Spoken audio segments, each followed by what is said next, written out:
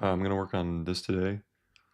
I was thinking about so we yesterday we used this anything.world to generate some stuff.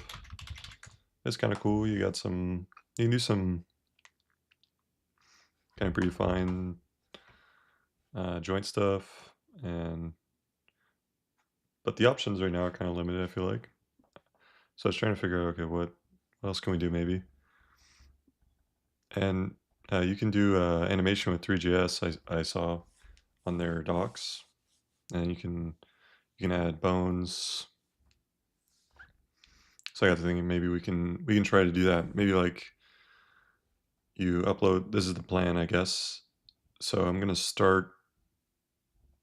try to finish it today, and then we would have a nice tool that we could use to generate some animations. I haven't really found anything that I can prompt and get an animation. So I'm gonna try this. So the general idea is similar to this. You can select or you bring in the model, you modify it a little bit. So, for example, the user will be able to use like some lasso tool to say, hey, this is the area we care about. So then you gotta use raycasting, set the attribute in 3GS on those vertices that you've raycasted on.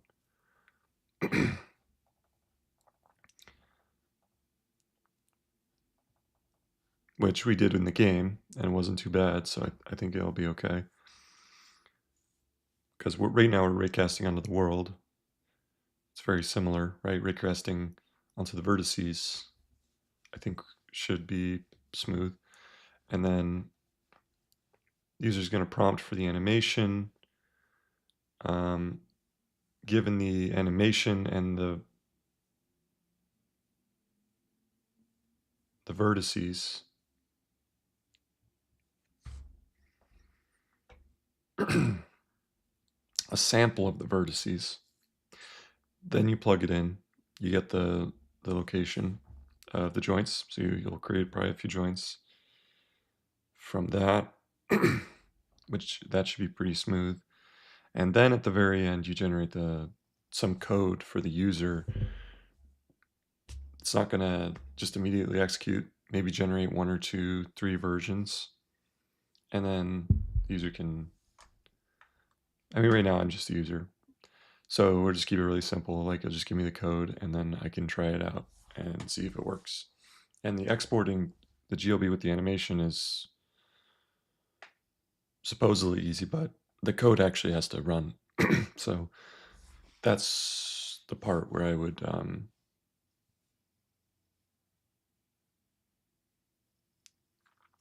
so actually, now that I'm thinking about it, I might just bake this into the game so that we don't have to worry about this part. Granted, that's probably the easiest part. Um, Actually, yeah, this is probably the easiest part, is just exporting, because 3GS has the animation clip thing supported. So as long as you make the joints, I thought originally we could maybe do it with like vertice manipulation, but it's not supported to create an animation that way. You have to do some pretty wacky stuff.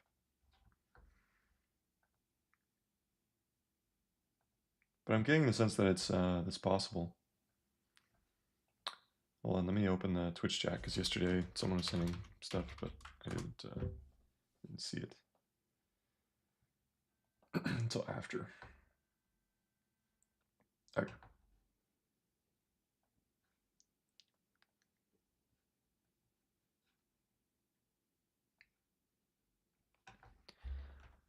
So we're going to create a new project.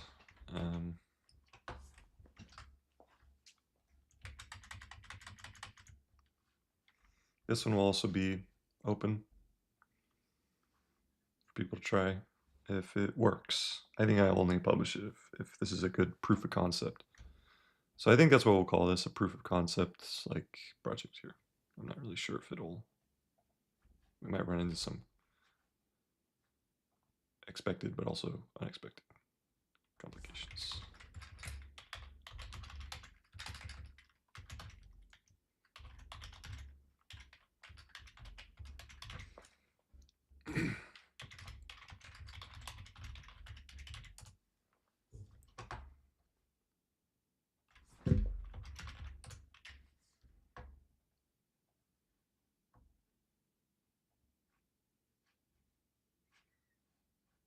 who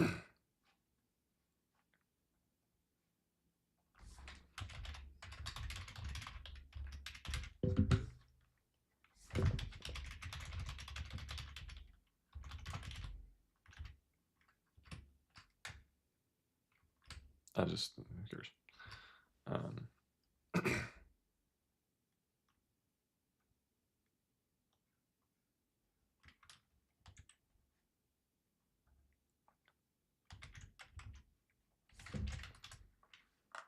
So create a repo first.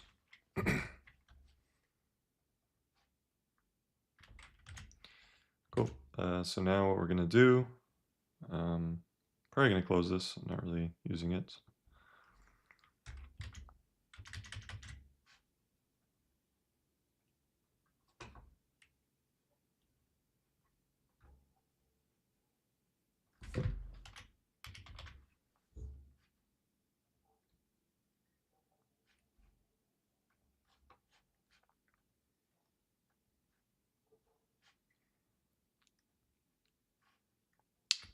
So I think I'm going to plug in the plan. Oh yeah, and I'm going to bring in our important planning templates.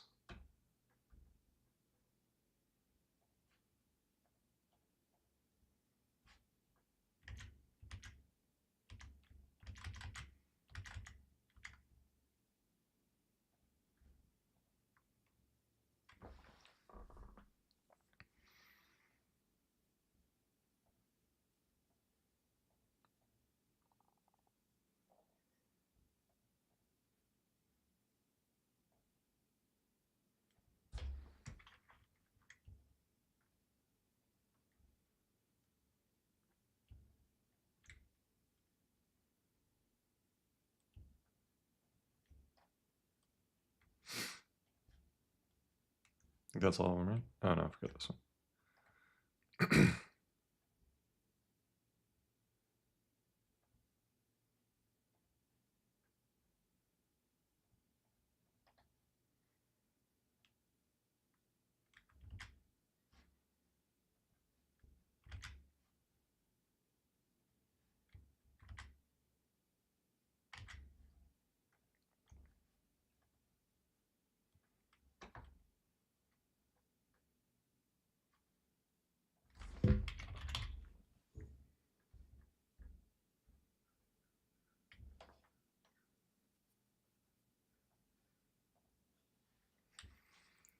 Okay, so we got our planning templates.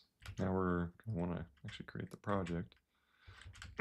Just same stack as before.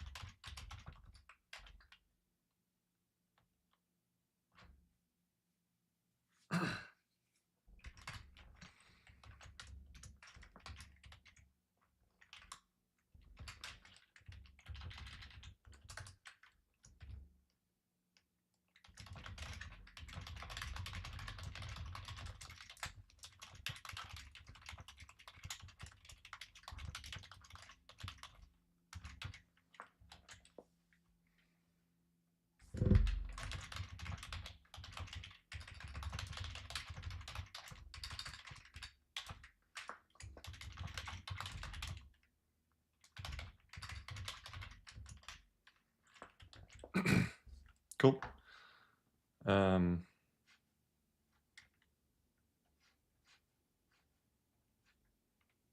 This is what I do next.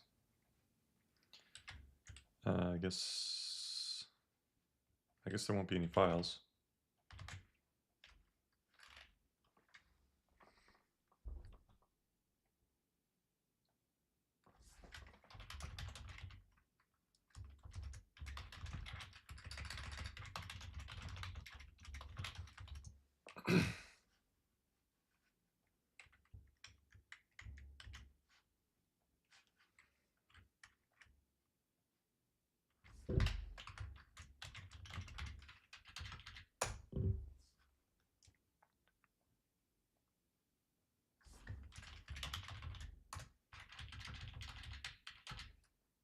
Let's see if it can do. I haven't actually tried using this template to create a project, so it'll be interesting.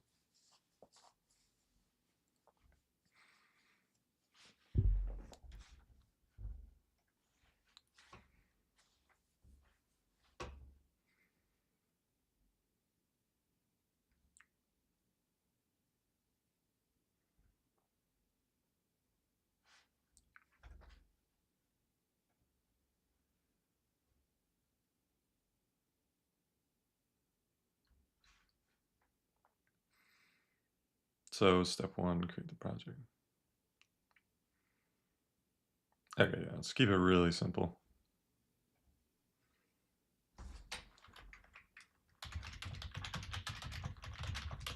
I just copy this, yeah.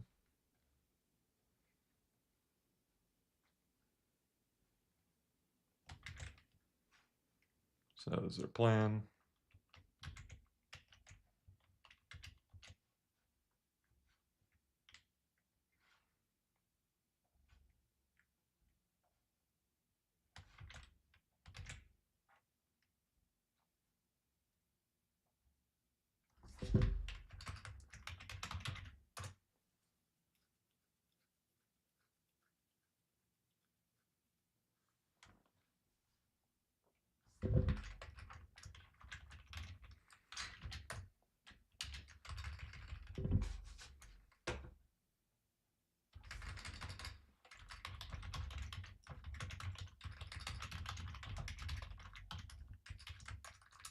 Since we're creating the project, we're going to have this context is these are the goals, but not implementing them yet. Creating project.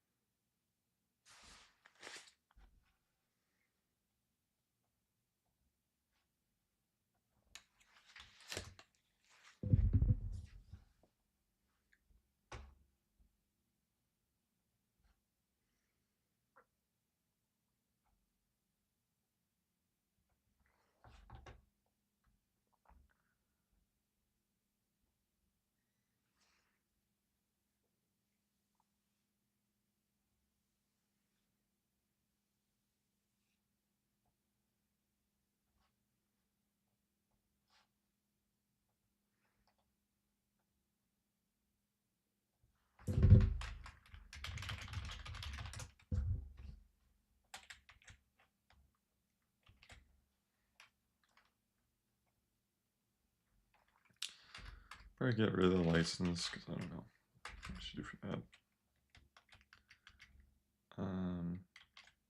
Nothing for this.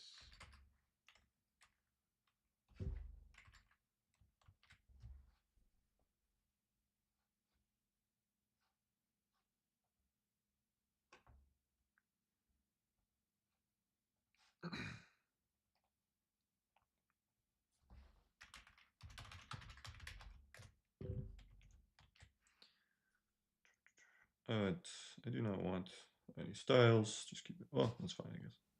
Joystick. Strange. Just remove that.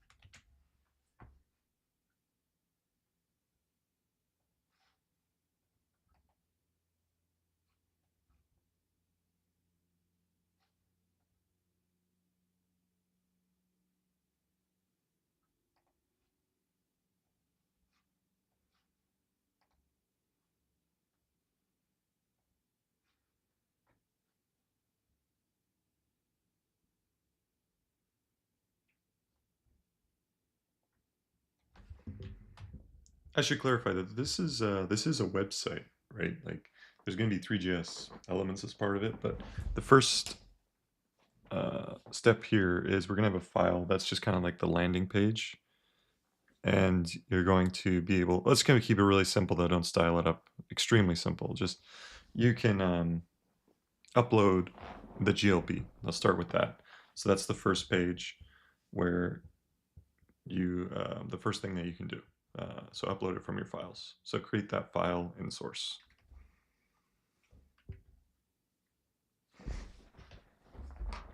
And hook it up to index.html.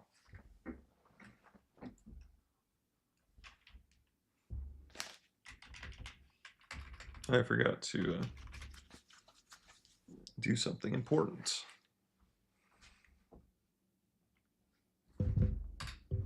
So this is going to be a React project, so add that, and remember this is going to be a website. So, oh hey Cycle, how's it going?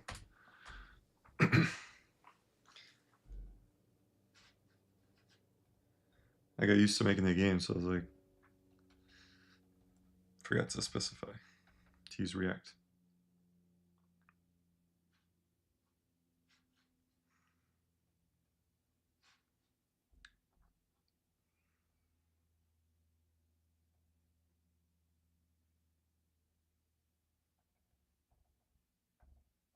It's GSAP.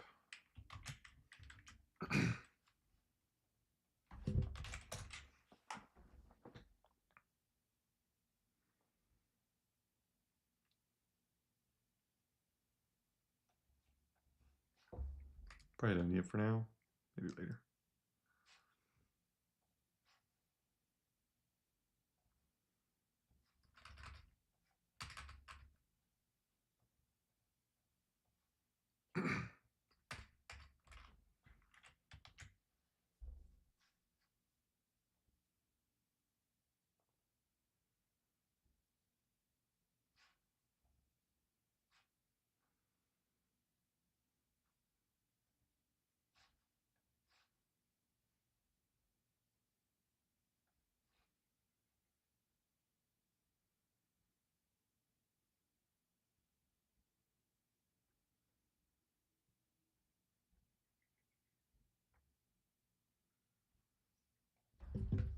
Okay, so the first thing I want you to do is we're going to create a page. It's very simple, the first page. It's basically going to be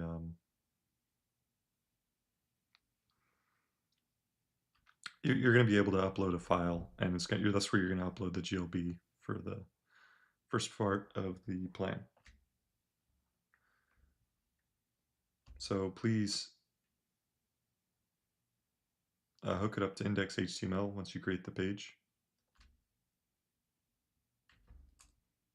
I should probably just use Next.js.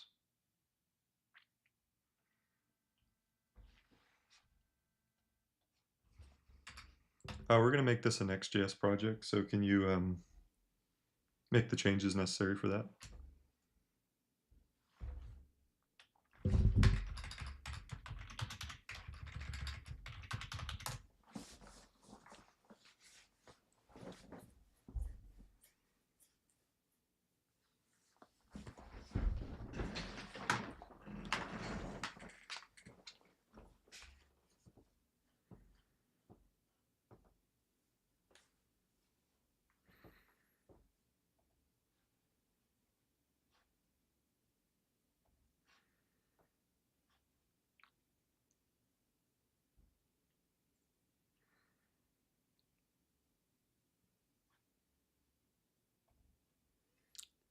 How's this stuff?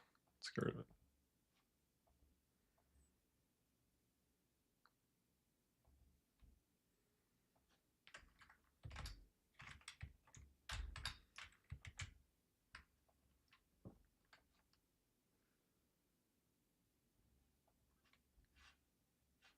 Don't really want linting.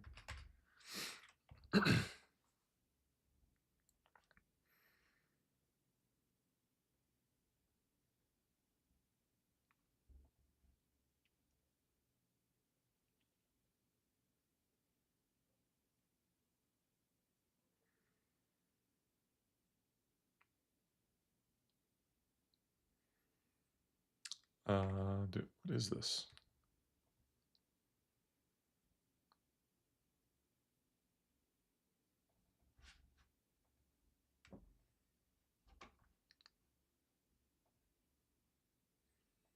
Can't remember. Do I have this here? I do.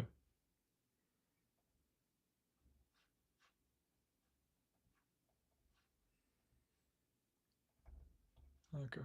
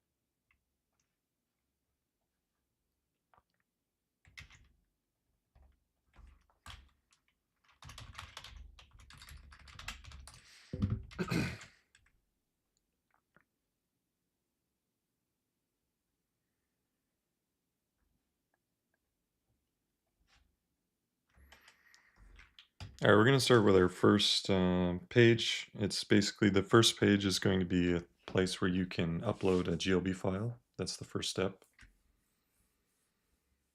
Also, keep in mind, we're just going to use the 3GS for a few parts of this, but the majority is a website here.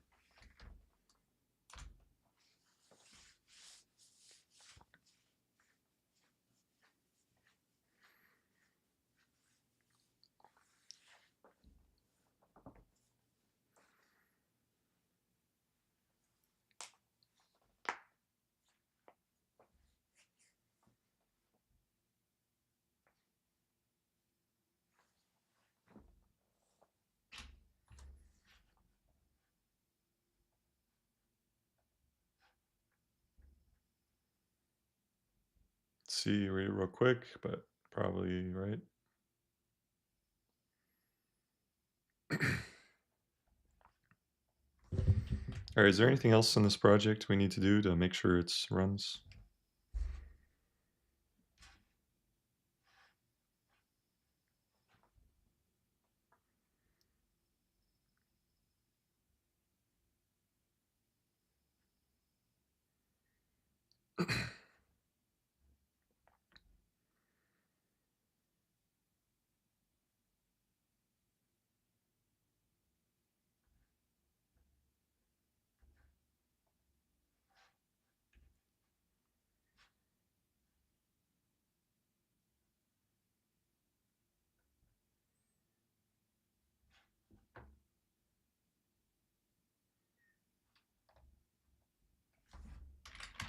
So we're going to create it in the folder, it said.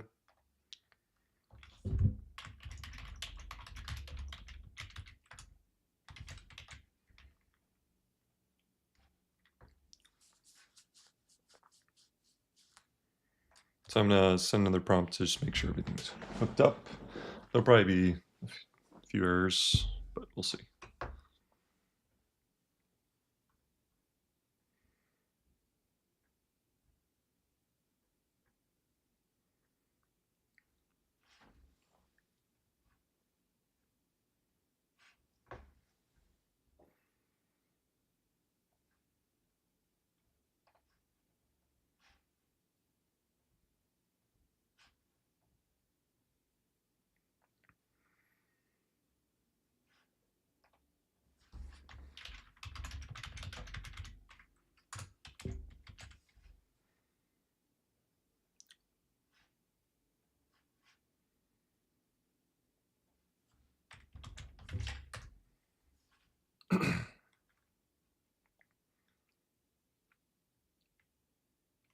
Yeah, we'll create this. Just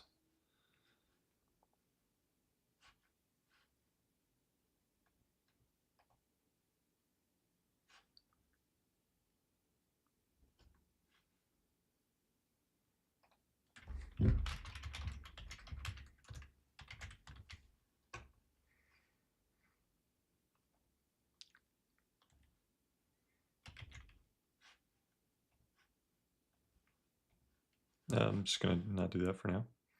Okay, let's try it. Oh yeah, we'll create a environment. Okay, and create a git ignore.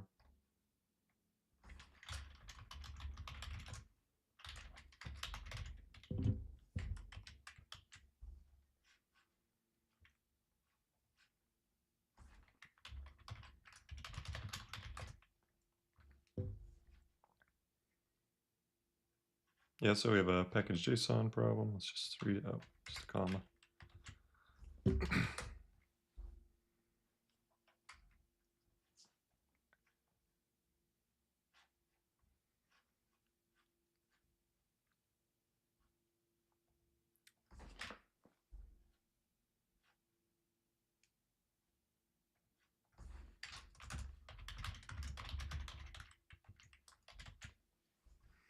Cool, we installed. Let's see if it runs.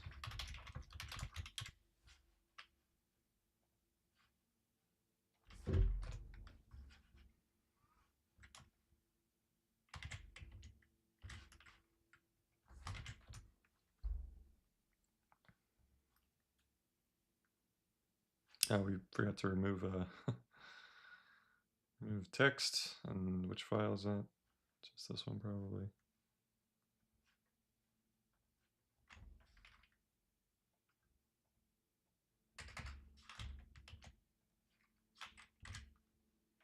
Oh, it actually ran anyways. That looks pretty good, actually. What the heck? Oh man. I remember like in the past, I would spend like a day and it wouldn't, like, I would be just really bad at the styles. So I'm pretty happy that it already kind of looks cool.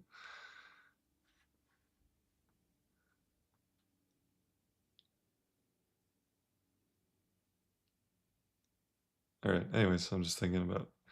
So I'm gonna get some coffee. I'll be right back. But if anyone's watching, the general plan is this. So I'll just leave it up. We're gonna try to complete this today because I couldn't find a tool for it. So I'll be back in about a minute or so.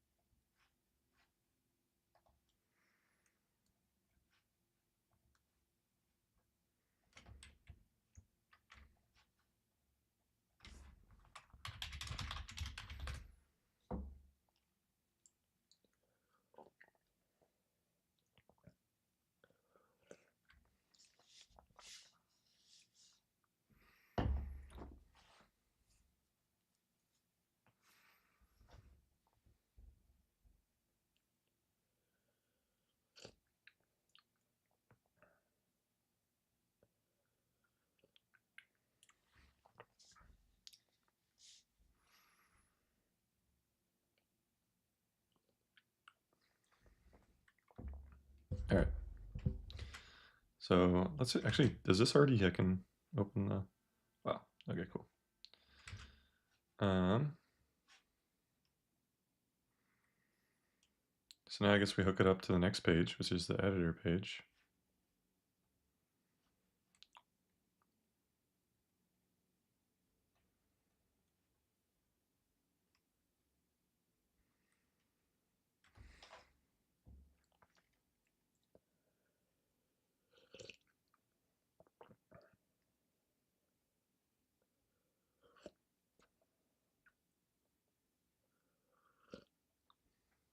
I guess we'll test it because it's already has some logic for the uploading.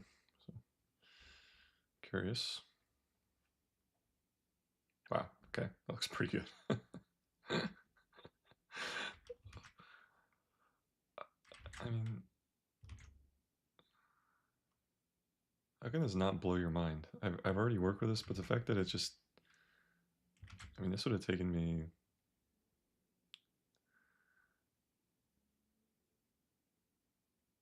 I mean, all the styling and stuff, that stuff's very tedious. Already looks pretty good. Okay, anyways. So we want to hook it up so it goes to the next page. Yep, made a nice little alert there. So we're gonna put it here. I'll just ask it to do it. All right, I'm ready to hook up the next page to the editor.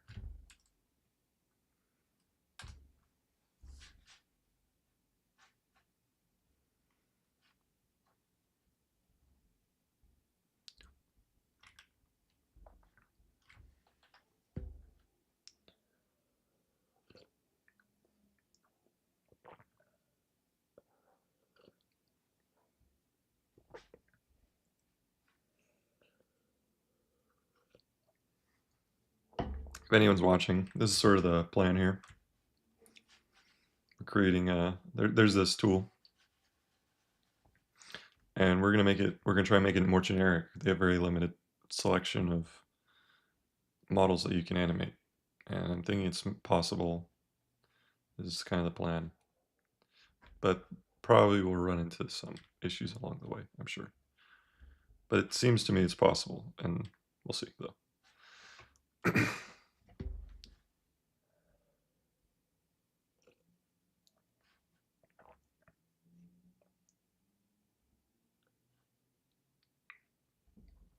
Like, okay, there's a ton of models, like simple models, like a sail of a ship,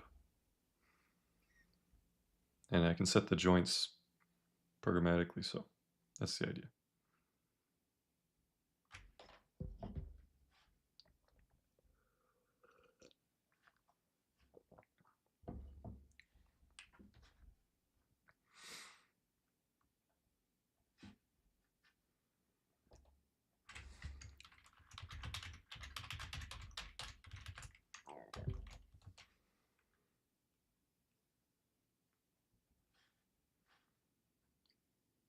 All right, we don't want to do this yet. I just wanted to hook it up to the next page. Wait. Excuse me. Let's see what they do here. Oh, I see they added some stuff here. Let me apply. Let's just read. Okay. So, editor. Set model file.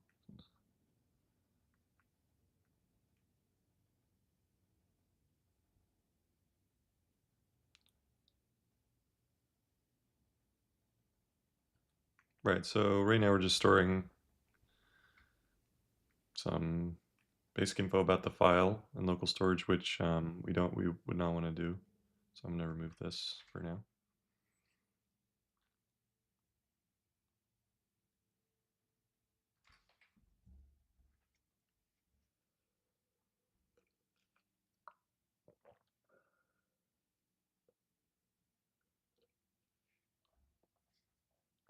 What's this do again?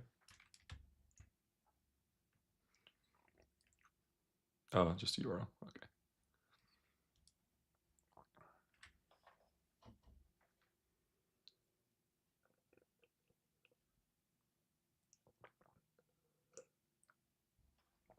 So we're going to ask it to create a file for loading GLBs, which we already have. And the next step of this, well, firstly, let's verify the rest of the code did. Cool, so this is going to the editor. We're going to get rid of this part.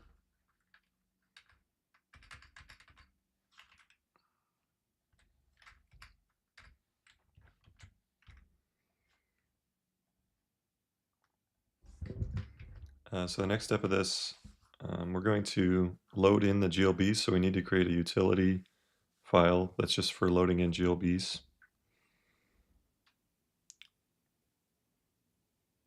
That's pretty much it.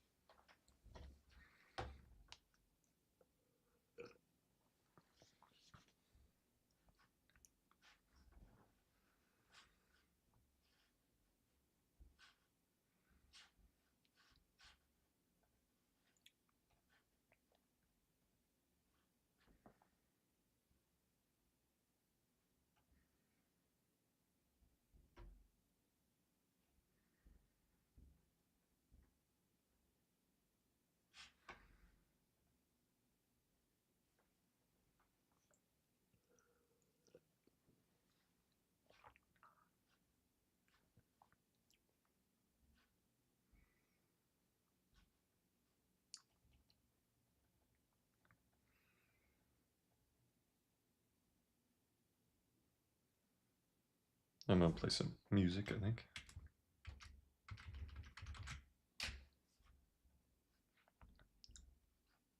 Oh, Discover Weekly today. Oh, it's yesterday.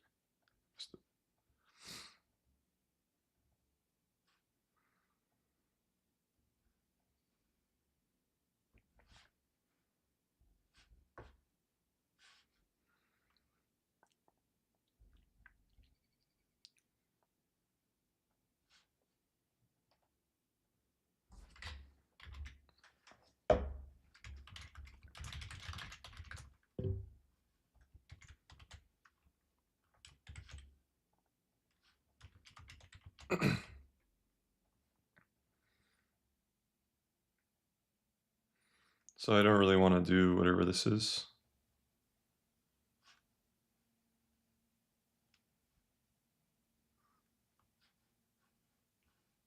Oh, well, I guess I'll learn what it is. I've never seen it. What is this Draco loader thing?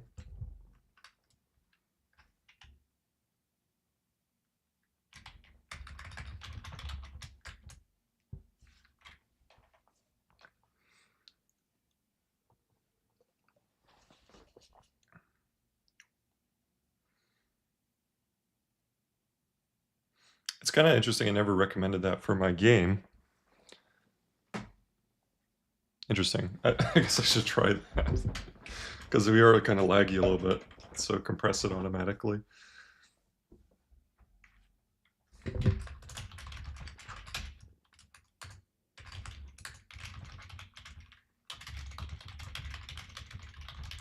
I'll try it here. See if it's good.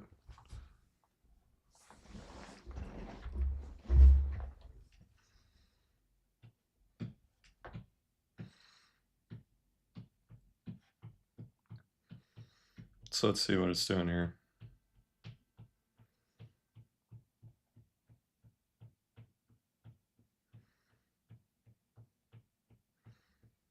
Is it loading it to the scene already? Let me see. Scene, nope.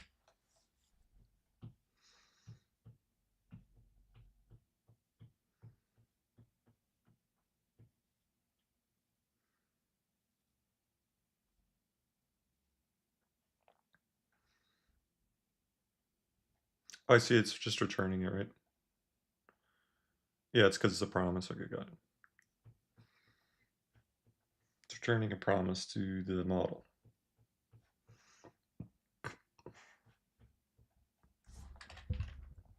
All right, cool. So now can we hook this up to the index.js to load in the GLB model when the user uploads it? First, check if it is a GLB file, first of all. And if it isn't, give an error. If it's, and then after you call the load GLB, can we just pass the promise over to the editor and the editor can resolve it? So basically what I'm doing there is I'm just I'm specifying a little more, but you don't have to. I'm sure you could figure out some way to make it work.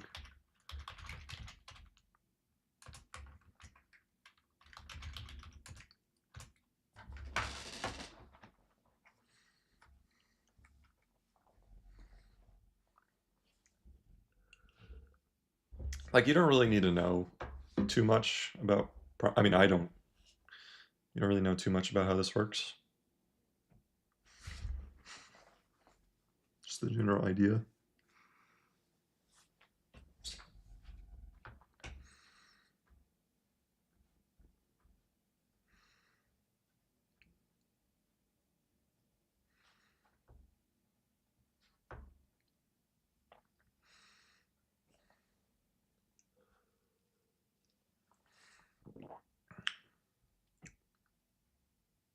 I kind of like the upload, why they removed the upload.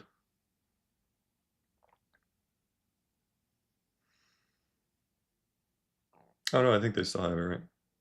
Okay, cool. Yeah, model upload.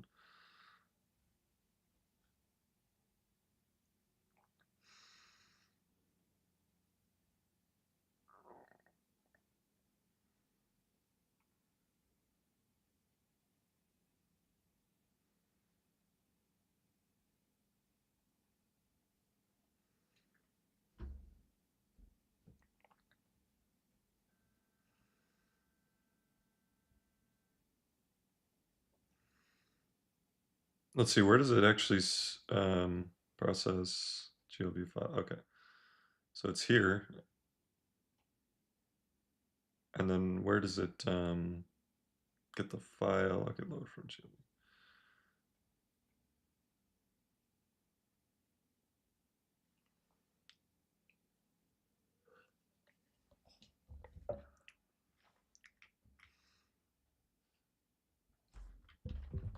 So what I wanted to do though is like we load in the file and then we pass the file as a prop to editor.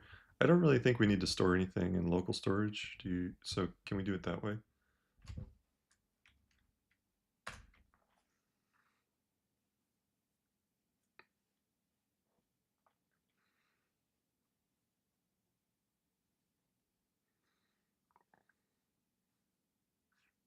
So basically what I'm saying is I want to, because you know,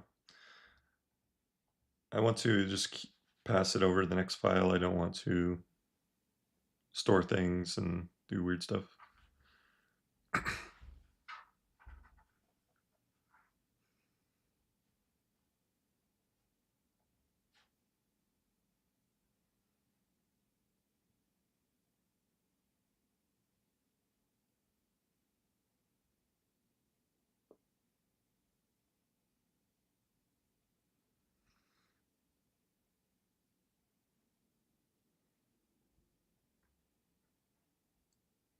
I see. So there's probably some stuff I don't really, let me see. Hold on a sec. So when I do the router with Next.js, can I not pass like props over?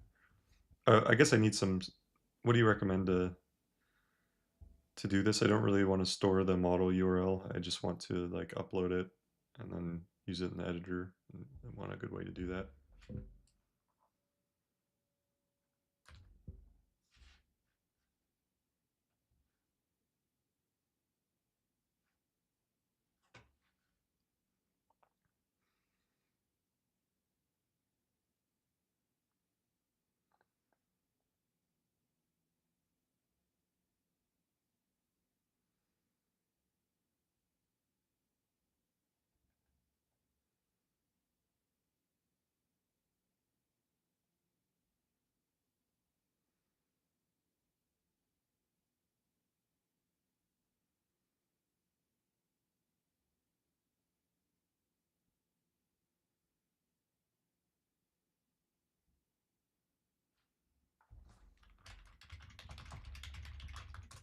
Yeah, that makes sense.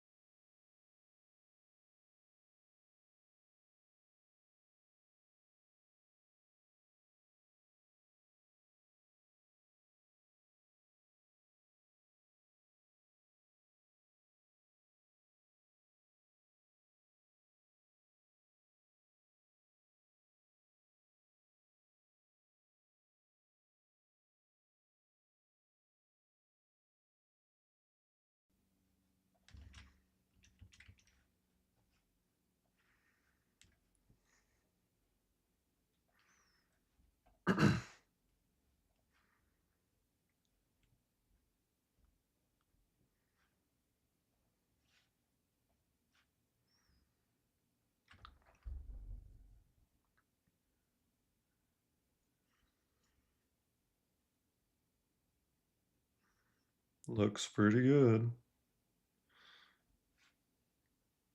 Okay.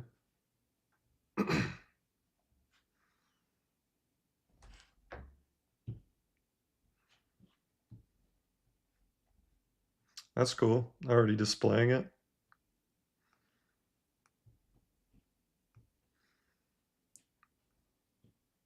All right, let's see.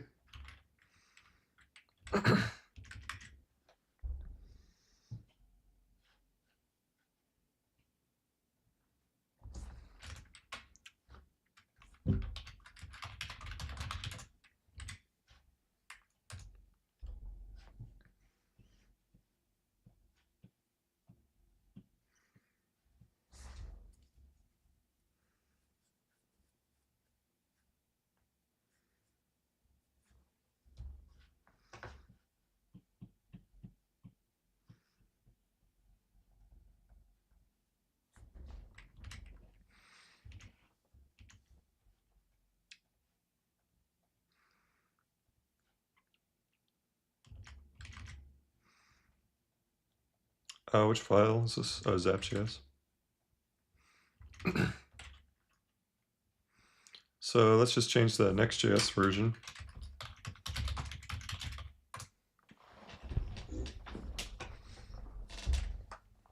So I use a 15 probably. Probably not Canary.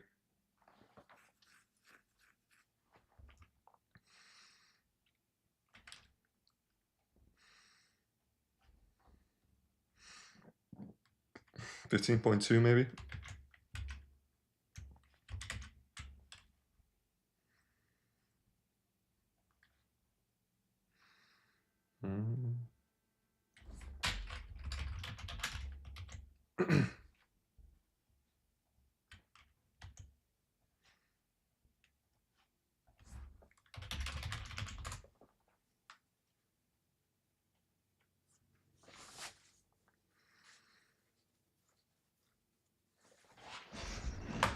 I'll probably work on this until 3 or 4. I'll probably spread it across a few days instead, rather than just neglecting the game.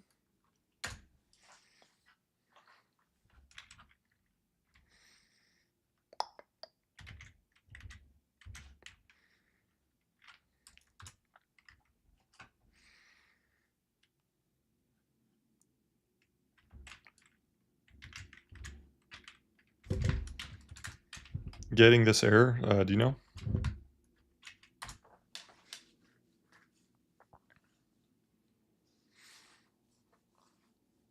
How do we just not have it?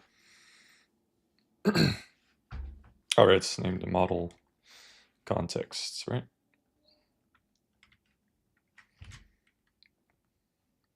Context model context.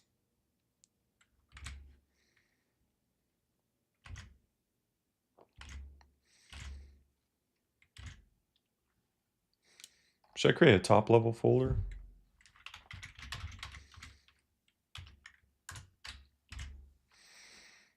I don't know if it needs a context folder, but that's fine.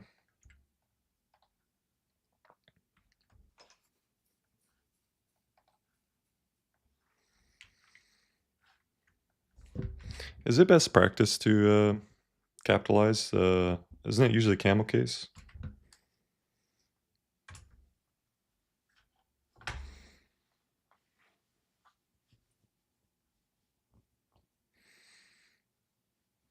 Oh, I see.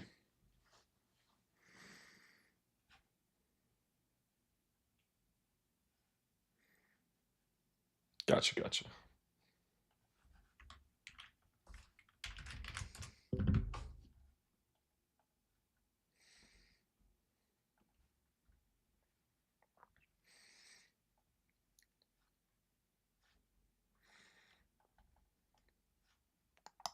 I think it's it, right? Nice.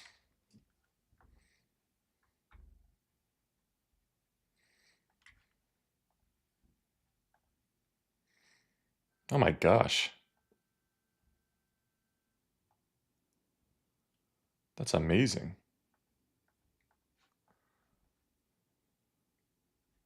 It just generated this instantly.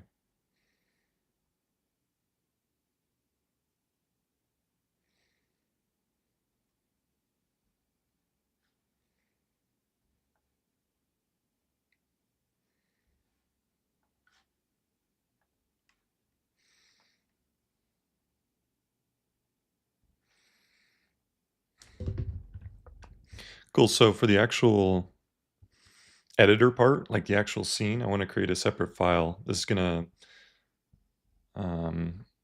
be a critical part of this. It's basically this file is going to be, it's going to allow you to control, um, it's going to allow you to select vertices. So for the first step of this,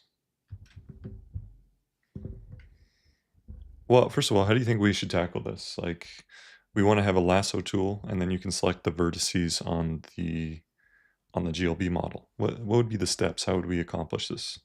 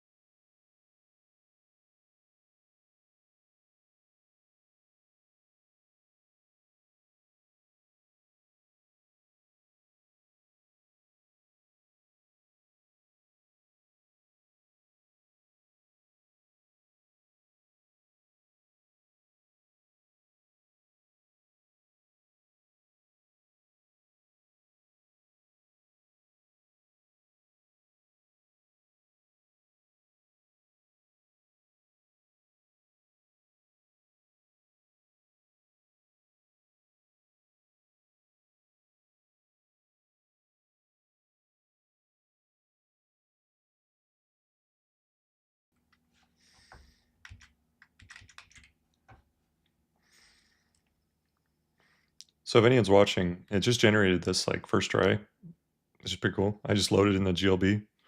Next thing, the next step of this is we're gonna be able to select the vertices. We'll see if it gets that. I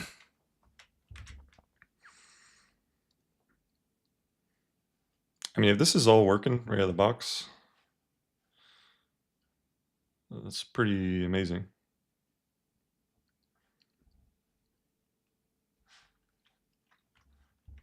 Oh, hey, sorry, I did not see the chat. New Frontier model, the Cano. The Cano, yeah. By the way, you're muted again. Yeah, it's true. The reason I mute is I have this massage. Anyway, no one needs to know. So yeah, let me check out the new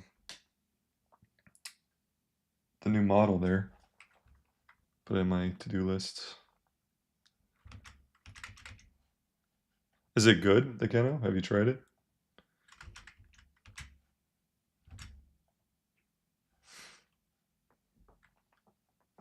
Oh, I see. You tweeted the. Oh, it's a coding model, not an image model. Interesting. Okay, well now you've piqued my interest. I'm gonna take a look at your tweets if you don't mind.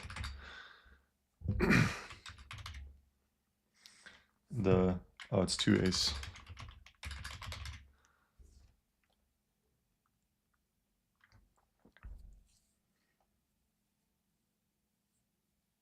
Oh, looks pretty good. Wow. Wow, that's cool. All right. Let's see what else. Interesting. So let me try it out. Interesting. 2.5 Pro. Really? Well, maybe you can help me with this what I'm working on right now as well. 2 hours ago.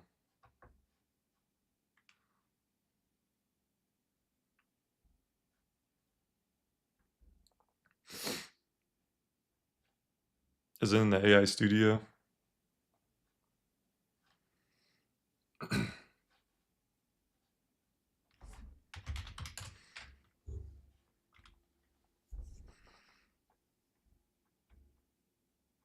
Oh, here it is. Yeah. Cool. Let's try it. Oh wait, it's actually in cursor already? Oh, the custom model, yeah. That's true. Let's maybe do that. So I'm gonna get an API key, I think you need for the custom. Let me make sure.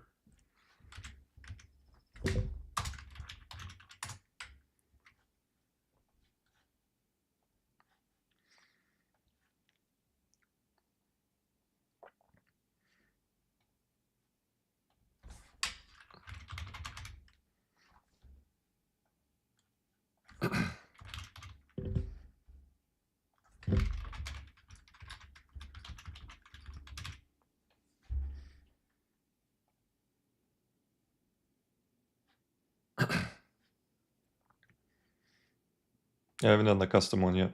Isn't it supposed to be here?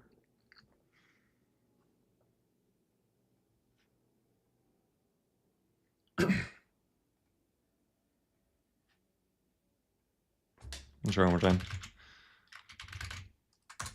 Oh, there we go.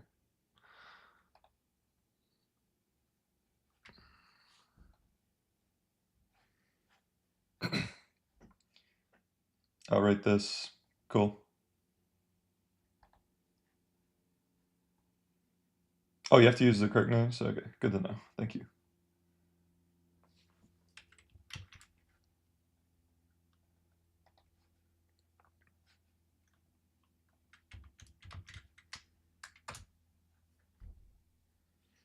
Oh, I see. It pops up. It's alphabetical. Classic.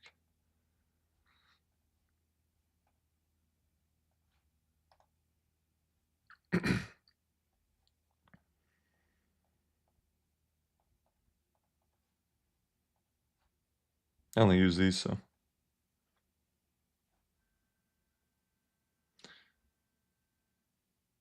But I probably have to do more than this, right? The Kano? Like I probably need would it just work? Just you set the name, somehow it knows to query Gemini, the right name.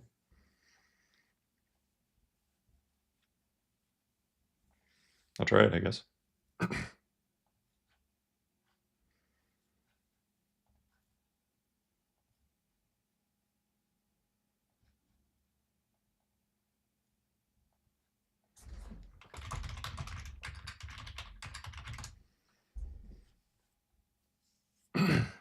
Yeah, so I gotta add the API key, right? Let me grab it. Also add the, yeah, right. Let me blank my screen in case it shows the key, which it will.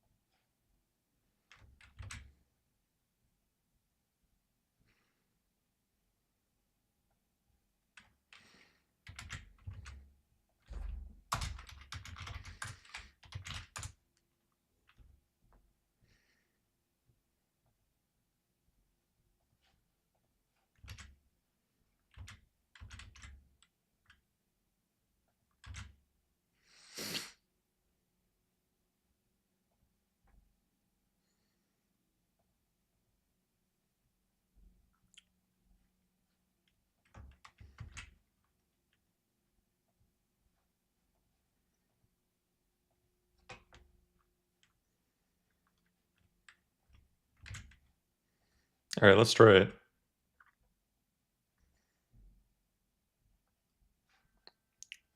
I'll unblank the screen in a sec.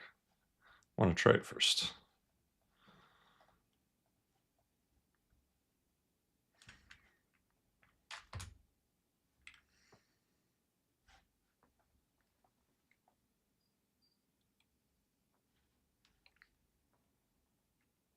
Oh, nice, it worked. Cool. Let's try it out for a bit. Unblank the screen.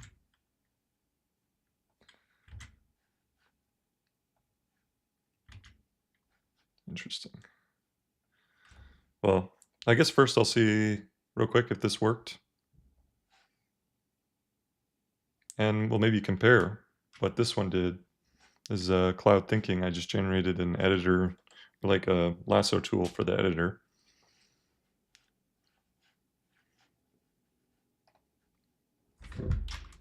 So we'll compare this component with the other one.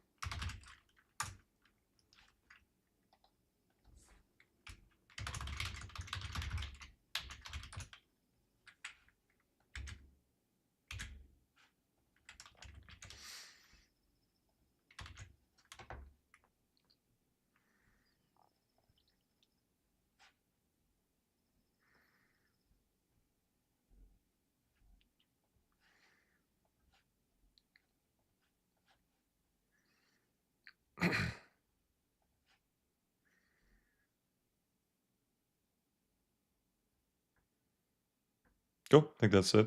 I guess I add some styles, so I'll add it.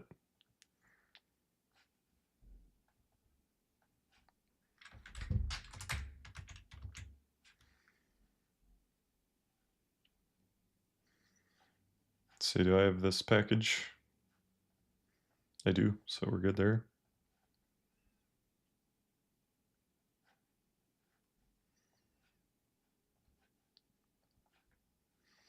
Now getting one error here. So let's see. Can't resolve components. I need to build again.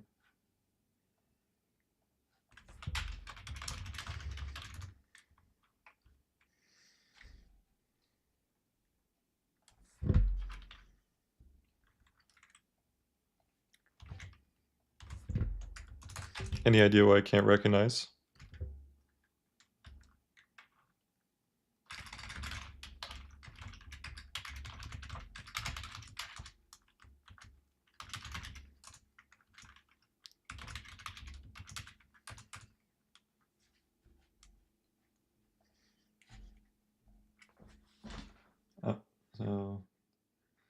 Yeah, it's so much better. Also tag your entire code base. Oh, 1 million tokens. Wait a second. That's insane, actually. What is clouds?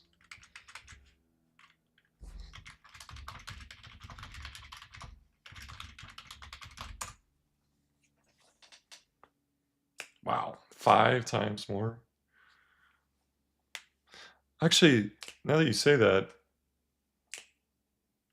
when I'm using cloud thinking, right, and my code gets over 1,500 lines in the files, I guess I just learned that through some trial and error, but this might help with that because every time I would get over 1,500 lines, it just would be really bad.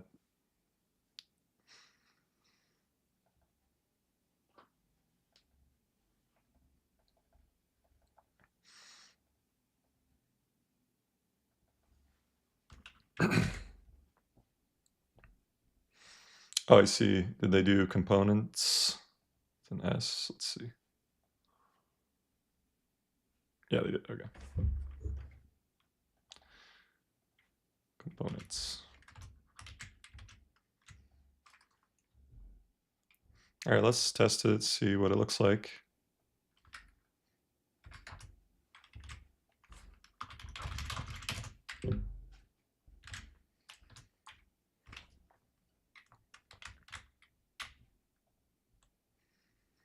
So upload the model.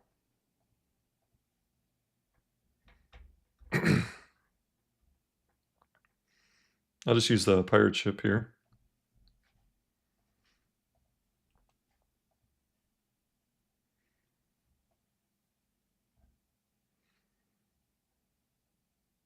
Oh, we got the, this is the lasso.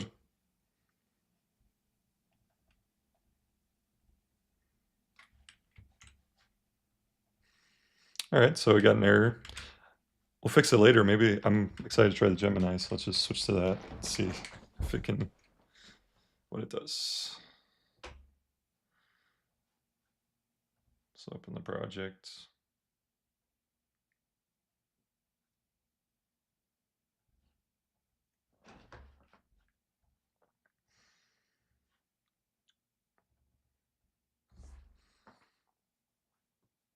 Let's see, start a new thread. Interesting, okay. So yeah, we'll just stick with the edit.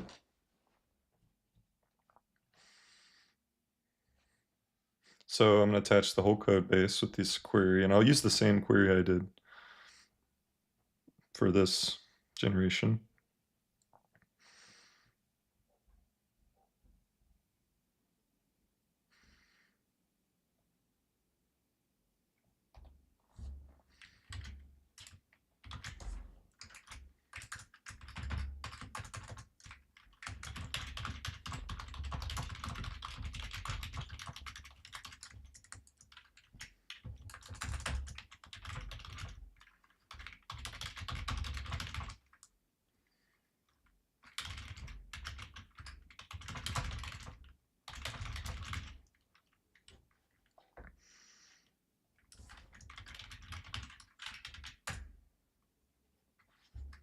Actually, I don't think I put it in this yet. Let me check. I did.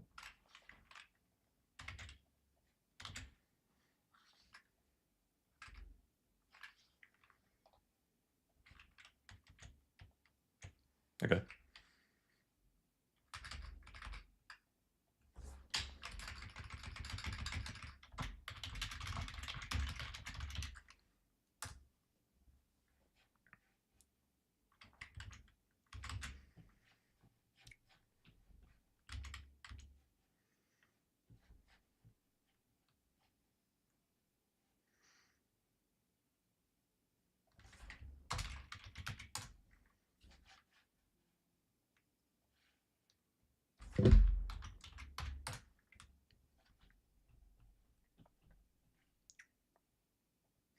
One sec, I gotta open the chat again.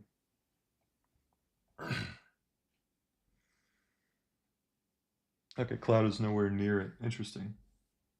Well, I mean, I thought cloud thinking was really good, so if that's true, my mind would be extremely blown. We will see.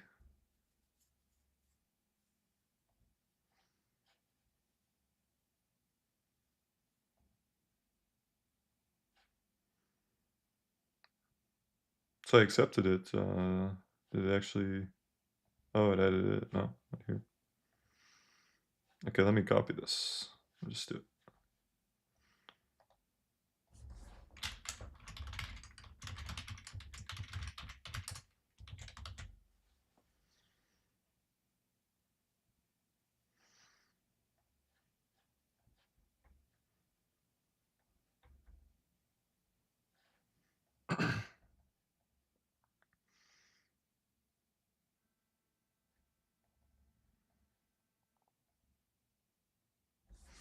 Cool, let's integrate this this file with the editor.js now.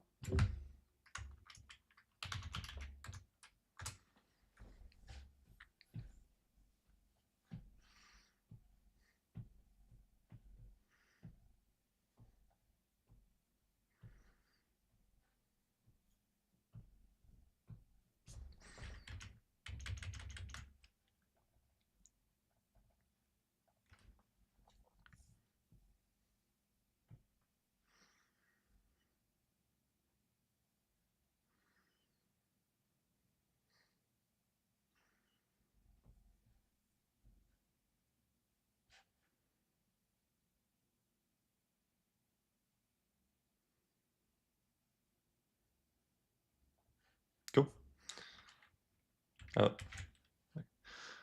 Makes sense. I like it's a really simple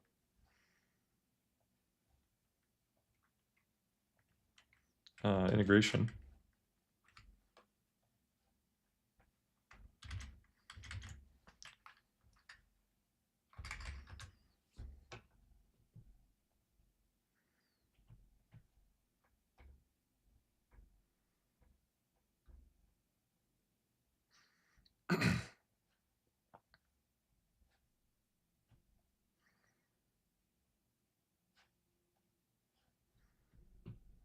Cool. That's the same error as before. I think maybe we forgot to update the... Yeah, see, we're using the same component there. Let's go ahead and just change it. So lasso. And it looks like, well, maybe... Oh, I see, there's changes here that it did not do.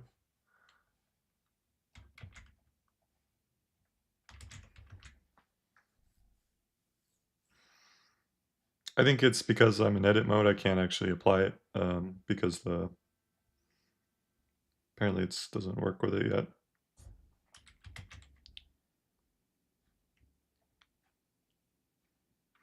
So soon.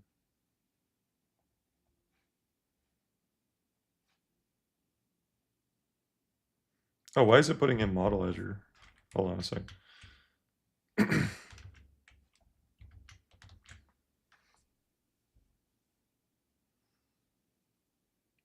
So explanation, we pass the edit mode to the model. Oh, so it actually, I mean, that's smart. It's like, it saw, hey, we have this file. It's probably important, so we got to integrate with it. But this is our file from the other that we were testing. So let's maybe clarify.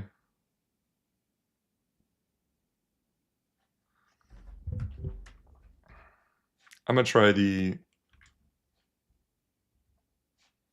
I'll just try to edit it.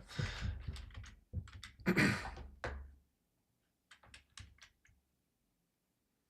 So discard the changes that it just made to this file.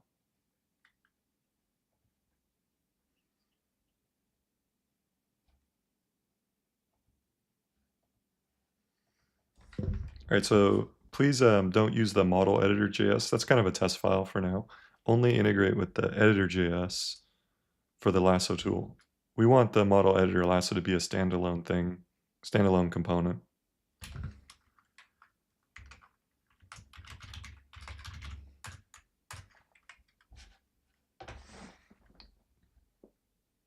Oh, nice, yeah. Oh, I can't use that. Okay, cool. Yeah, well, maybe we'll enable it, test it out.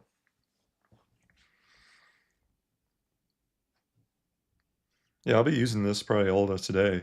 See what it can. It's gonna take a while to understand, unless it's just immediately, clearly amazing.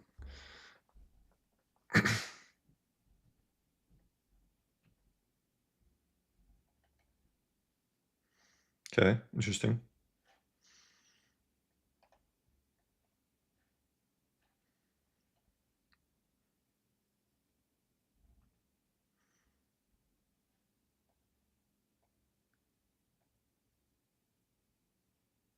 Interesting. All right, let's try it. Accept all mode model. Oh, I see. I added an edit mode. Cool.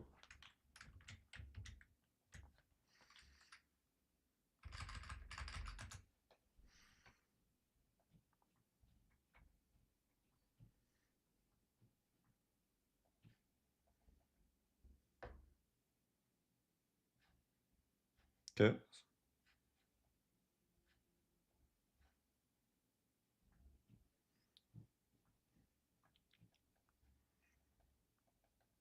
So I'll just plug the error back in.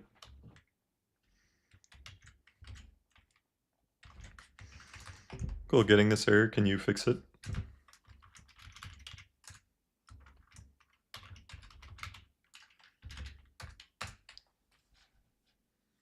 Only 50 requests per day. No. I'm gonna run out in like 2 seconds.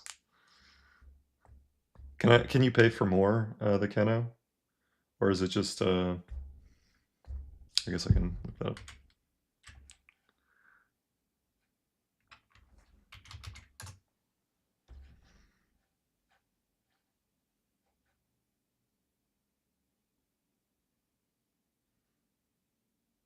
Oh, I see it. It says free, so I bet you can. I'd be open to if it's really good.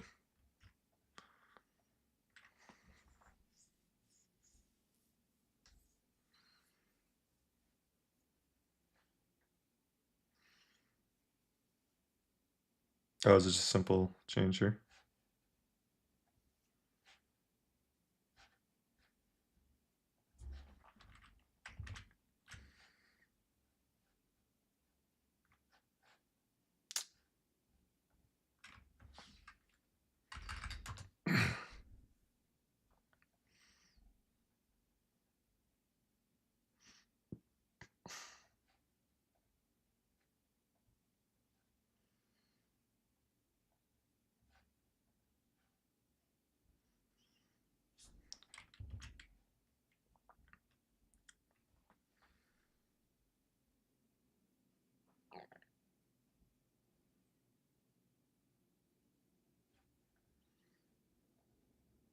So that was a good thing that I fixed because this was actually wrong.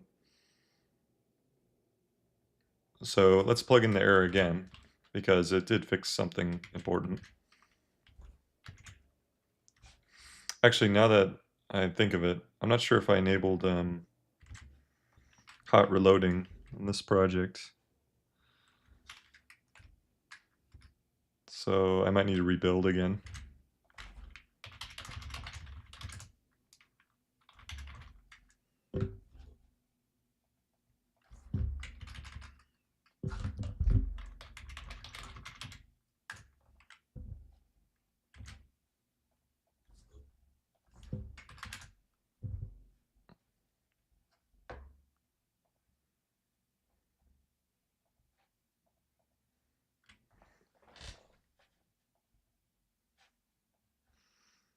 Okay, yeah, it's the same. Cool.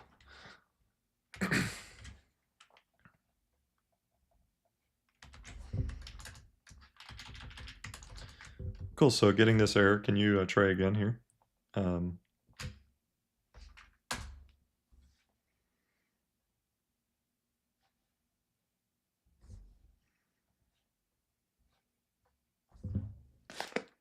oh, that's fast. Okay. Let's see. So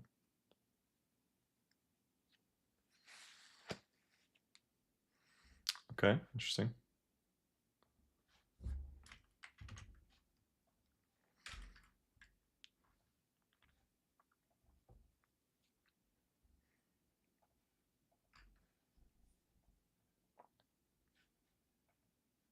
Oh, nice. Okay, no error.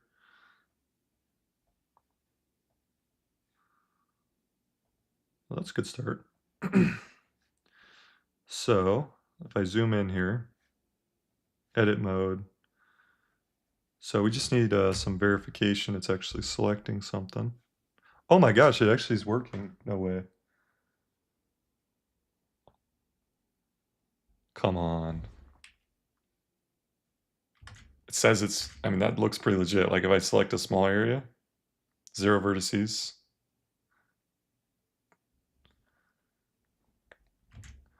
That's really cool already. Let's highlight the selection. So it's pretty much working. Can you highlight the selection on the model so I can see where it's basically where you selected. It should,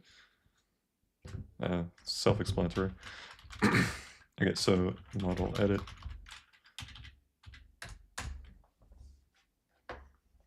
Oh yeah, so I'll show you the kind of, this, I could not find a tool for this animation where I wanted to just do any model. This one is the closest, but it only has a few.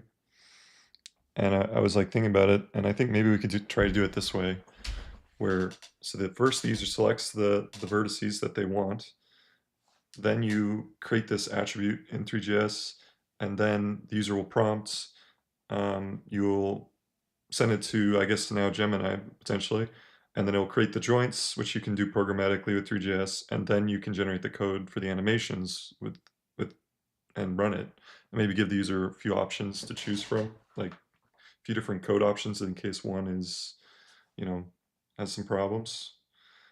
And then this, you can actually export that because 3GS also has a animation clip support. So I think you can maybe make it generic because pretty much everything's animated with these bones. I was reading, like you add a bone, joints, and then you can just manipulate the bones with 3JS and generate something. So now whether or not the animations will be good is a whole other story, but I think it's at least possible to make the tool.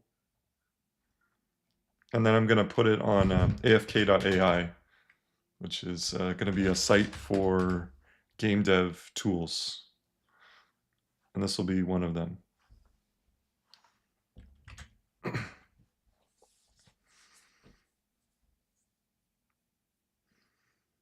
Like the test will be, if it's useful for me while working on this game, then it should be.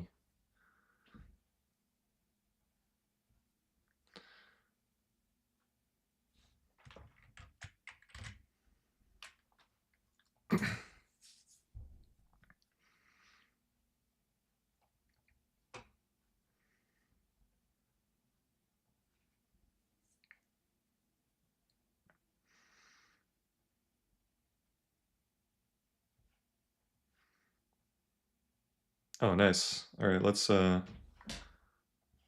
a little test here. I'm gonna go really in. Nice.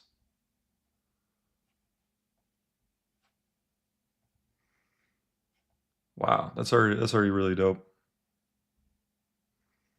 I think just make the selection a little transparent, but otherwise that's just a looks thing though.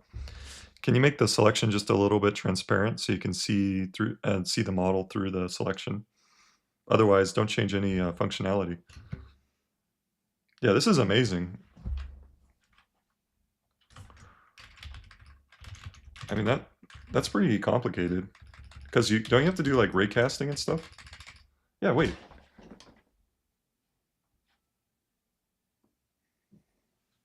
How does it even work?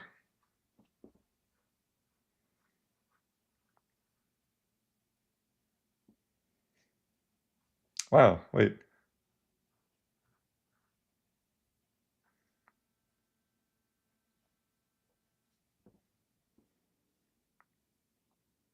Project vertex position to screen space.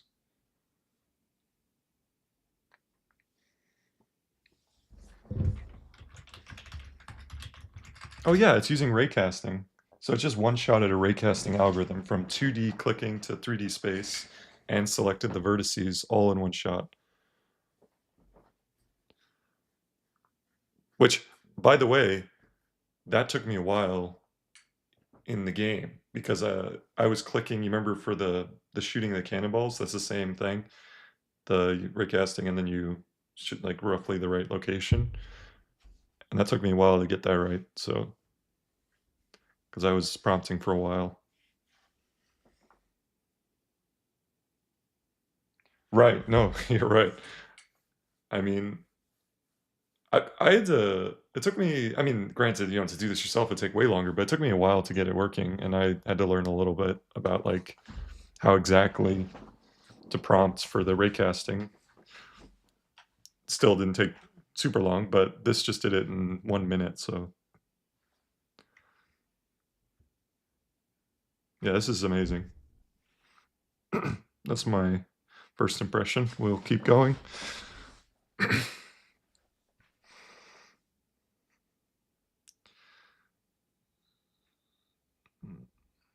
Okay, cool. So let's try this transparency update.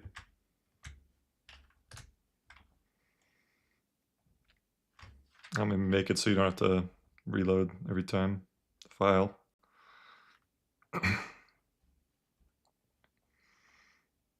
Okay, so let's try the selection. Let's zoom in a little bit.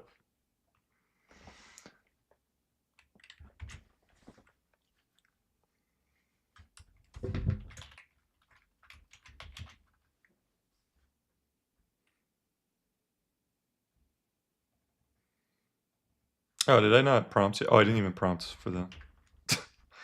Forgot to prompt. Important.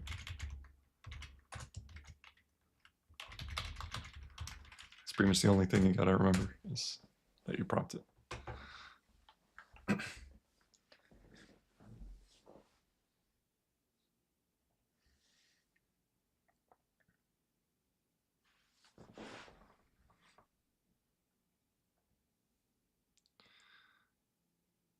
Okay.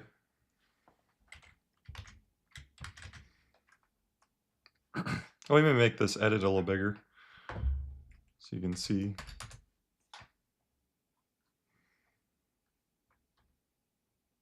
Wait, what if we build a tool that's like, it's like a simple blender, Blender's it's just so much stuff. And it's cool, you can do a lot of stuff, but it's also really complicated. You should have some simple operations that just friendly for everyone, real quick. I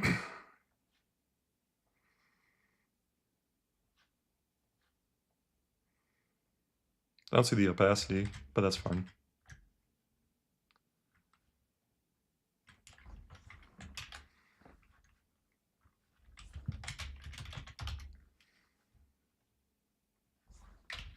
This may just set 0.1 test real quick. But before we do that, can you make it so it saves the file? Wait, can you make the GLB saved in on reload? So when I reload the page, it just loads in the same path again. It's just a temporary thing, so I don't have to keep loading in the file.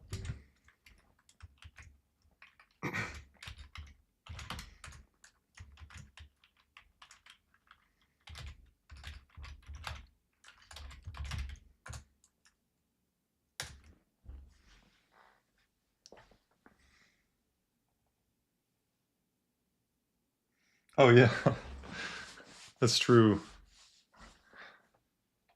Nice. That's so cool. Yeah, it's made it so much more fun. Like so many more things you can do now. It's in the realm of possibilities.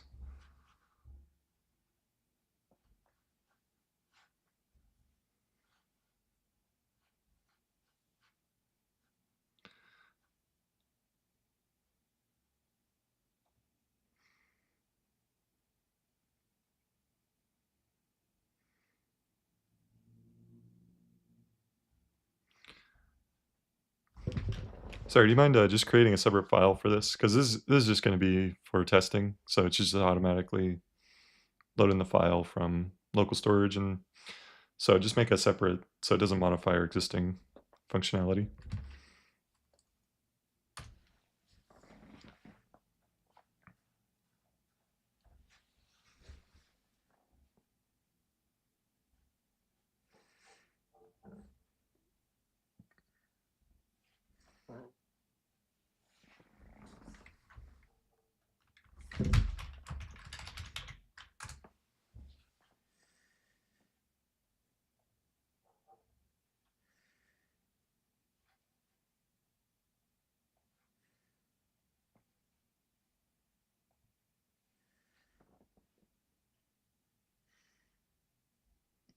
Is deploying agent for yourself, use PC to vibe code stuff. That's cool. That's actually, so you train it on yourself. Like, what would I build next? And it does it for you. Like, you don't even have to come up with the idea. What you know, based on me, what would I make?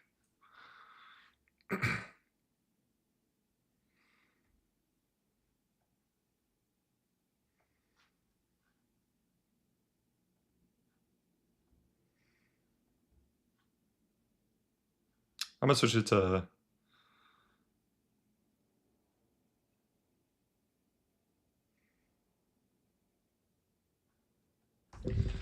Please create a separate file and integrate it with editor.js. I really want a separate file.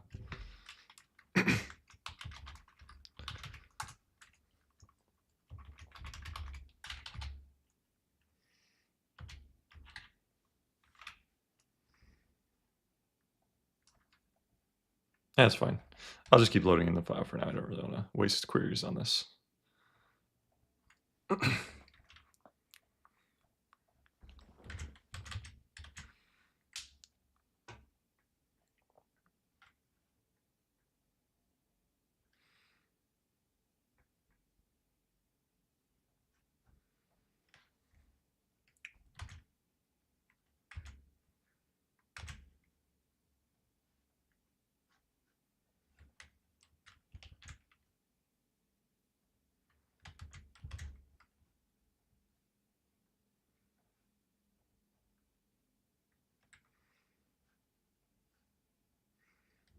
All right, I'm just going to go ahead and commit it so I don't mess up anything, because I like the progress.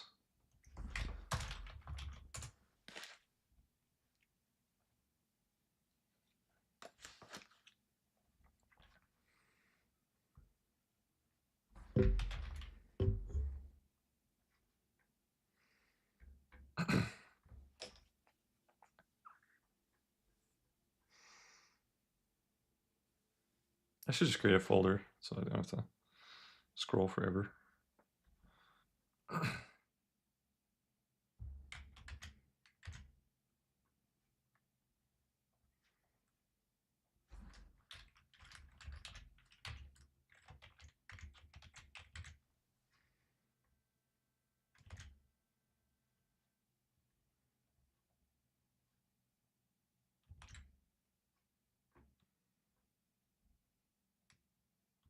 Is it because I didn't commit the git ignore? What's the deal here?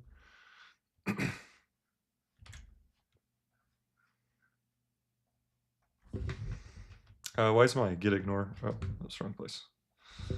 Why is my git ignore not working?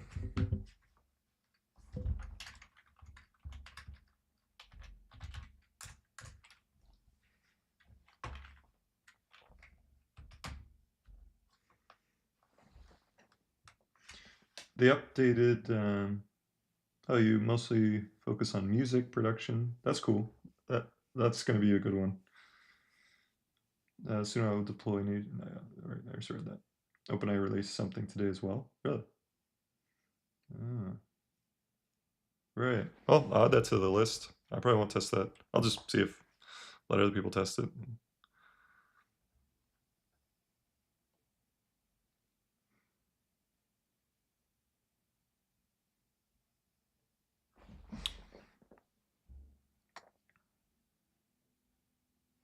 Right.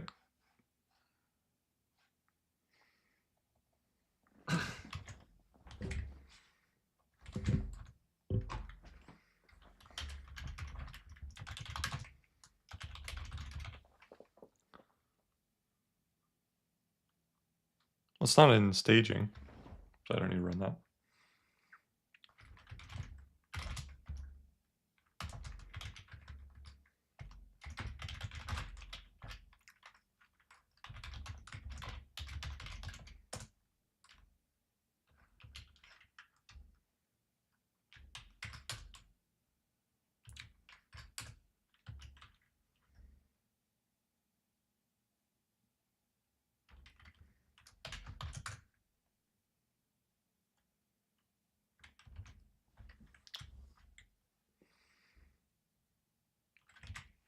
All right, whatever. Oh, this is a GitHub desktop thing, right? No, actually it's still here. Node modules. Oh, I see. I put the dots. I feel like my brain's not working today.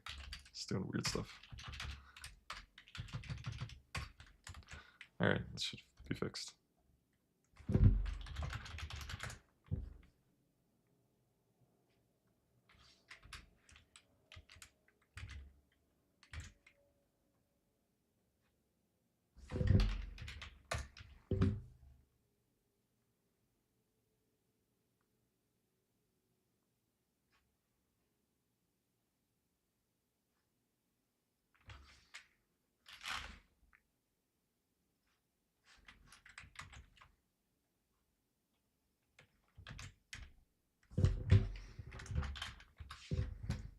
What's wrong with this git ignore? Also, how do I clear the cache for a directory with git?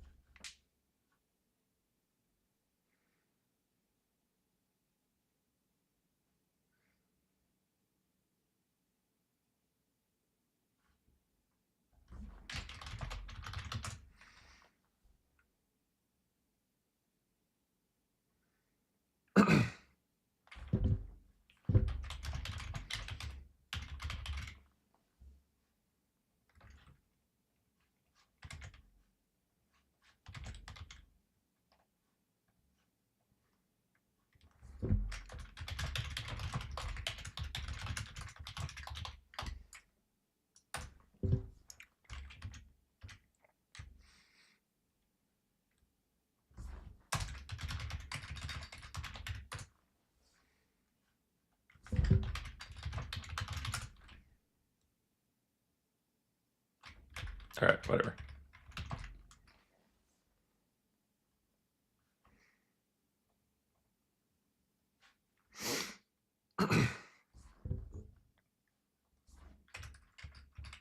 Actually, what I'm going to do is just copy my git ignore from the other project, because then we know it should work in theory. Ugh, come on.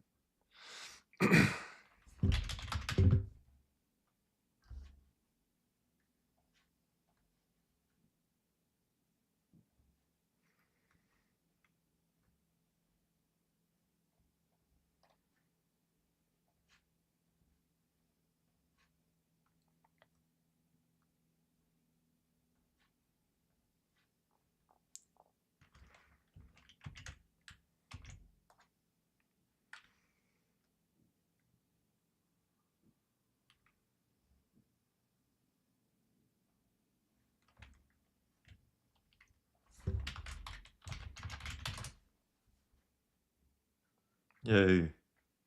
It's gone. Okay.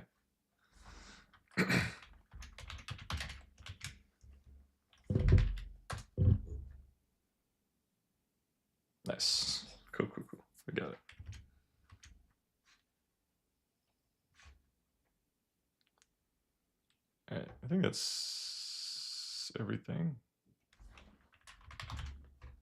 And it's, yeah, no API keys, so we're good.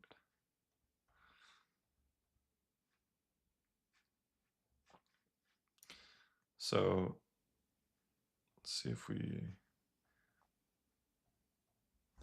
so the next thing we want to do, once the user has selected the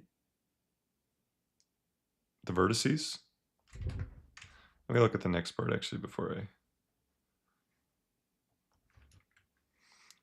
so we actually already finished the first two steps.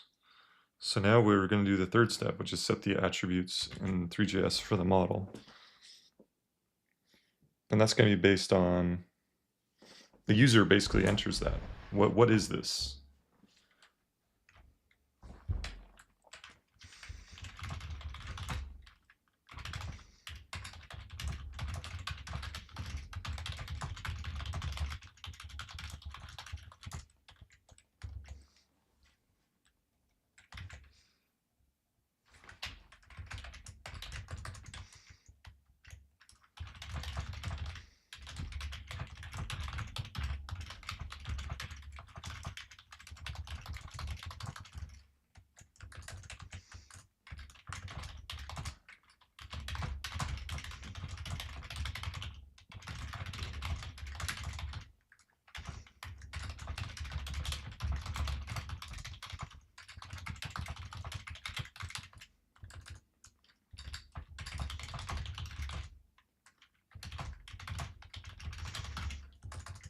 This is just a proof of concept, so the user, the UX there is not so important.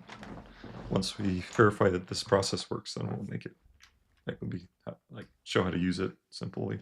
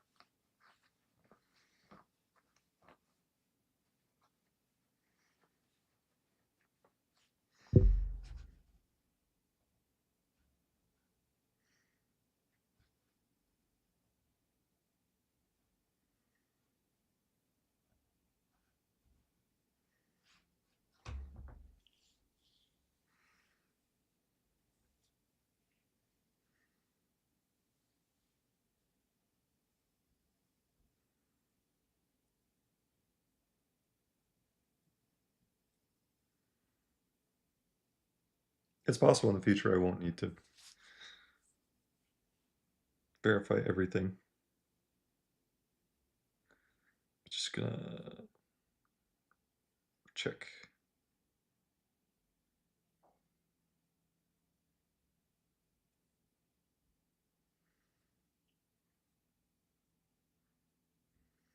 Okay, that makes sense. Could set the find the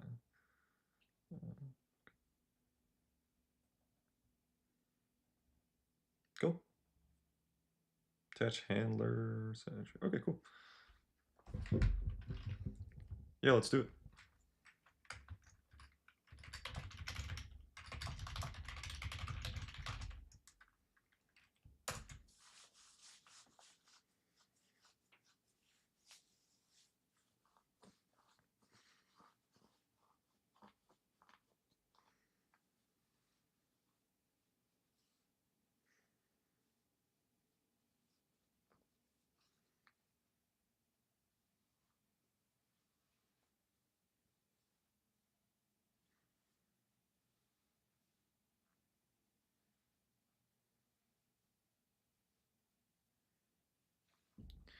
Actually, can we create a new file for this attribute selection, or attribute, setting the attribute? So basically user selects the lasso, they select, and then they select another button that's going to be set attribute or something. And that should be another component.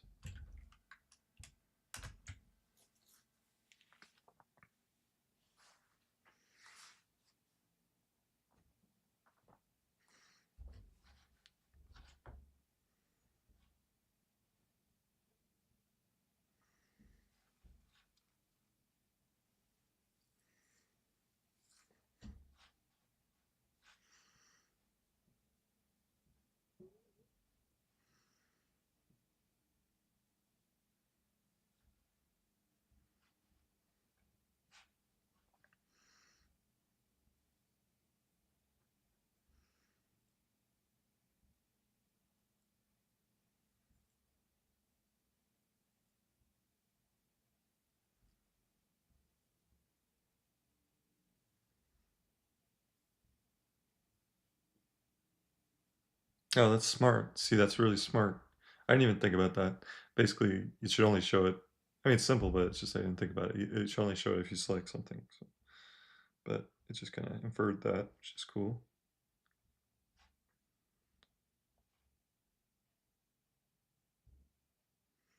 Now use props. Right, that actually makes sense too.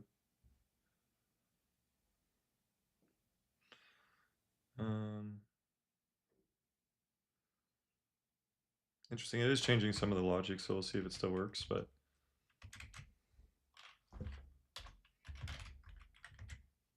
I'll build it again.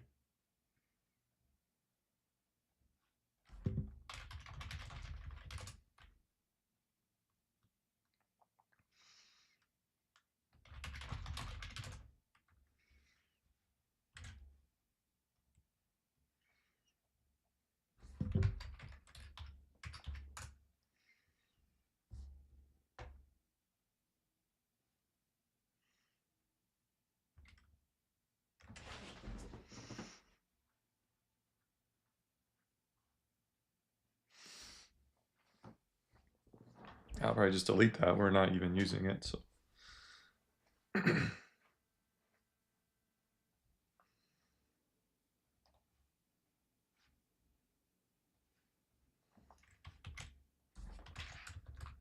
Is this a required component? We're getting this error.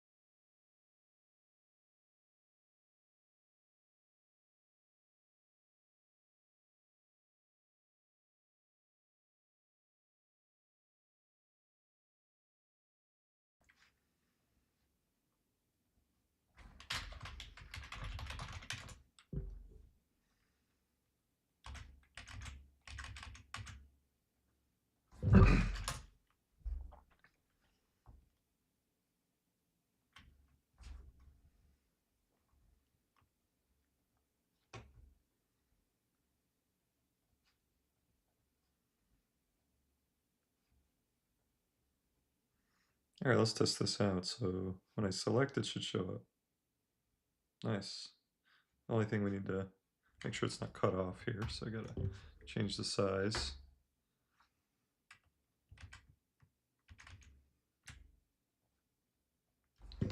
So right now the scene is getting a bit cut off. Can we make it a little bigger so we can see everything? Make it maybe double the size.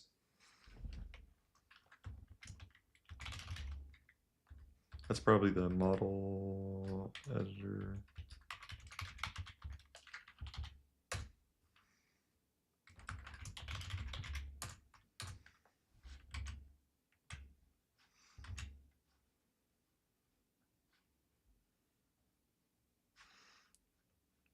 I don't know if it's the same folks here, but we're building a tool for animating stuff that's going to be more general than this one.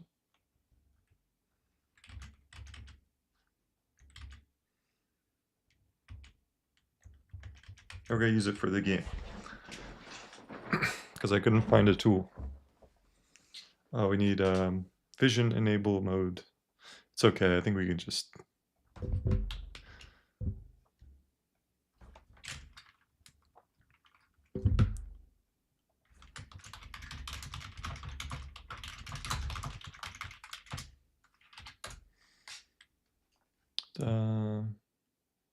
oh, cancel. Just wanna...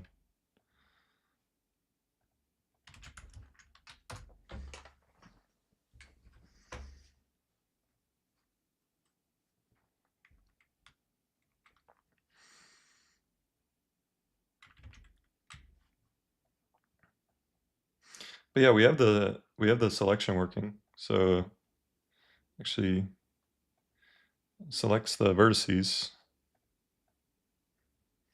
using ray casting. Pretty cool. And it just did that really quickly. It's creating a new file. Oh, I think...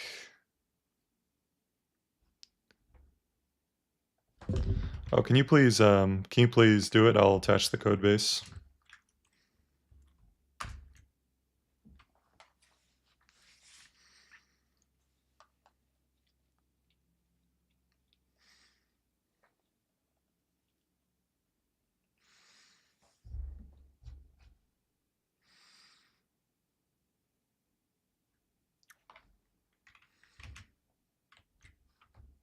Oh, nice. That looks quite a bit better. Oh yeah, that looks cool. All right, let's try it. Oh, nice. Okay, so what the idea is here, you select the sail, and this is one of the screwed up models, that's why the sail's a little weird, and then you name it. So let's see if it successfully... Wow, that's amazing. I thought this would take the whole day, just this part, and we already finished it in just like, it's only been an hour, maybe 2, like an hour and a half. Jeez. All right, I'm gonna commit that. We might actually finish this. Remove this though. Oh shoot, did we need that? Hopefully not. I thought that was just an extra thing.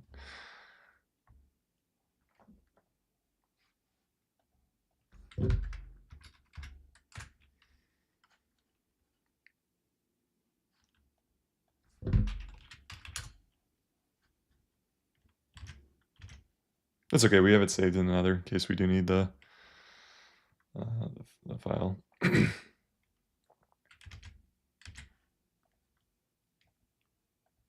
I see. Let me restart it. Seems like it had a problem.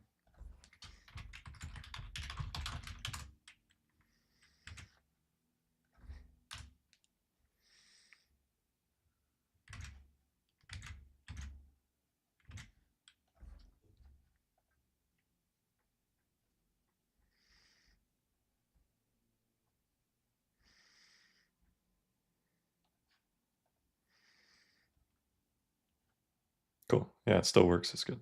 Just make sure though.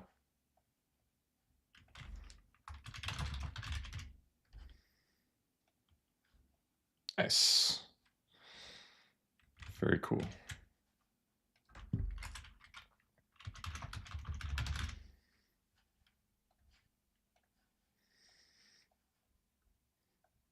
And you can tell it's working. I know there's 200,000 vertices, so yeah, that definitely works. Okay, so the next part is let's check what we're doing next.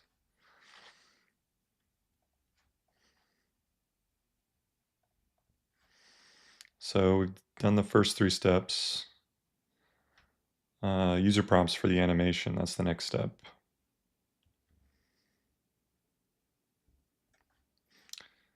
Okay. So after the user selects the attribute, well, basically there should be a button on the page that's like continue to animation, and that'll bring you to the next page. So let's go ahead and create a new page file. Let's create a button in the in the editor, and that button should only show when you've set at least one attribute on the model. And the new page should just have a section where you can enter your prompts for animation, and that's it. It's going well. We just got the next part, the Keno, where we now set the Three.js attributes.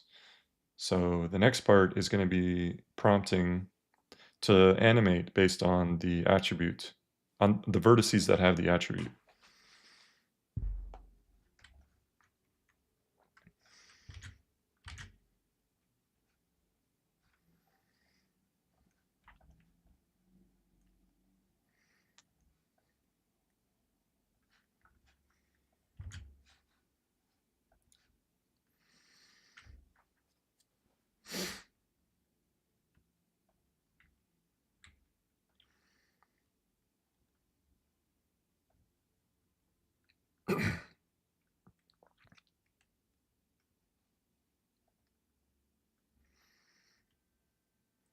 Cool. It's even doing the back functionality there. Yep. Looks good to me. And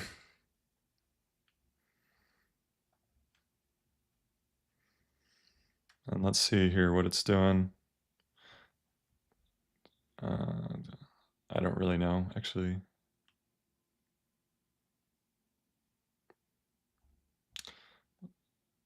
Oh, right. Yeah, okay. Cool.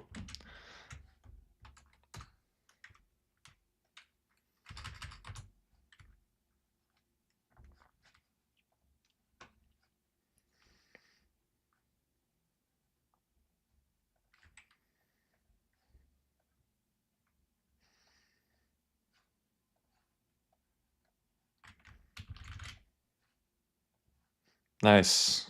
Continue animation. Cool. All right, that's step 4. Let's do step 5. So we need to get a sample of the vertices they selected because there's too many to send. Oh wait, that's not the next step. The next step is oh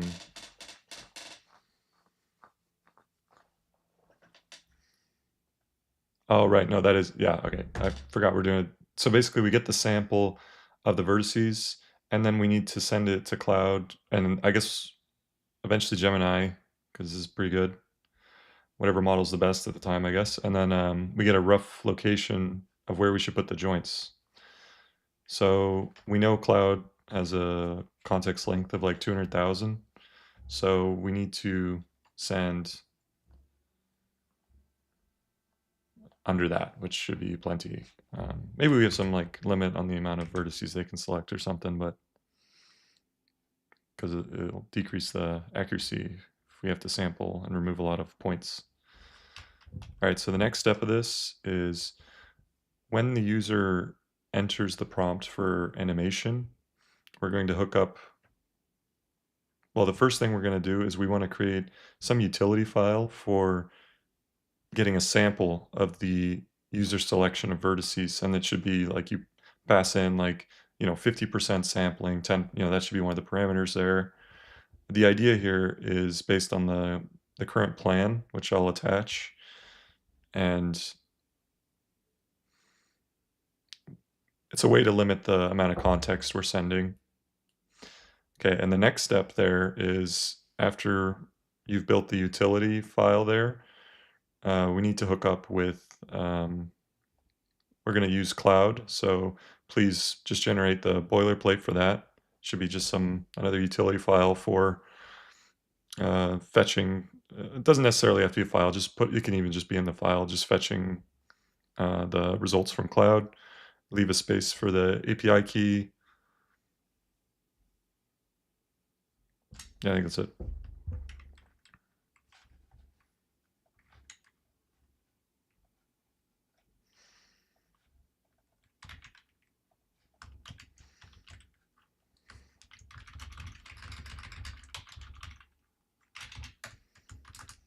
Only do this step, don't do anything else.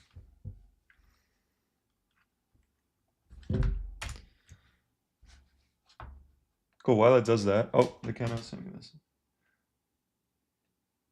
I can analyze videos. Wow.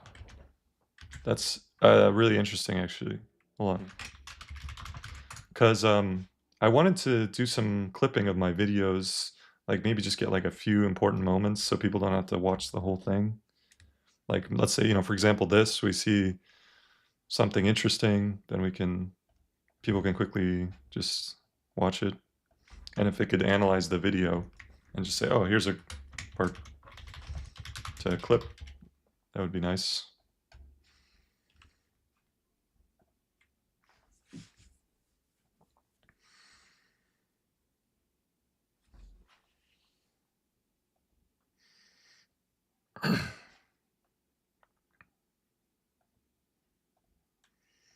Nice, we got some utility stuff here.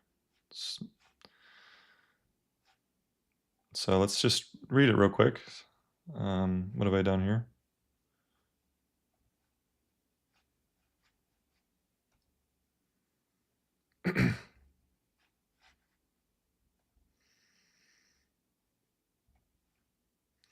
Selected version, yeah, looks good. Cool. Next one. Cool.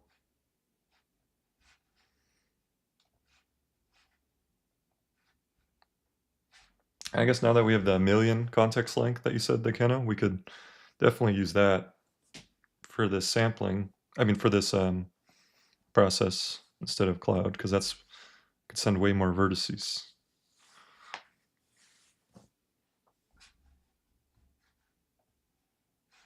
All right, so now let's integrate this with our animation page. Okay, so let's now integrate this in our animation page. We're going to use both the sampling and the cloud API. The sample should be run before. It's just a way to reduce the amount of vertices that we're sending.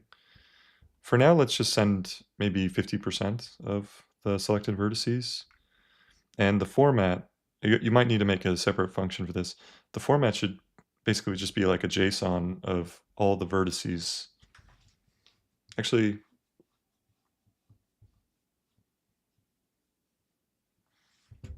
never mind. I don't think I need to clarify. I don't need to say that.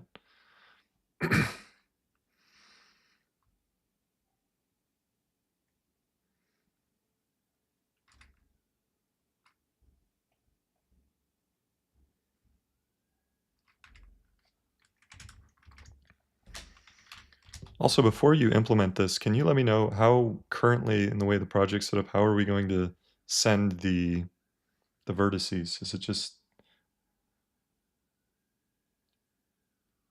there's limitations as far as length. So let's plan this first. So give me a plan.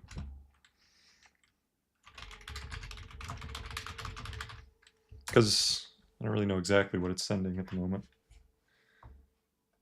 Or what it will try to send.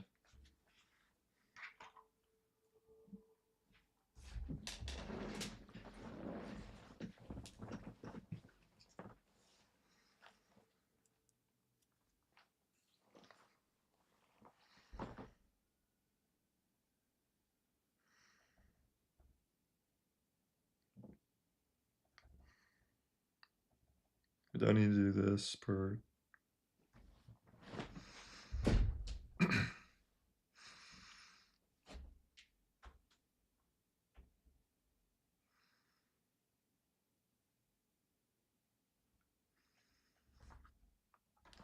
So let's say we're sending 10,000 vertices to cloud. Is this actually, like, how are we going to send this?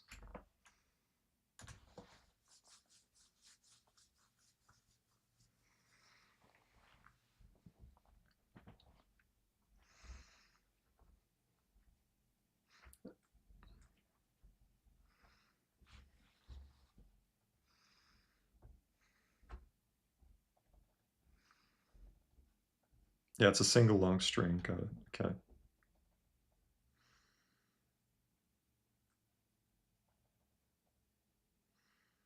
Yep, that makes sense.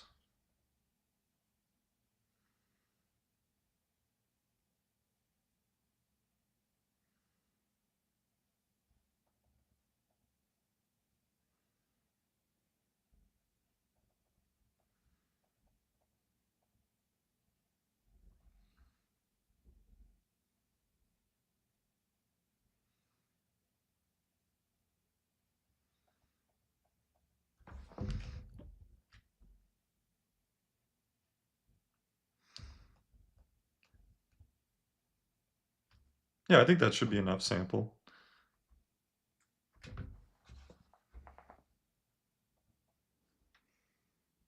Cool. Yeah, that makes sense. Well, the only thing we need to make sure is that the it is a random sample, which it looks like it is. Good. Cool. Yeah. So let's limit it to 1,000 vertices. Wait, no, this is only 7,000. Oh no, 25,000 characters. I thought I can handle 250K.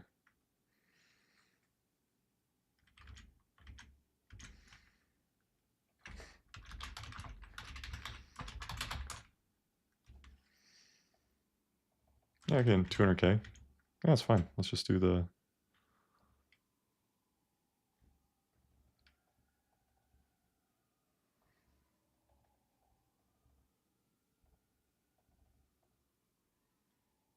I see. Let's maybe limit it to 5,000 vertices.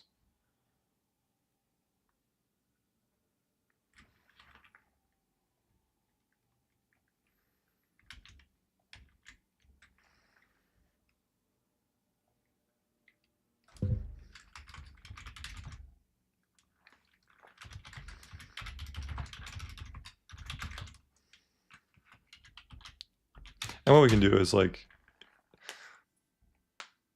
potentially allow the user to compress it. You know, compress the GLB if they're sending too many vertices and it's not really working very well because the sample's too small or something.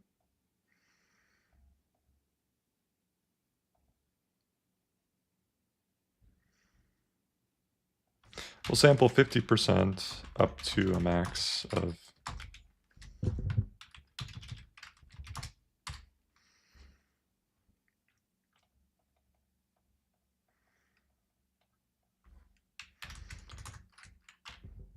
So we're still going to plan this. Can you give me a good prompt to Claude to achieve our goals? After this prompt is going to have the vertices. We want to generate these bones, right? So give me a good prompt, like a bone locations. Excuse me.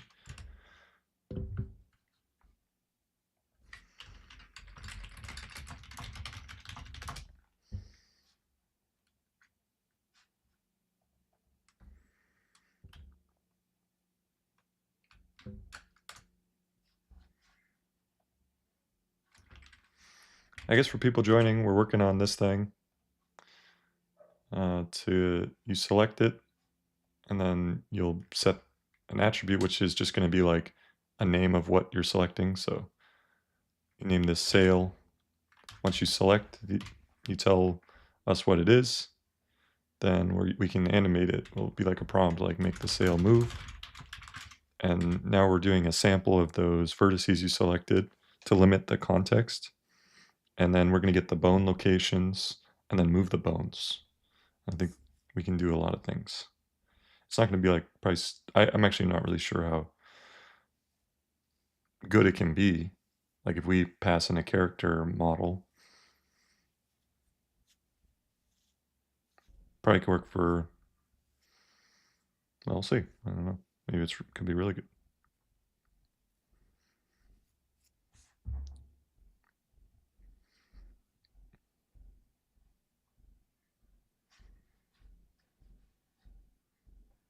Oh, sorry, Ken, we sent some more messages.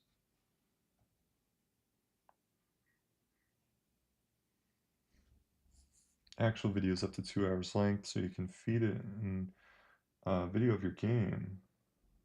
Interesting. Change the model to the Gemini 2.5 Pro. I did change it. Or are you saying maybe... Oh, you're saying for the game, I think. Oh yeah, this is better than Sonnet, I think. I think it's pretty clear. It did some pretty amazing stuff already. It's... I'm sure I'll get more of an idea by the end of the day, but it's definitely doing some crazy stuff.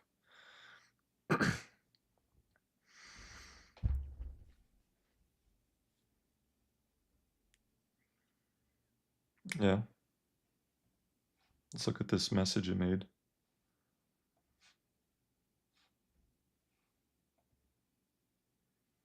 Oh, I see it's not implementing yet because we're just planning. So sample of the user wants to animate this region.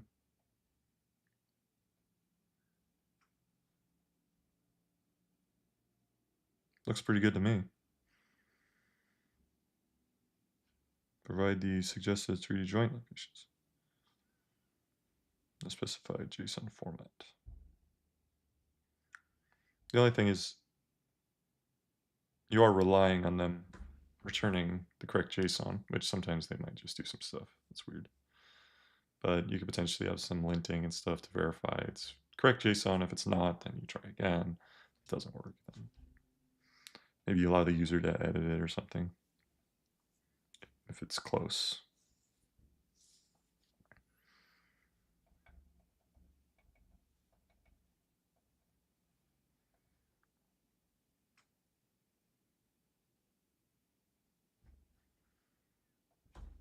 Cool, let's implement this given the requirements that we've talked about thus far. So as a summary, it should sample the vertices, send to Cloud using the prompt you just created. Then we receive the response, and in animations.js, we should just print the response for now that we got as a test. Yeah, that's it.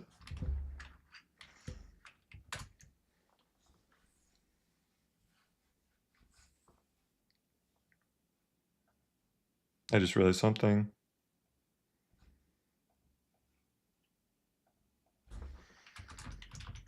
One iteration of the prompt, let's just specify to Cloud to only generate maybe 4 joints to start.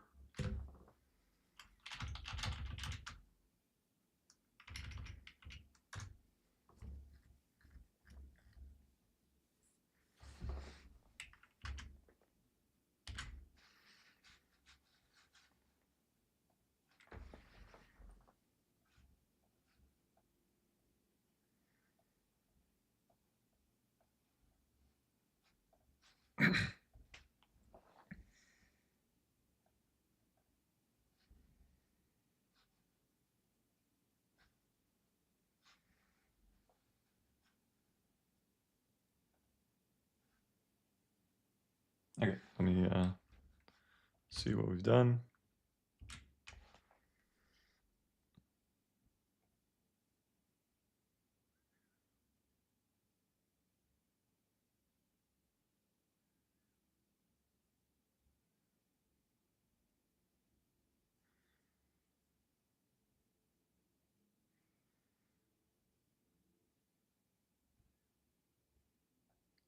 I don't think it needs to store the mesh, it just needs to store the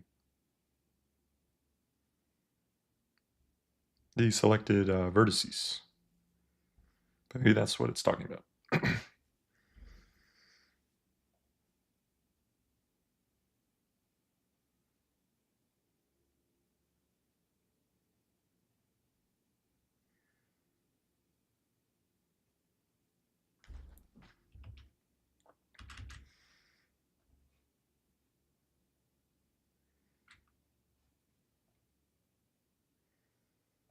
One thing I'm gonna do before I accept the files,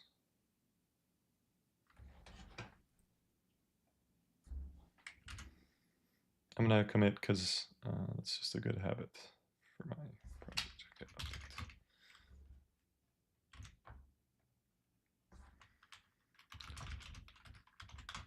Okay, but this time I don't think we need to store the mesh data, right? We can just store the selected vertices.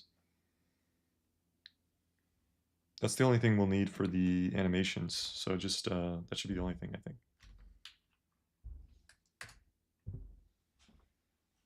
All right, while it does that, I'm gonna grab a quick coffee. I'll be back in a minute or so.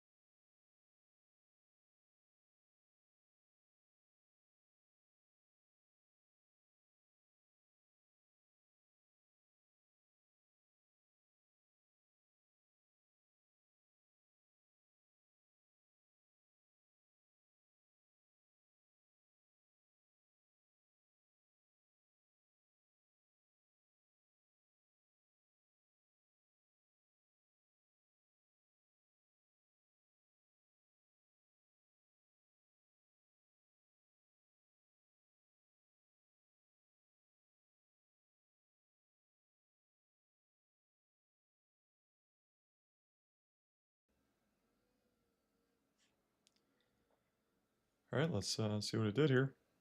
Make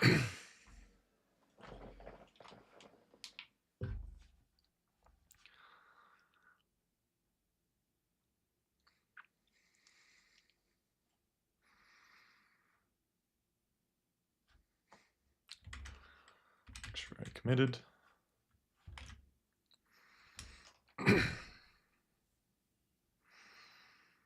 Yep, that makes sense. Store that.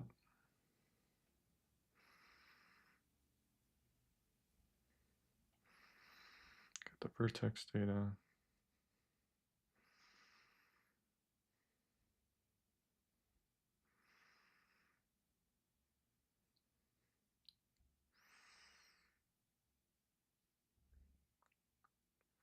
Yeah, nice error handling. Store data in the context. Cool. Makes sense to me.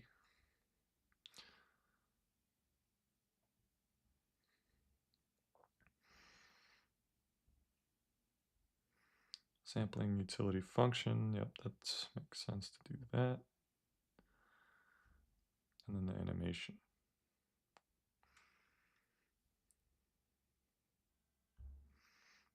So step 1, validate, sure. Step 2, I like how it's doing this. Sample pre-compute position, 5,000. Looks good. Nice. Cool.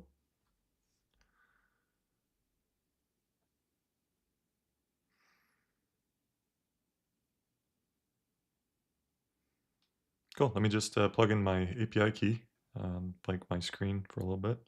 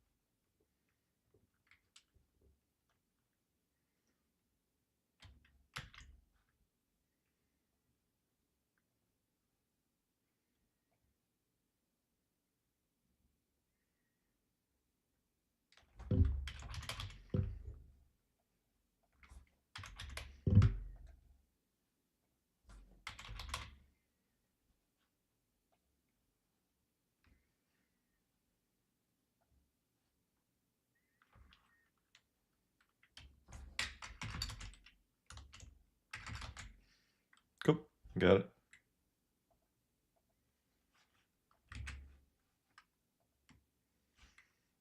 So let's try it out. Make sure it's running.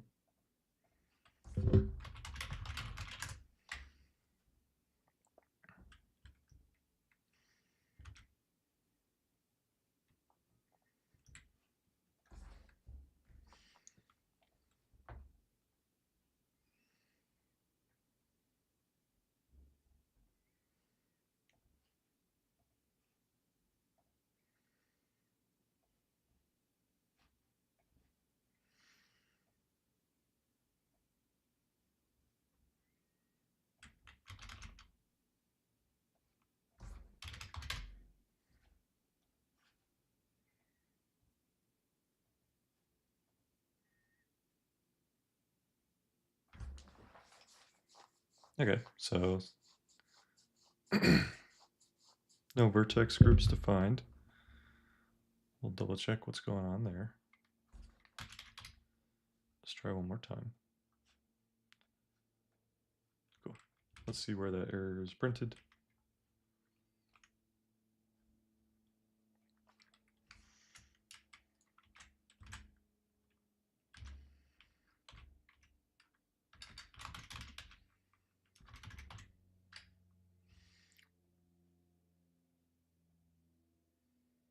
Probably just didn't set it.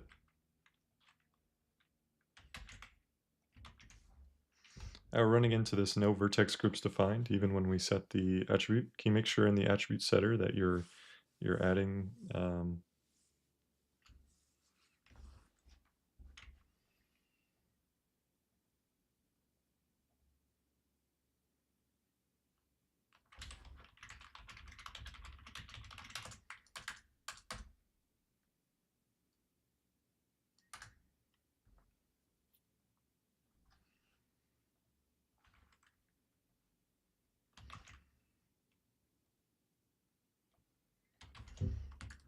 what is this? Is this just something in the model context, or what is this?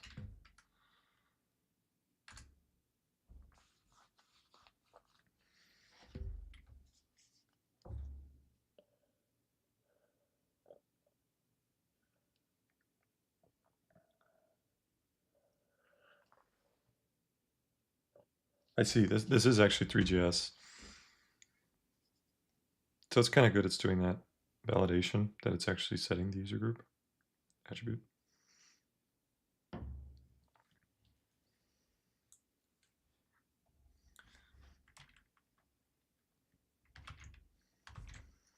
So we set the attribute, we click the set attribute button, but it appears that this if block is being hit. Can you double check on where can you try to figure out why exactly that would be happening? Maybe we could add some checks on attribute setter to see if it successfully created the attribute.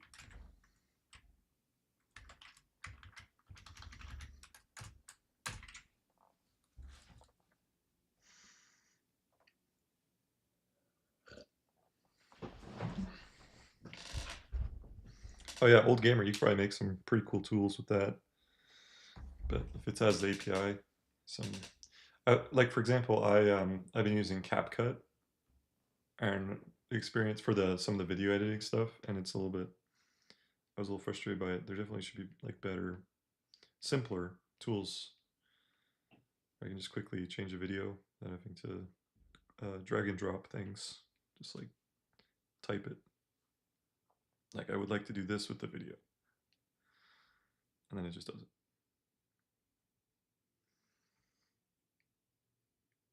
So I guess you use Gemini to maybe get like information about what you need to do with the clip. Like at this point, I need to split it, etc. Maybe.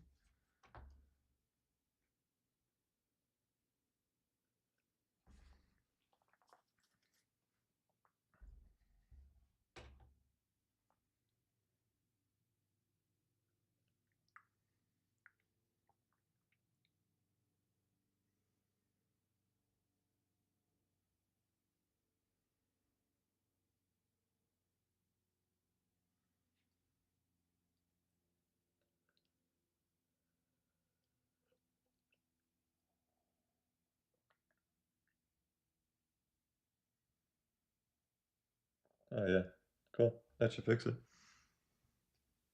Very nice. The only thing is, how big is this file? Oh, it's not big at all. Cool.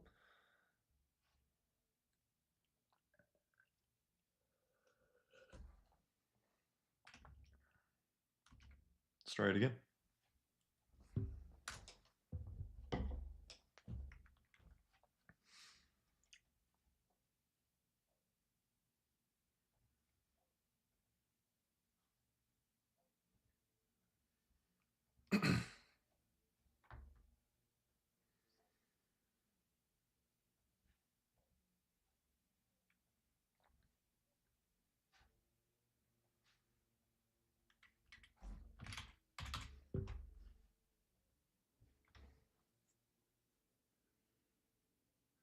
Nice. Looks like it says it worked.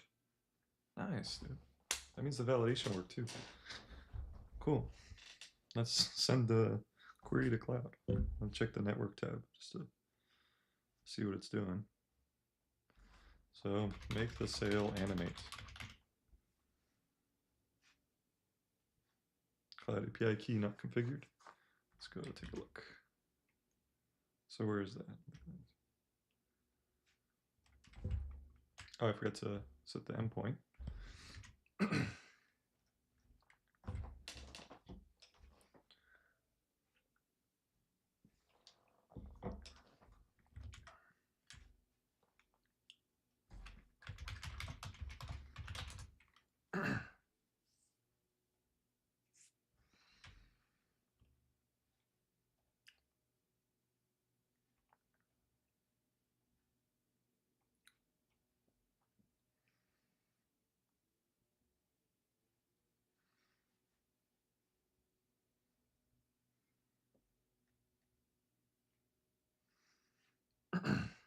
Where's the URL?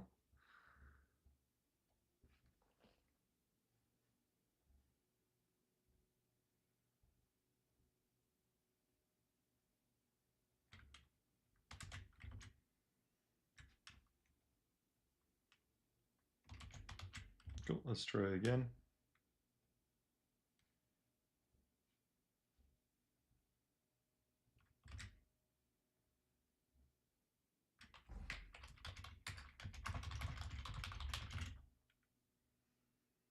Yeah, that would be really cool. If you build a better CapCut, basically what I want, it's actually pretty simple. Like, I just wanted to do like 3 different things, and that I don't really need much other video editing things.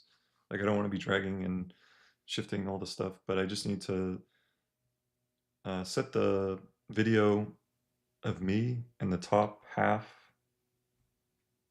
split it in half. So it's for like for phones. And by the way, there's a whole service called Opus Pro, which that's basically what they do. Like they charge some monthly fee, and they do that. It's like, and they have a few other things, but it's like,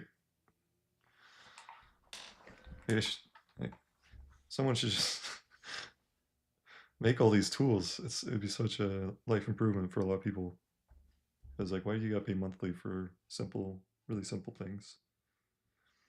Or at least if you're gonna do that, like the pay monthly thing, it should be a pretty advanced tool. I feel like it does a lot of different things. If it's just like, especially now, because you can make these things so quickly, I think. Anyways, they'll probably change quickly.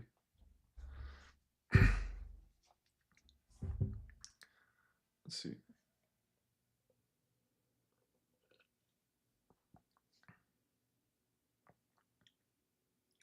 I didn't see anything. Let me start from the beginning here.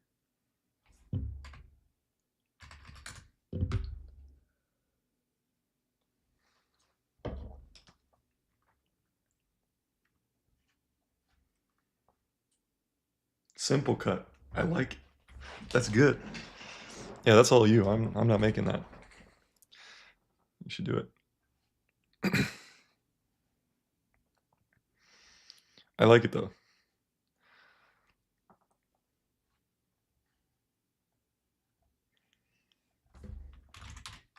Yeah, and since you're a streamer too, right? Old gamer, so you can use it for your stuff.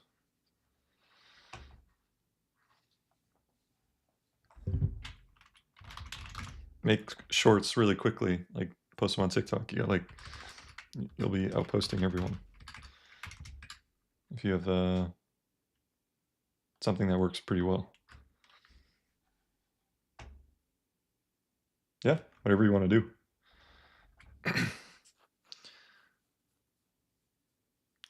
I'd say that, yeah, you make the separate app if you have a lot of functionality, I think. Like if you had a ton of things, why not? But you could keep it in browser if it's, you could do all those things, I guess.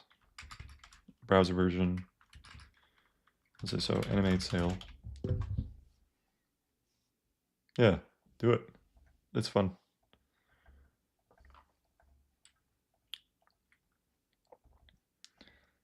Okay, so triggering this error, I might plug it in because I thought I said it.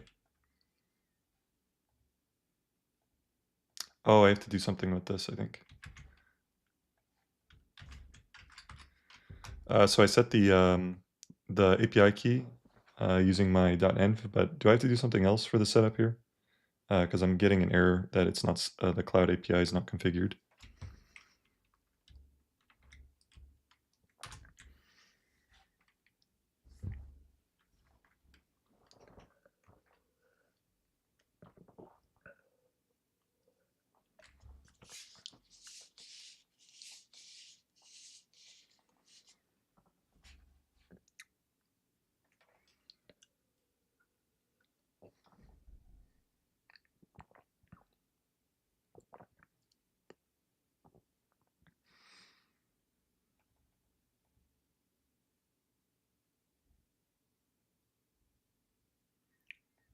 Oh, I didn't know that. Okay.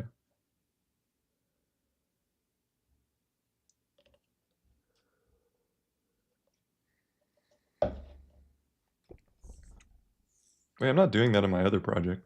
Is that a new thing? I don't have next public.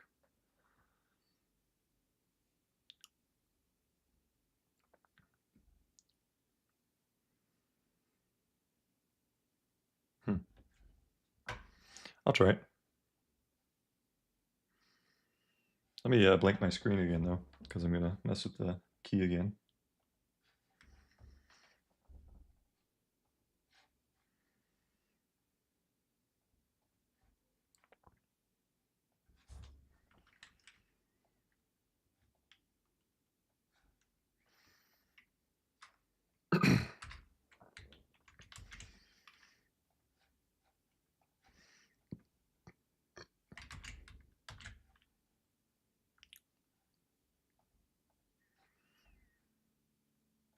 Cool.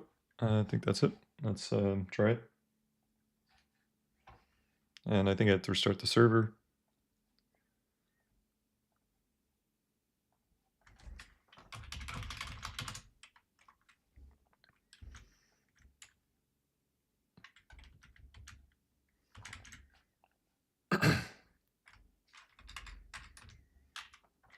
Oh no, it's overloaded. I'm not surprised. Well, at least we got some things done. To go old school.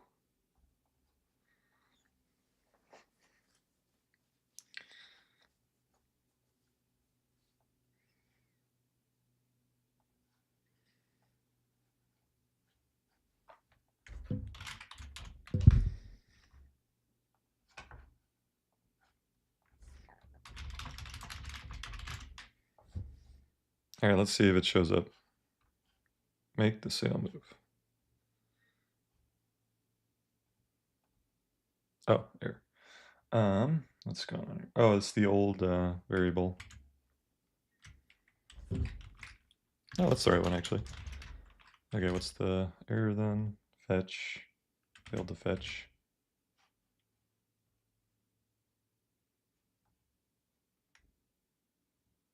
What's the error though? That's weird.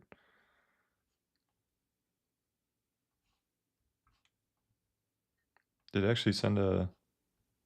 It didn't, right? Oh, here it is. Cool. So I did send it at least. Let's see what we got as a response. Oh no, I exposed my API key. God damn it. Life is hard. I gotta go.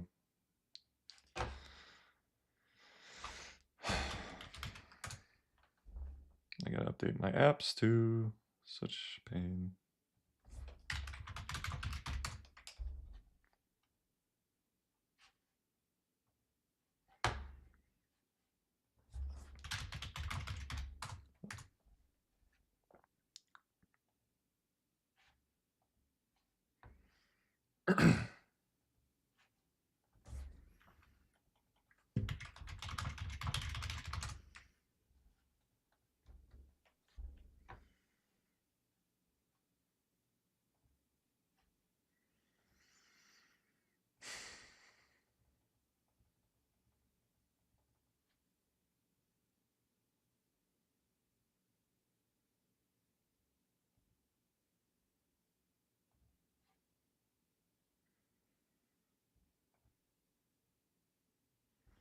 shouldn't have used the same one as the... It's alright. Whatever. Alright, so it's disabled. Now I'll create a new one. Oh shit, just have a testing one.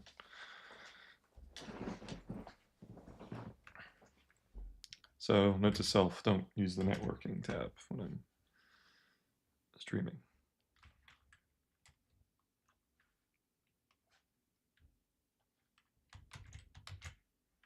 Yeah, Chrome should have a streamer mode, like Discord.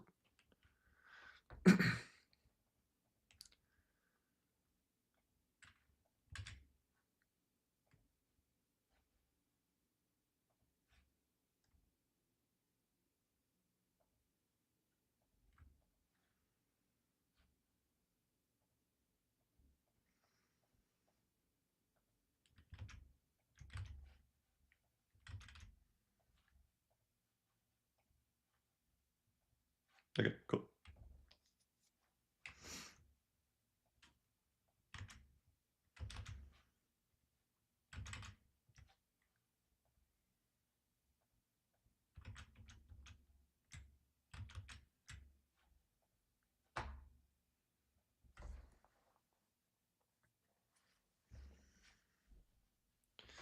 So we were getting an error, I guess.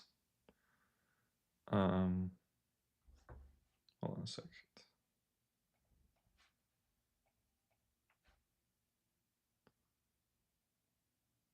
Oh, okay, we just got method not allowed.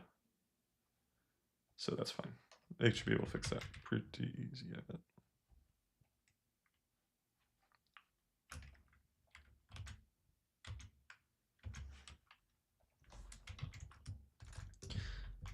We got this one calling the Cloud API. Can you fix this?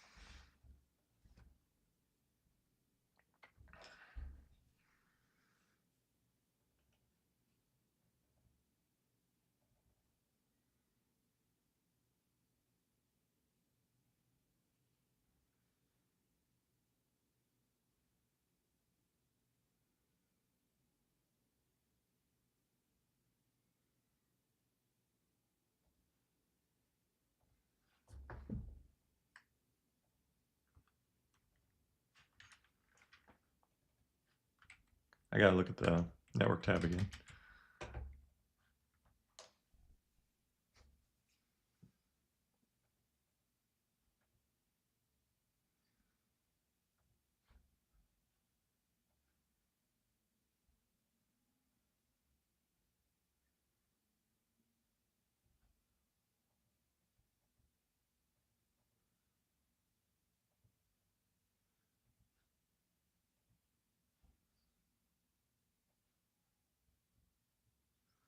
Okay, the message that we sent looks really good, actually.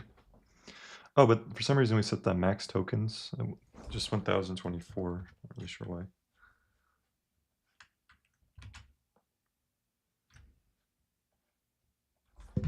Why does it say the max tokens are only 1,024 in the network tab?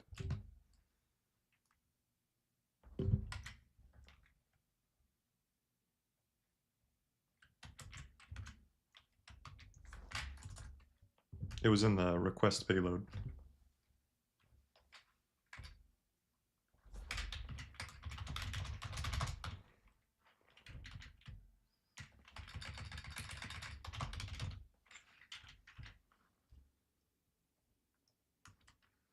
I guess that kind of, you said it's overloaded. We'll see if it's back.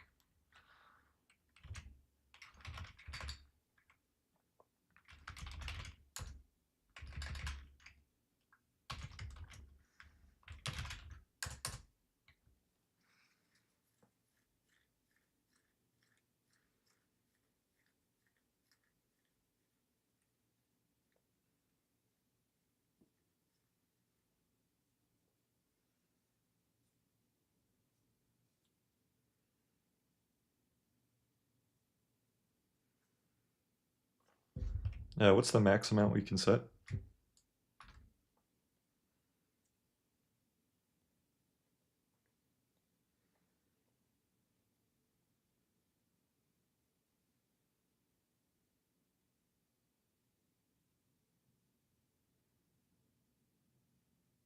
Oh, gotcha.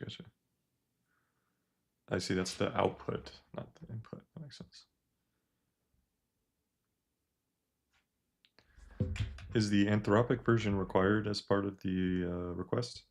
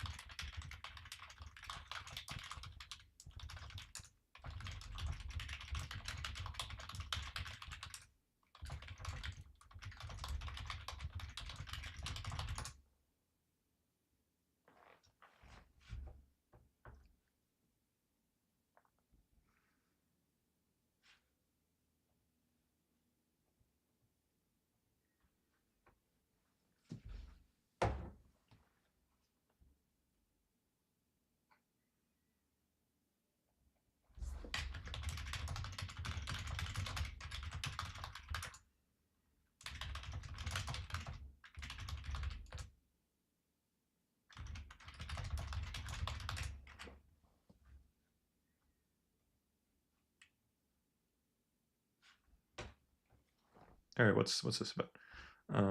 Acquired. Wait, so the version is just the date. So I should just set today's date.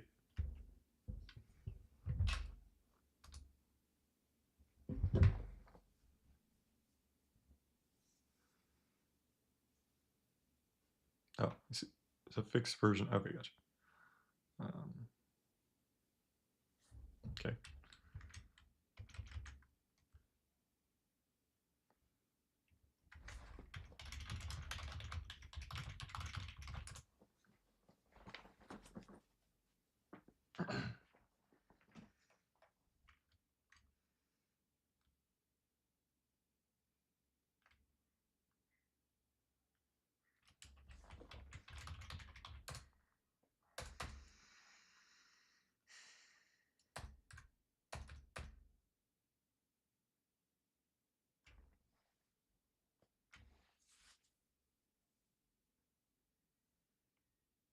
Okay, I'm just gonna look at my other project because what? Oh, here it is.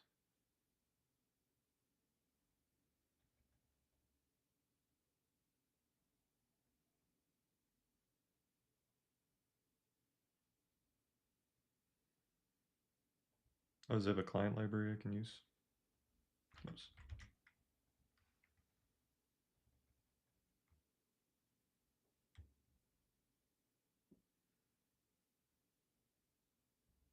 Okay, so this is the most recent version, so that's not the issue.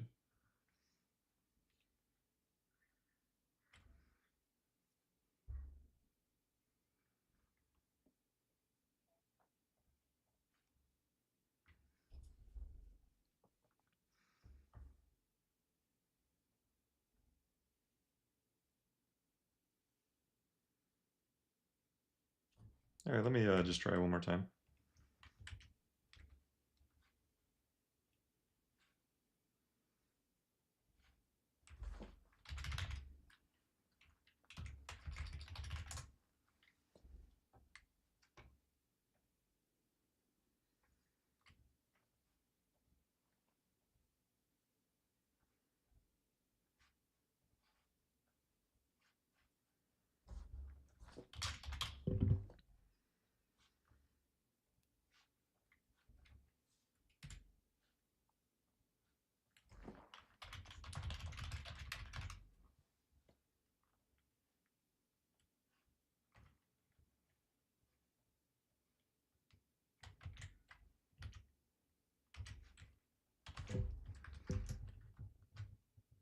Here's the error. Can you try to fix it?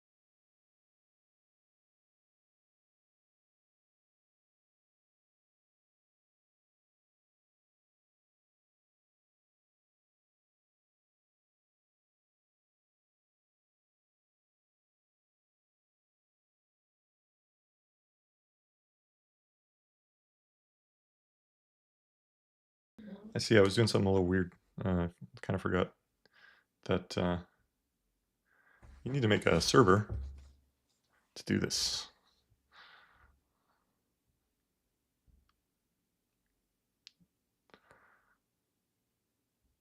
Okay, create the pure. I think that looks fine.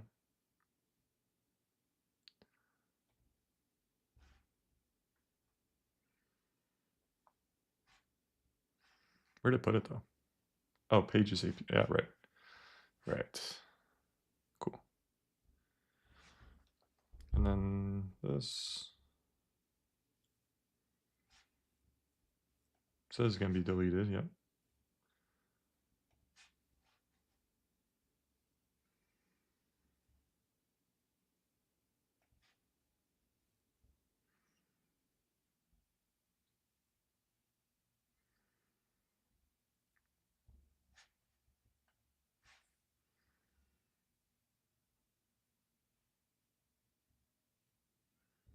There, I got to blank my screen again.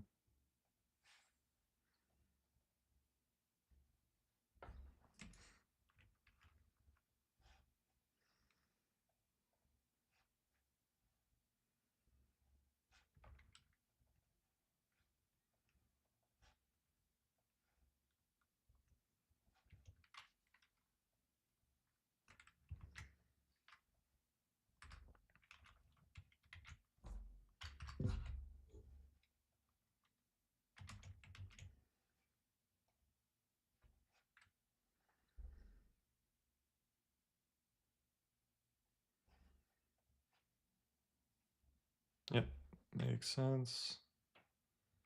Cool.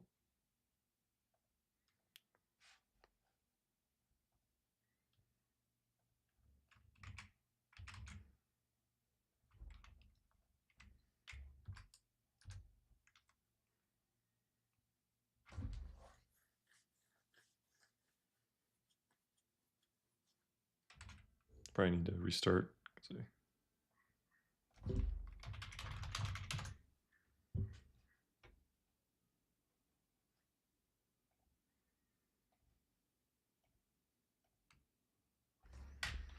When I run with Next.js, if I do npm run dev, is it automatically running the API too, the API server?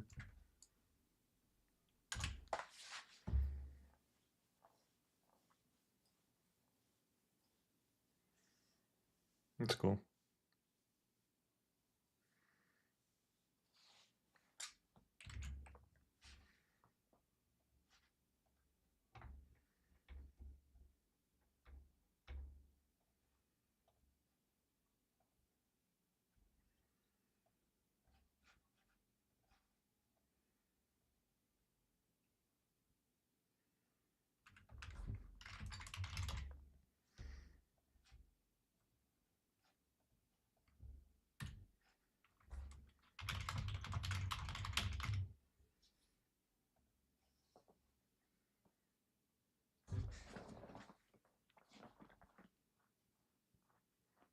Nice.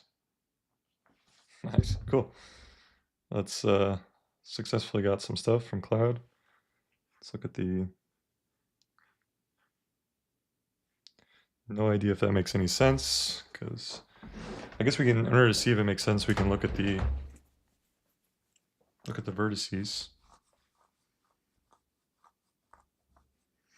And now that we moved the API key, I can actually safely share this. This is cool. Sampled vertices. We're just getting the joints back from Cloud. Now we need to actually move the joints, or manipulate the joints on the model. So you attach the mesh to the joints, and then we'll see what happens. So it'll take a little bit, but I think specifically attaching the mesh to the bones will, you have to, well, maybe a one-shot that too, I don't know. Yeah, I think the joints make sense based on the vertices, because they're all in this range, so. I mean, they make sense in the sense that they're in the same place. That's pretty much it, though. All right, cool. So let's do the next part.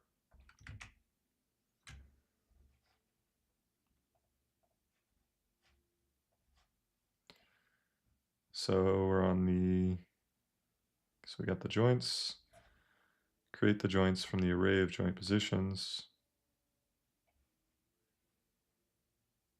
Yep. So we got to do that part next. So.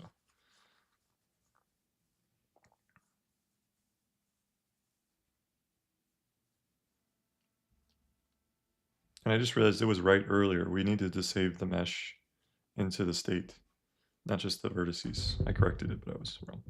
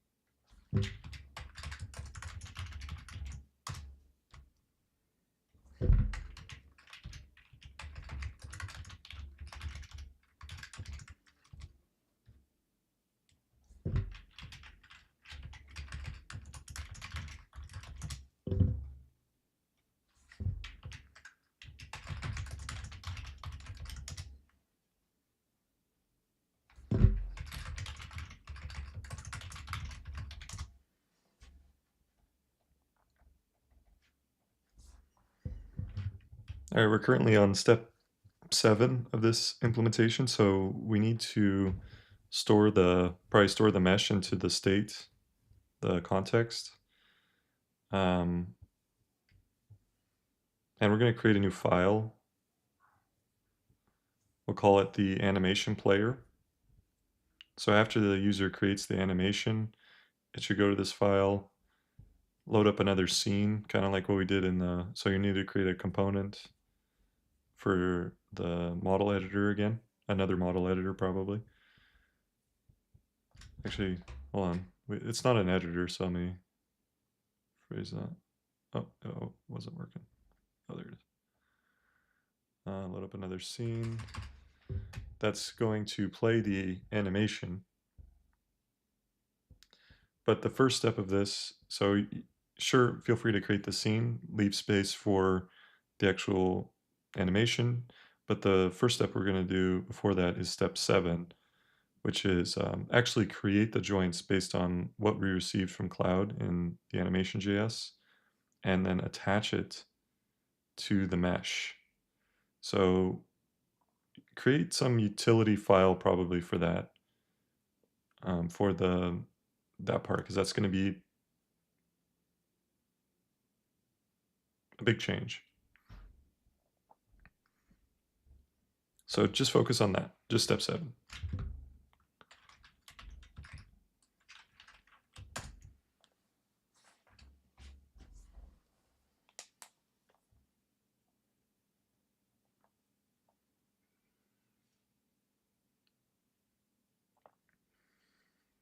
Oh, I forgot to save it. No, stop. Okay.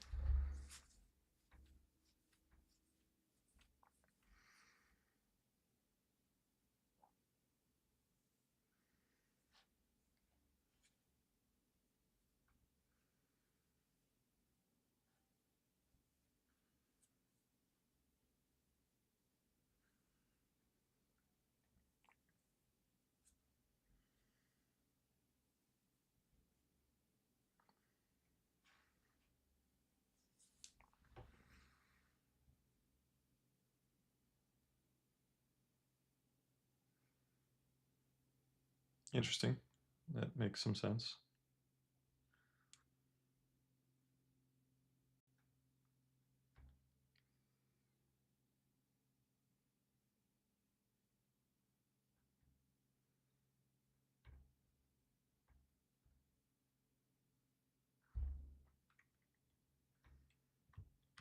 I think before I do this, I'm going to commit, because it's going to be a big change.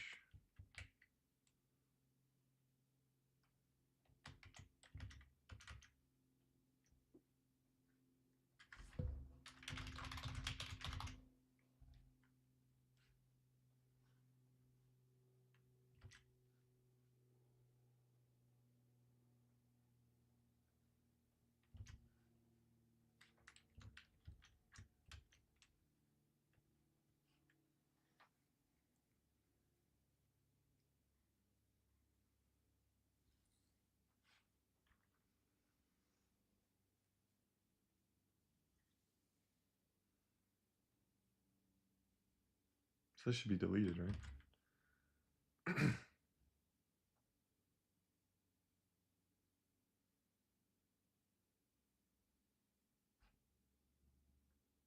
Oh, actually, they just modify it. Um,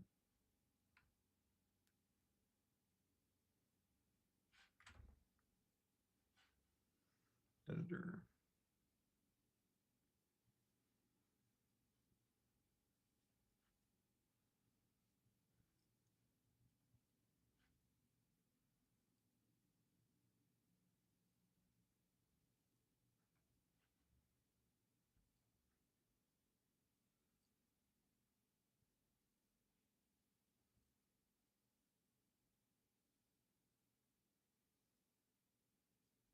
So what is actually attach it to the mesh here? Let's see.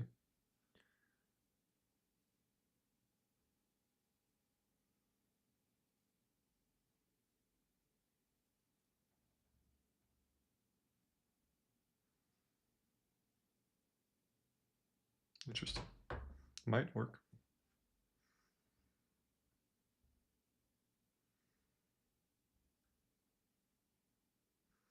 Cool. And I like how it added these steps. I can quick read.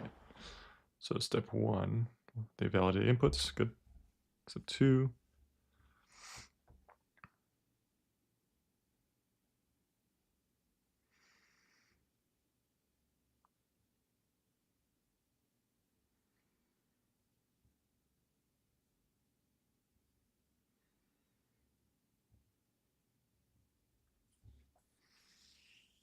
You can create a new file, right?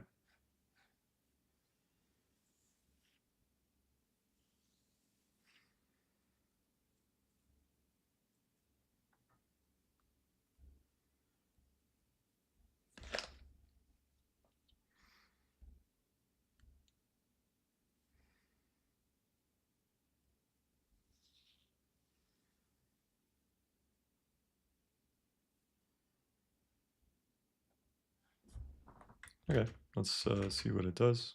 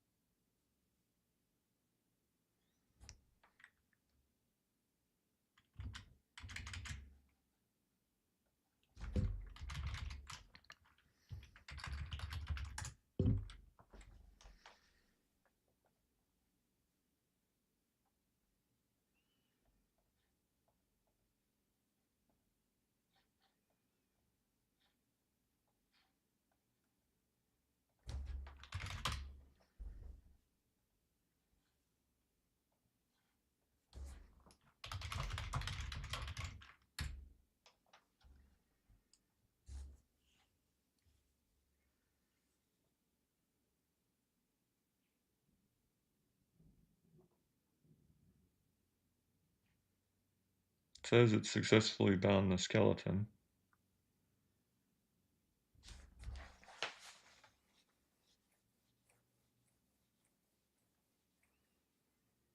Okay, I guess now let's try adding a visual of the...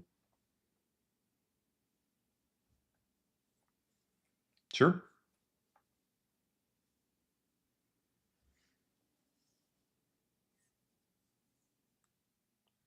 I think it'd be cool if like, yeah, because your Minecraft can just run in the browser. It's not like super complicated game.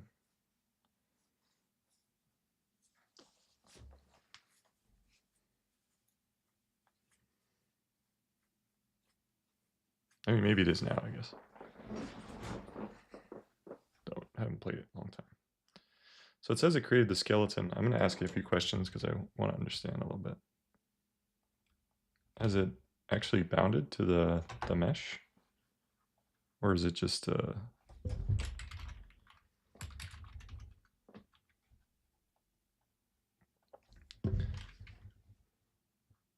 Yeah, so all you got to do, I'll show you.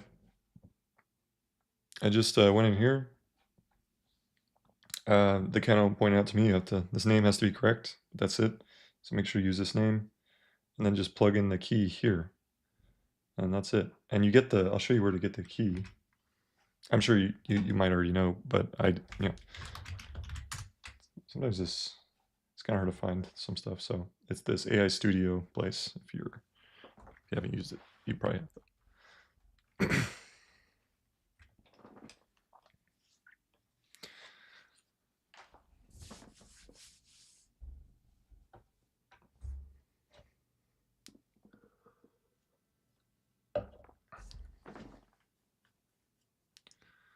All right, so we created the skeleton. Now let's ask, did it actually bound to the mesh?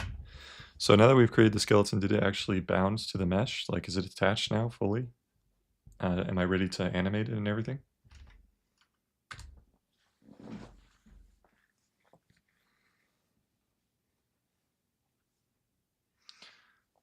Interesting. So you got the API key, you put it into cursor, and what is the error? Does it say like when you chat, or is it just loading forever? If it's loading forever, maybe it's down or something. But mine's working, so that'd be weird. That's a great question.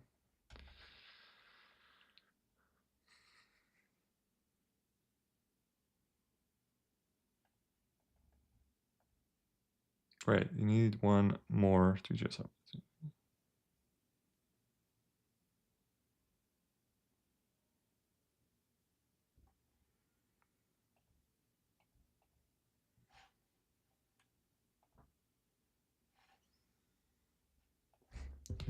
All right, let's make another utility function. So you see how we did the in the model editor, we set the vertices like based on what the user said as attribute, and we loaded in the model, right? So can we use what we loaded in as the skinned mesh? What do we have to do exactly here? Because I have no idea. So they load in the GLB. How do we create a skinned mesh based on what they loaded in? Let's just plan a little bit first before we do it.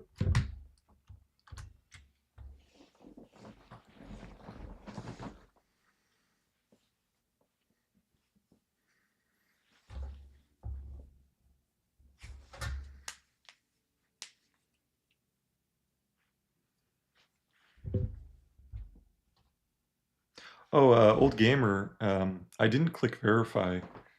No, I clicked verify. I also got the same error message, but then when I actually chatted with it, it worked.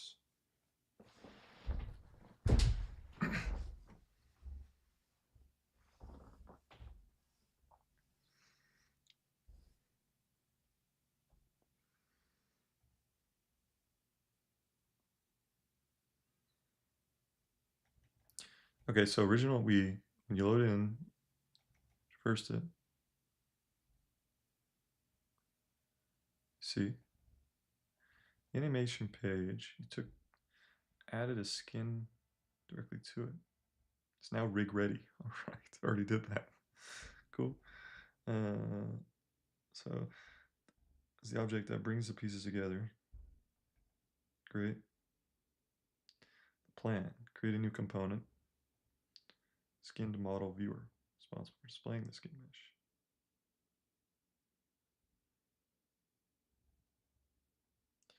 Pass the model geometry, the skeleton. Right.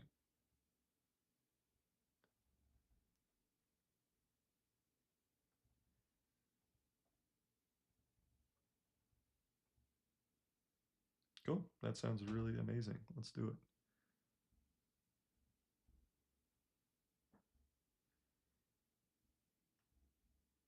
Cool. We should be able to see the model now with maybe some bones. Oh, it's already here. Oh, very nice. We got a nice illustration.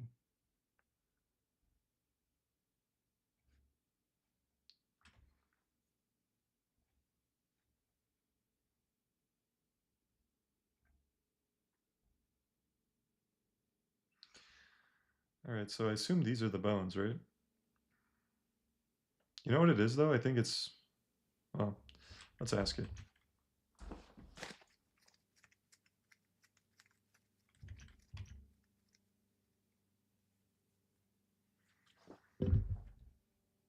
Man, this is amazing. My mind is... All right, so are the bones on the viewer here? Can we make sure to have a visualization of the bones as well so we can see where, if it's created where it currently is in the scene?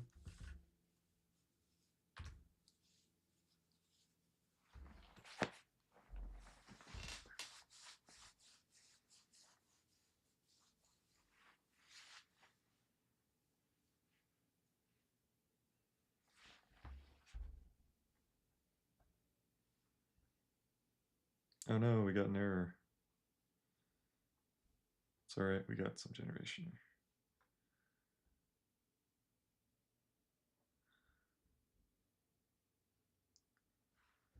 Let's see if it's here. Okay, so I'm gonna run through the whole thing, whole flow again.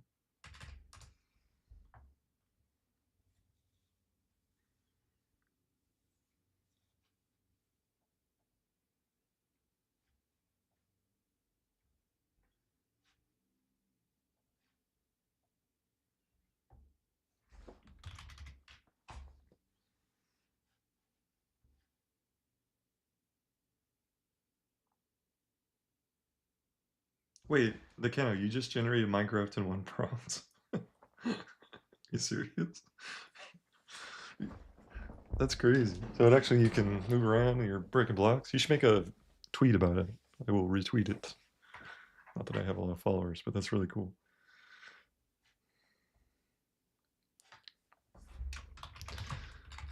Make...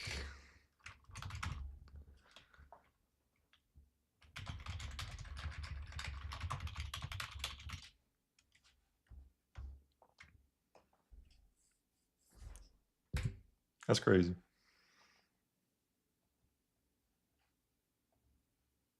Yeah, let's see what it looks like here. Sure. All right, so we got a viewer. Currently, I'm not seeing the bones.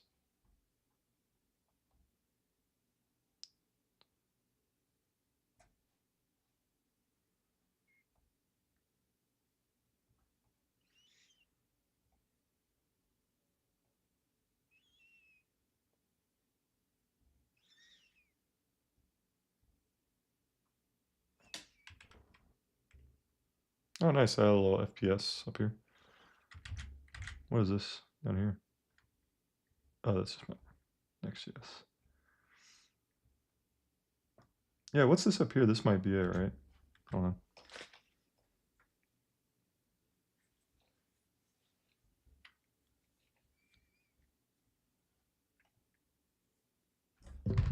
on. What color is the bone? Can you show me?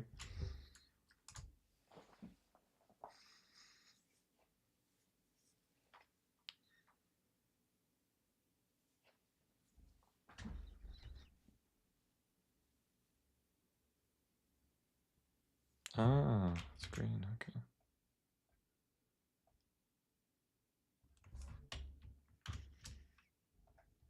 So it's a green. Okay, interesting.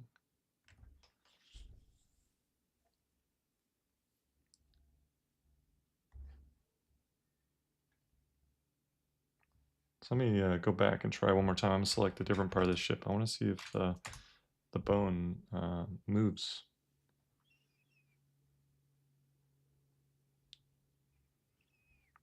So we do see the bone. It's just off the ship a bit. I'm curious why. Oh, you know what? This plane looks like I'm rendered on top of it, but then later it looks like I'm under it. So I wonder if let's say I select something at the bottom of the ship.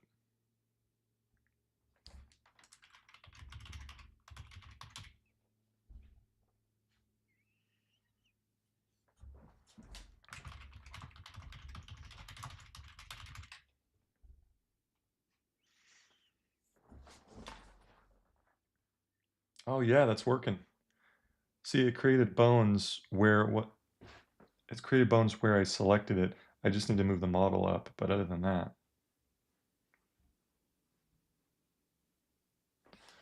Yeah, I'll retweet your thing. Let me look at it though.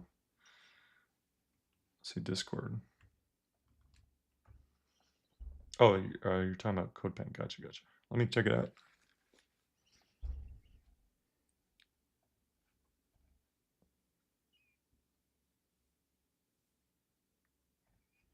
So start, have to run it or something.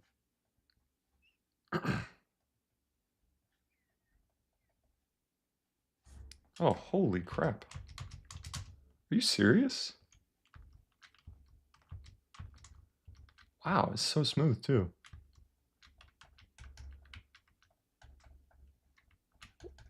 No way. This is crazy. Does it have caves and stuff as well? That'd be fun. We live in a crazy time. Think of all the stuff we'll be able to create in our lifetimes. Just like infinite ideas. Like, if you have the idea, you can do it.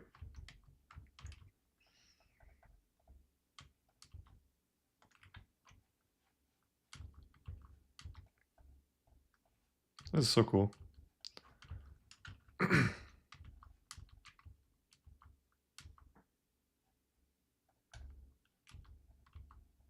You can place blocks. Oh, come on.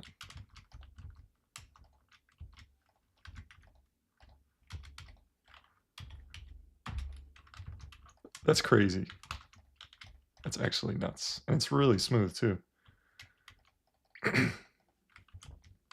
Like, in order to run this smoothly, let's see if I go super far. Do you mind adding a sprint or something so I can go really fast? And I'm going to test if it gets laggy as you go like really far away. If it doesn't, that must have some chunking stuff already. And it even has a fog. This is unreal. He did it in one prompt.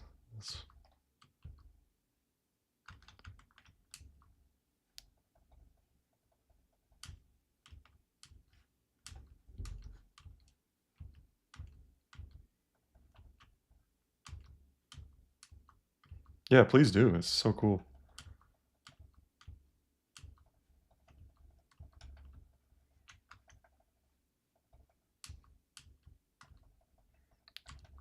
Everyone needs to switch to this model. Granted, I don't want them to switch until I finish what I'm doing, because in case it crashes.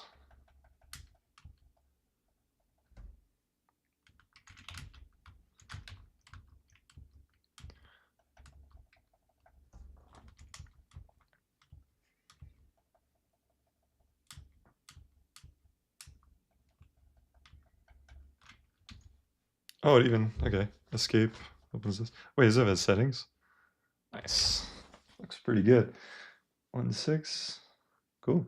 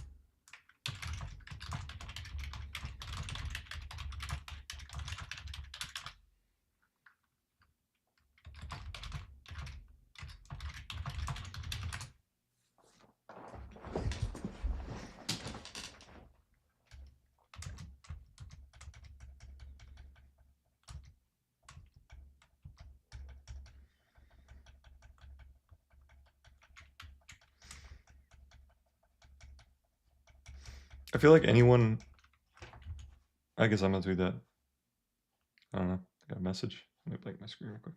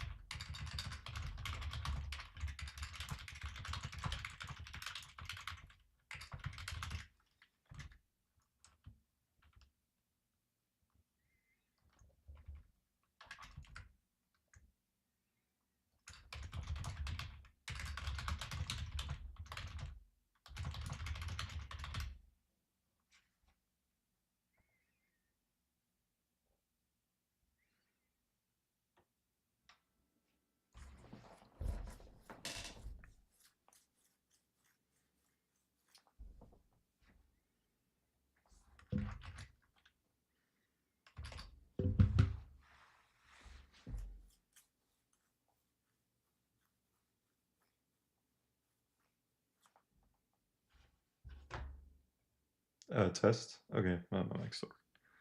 This shit's crazy, man.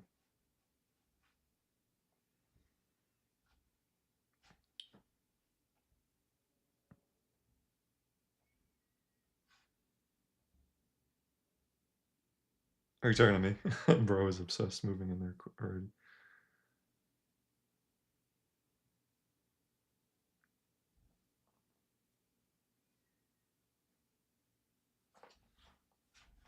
This is crazy. All right, let's get back to it, man, before it crashes. There's all these people rushing to make stuff. It's so cool.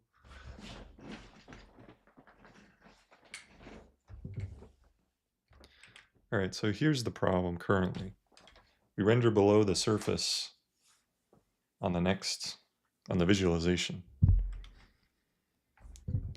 So the bone appears, it's just that it appears in this visualization, the model is rendering below the surface, whereas in the editor, it was rendering above the surface. Do you have any idea, like the surface of the plane, I'm saying? Do you have any idea what that is?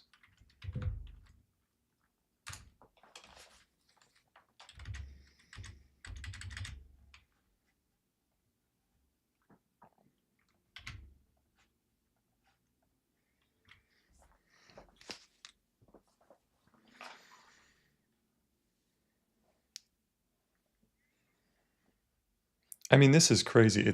It's actually already doing this. I didn't notice, but my model originally is below the surface, and it's actually figuring out and like automatically adjusting it.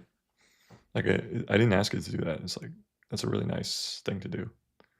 So now it's because a lot of times on these sites I've been trying for these animations of the models, they require you to, well, they're like, hey, please modify it so that it's, but this is fixing it automatically. So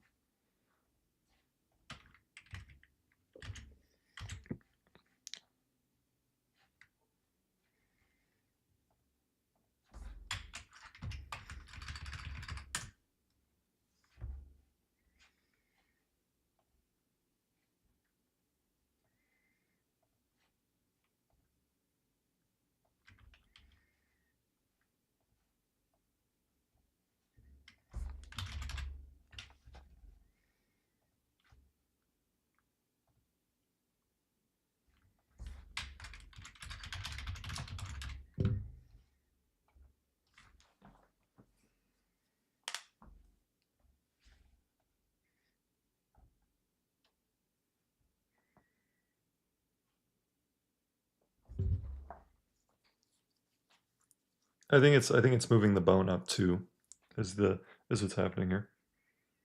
So when it's adjusting the model, it's moving the bone. I think what it's doing is right now it's moving the bone up too, but we need to just move the mesh up because, or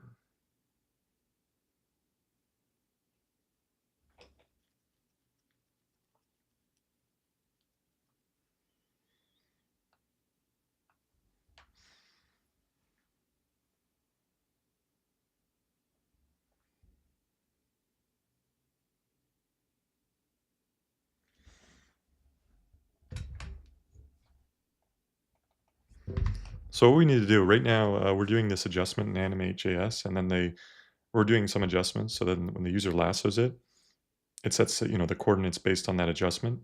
But then later on, we're adjusting both the skeleton and the model up, to the right place. So it's the bone is potentially in the wrong place because it's based on the adjustments of the prior page. Can you try to understand what I'm saying and give me the best question to ask you in order to solve this?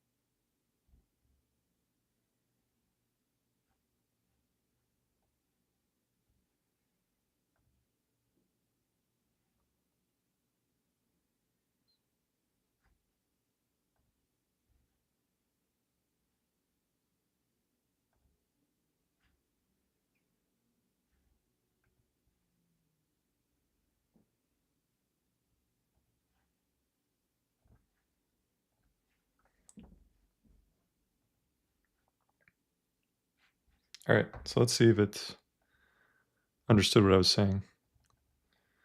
You load the GLB. The mesh might have its own position.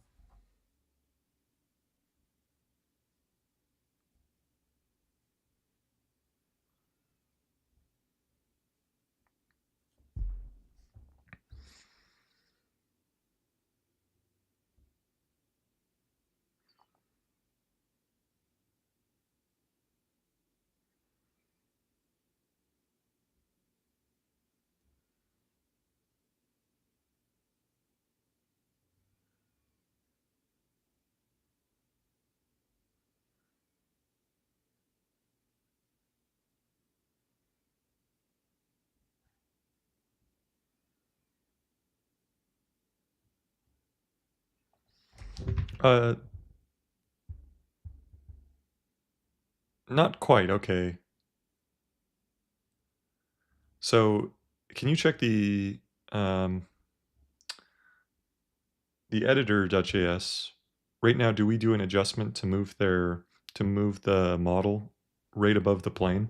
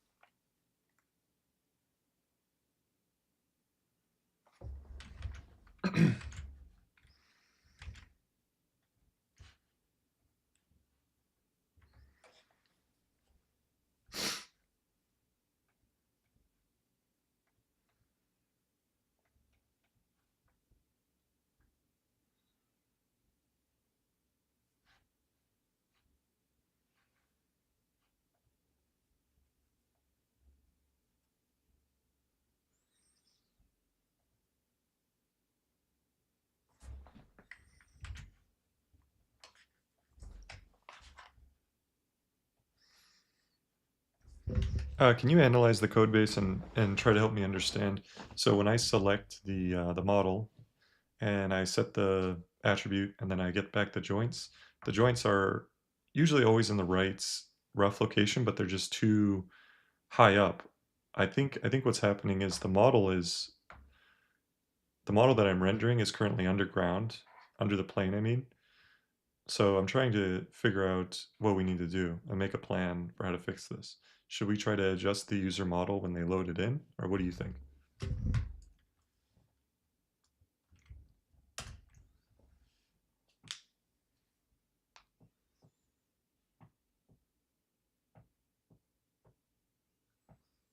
Hey, old gamer, maybe try updating your cursor version. Oh, I just realized something. I'm using windsurf right now. What the hell am I doing? Jesus, man.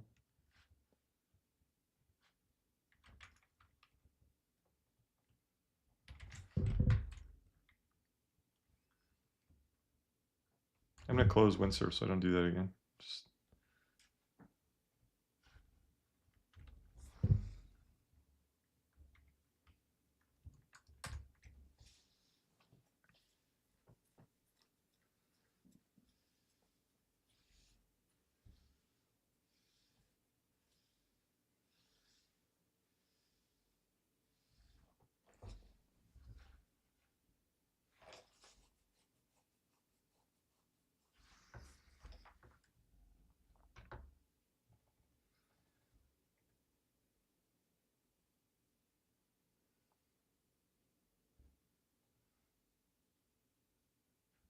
Cool.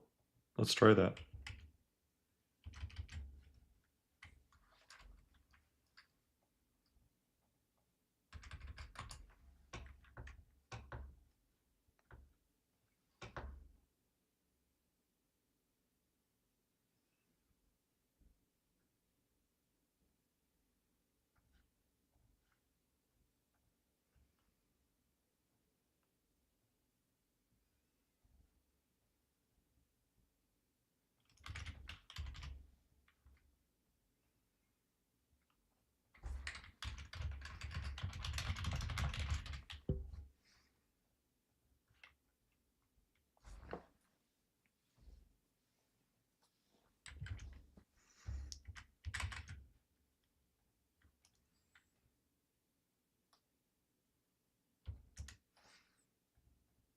Let's just modify the GLP for them, right?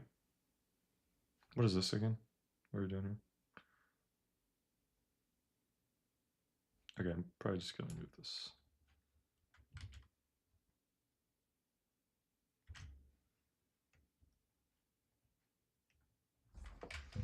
All right, can we do something? So basically, right when the user loads in the model, can we make their model in the right position? So like the lowermost point of the model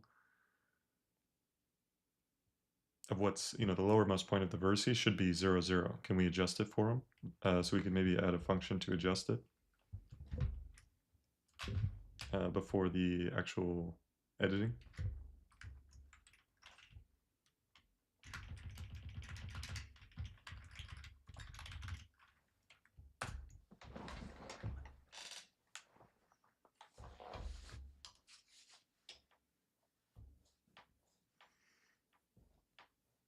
Yeah.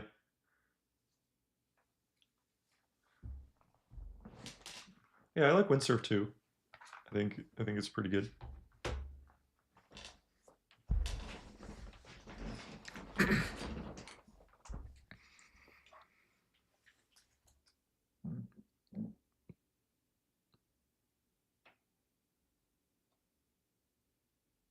We're not using this model editor, I think.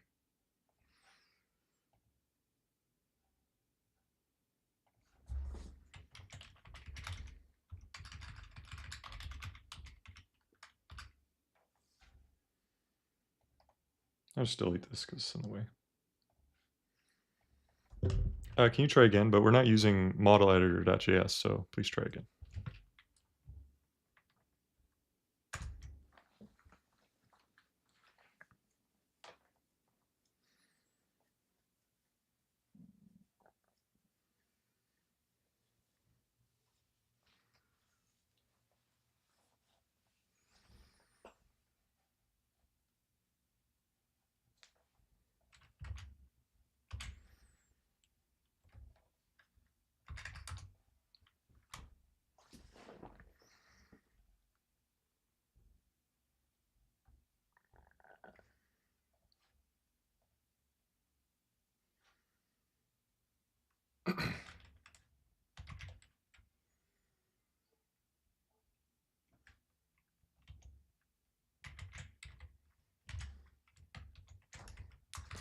I'm getting this error. Can you try again?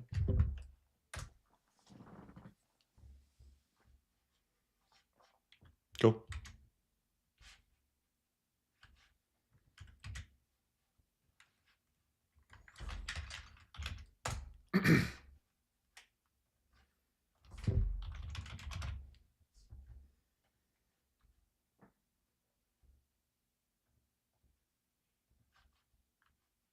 Yeah, it's crazy, man.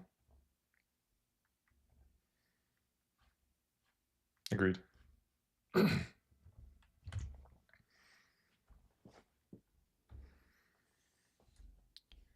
Okay, except let's try it again.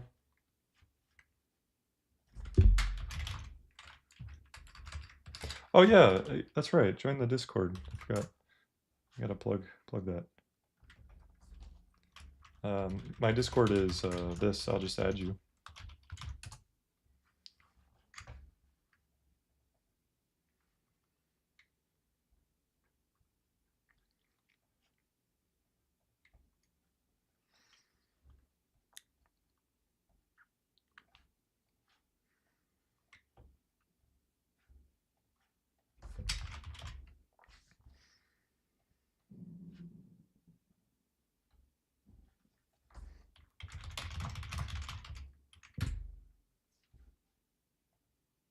All right, let's see if that fixed it, because we adjusted it, right? So it should, in theory, be the right place now.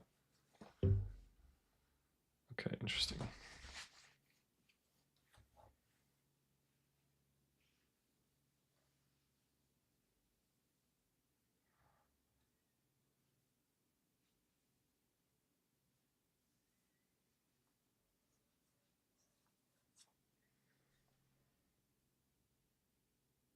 Let me experiment with a little bit to see what exactly is going on. So if I do the bottom corner, right?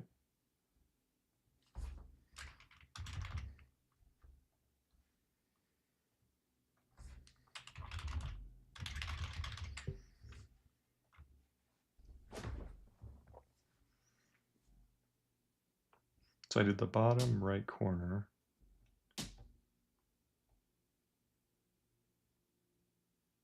Let me see what I got back from here. I see. But what did I send? Hold on.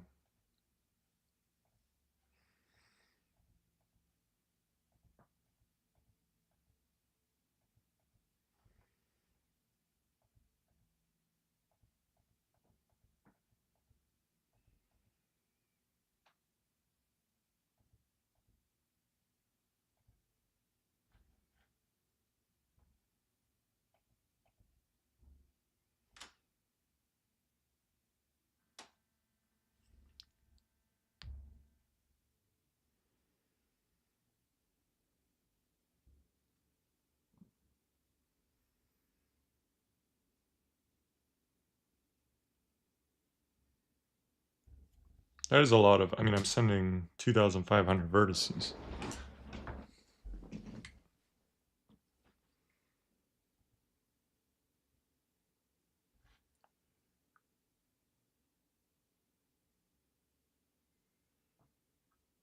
Oh, yeah, I gotta get better at marketing, so it's true. I should try adding some emojis. Brain dead emojis. Like lots of fire emojis.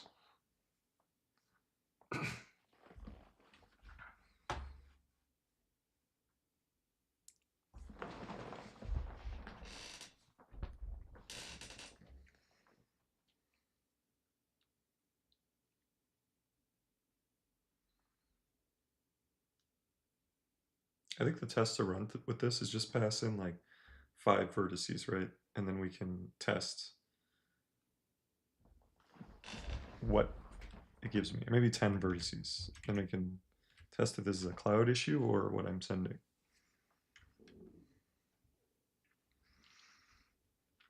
So I'm going to go into the sampling and change it to, actually I'm going to go into the nation and change the max.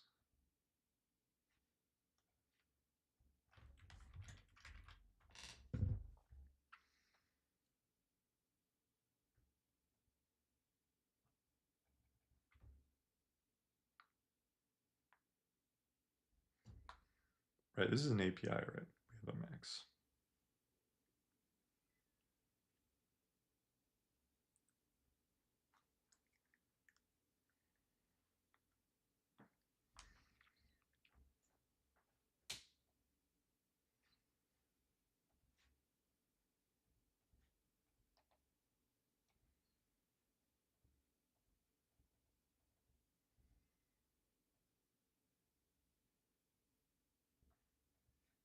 Let's see. So let's just make this 10.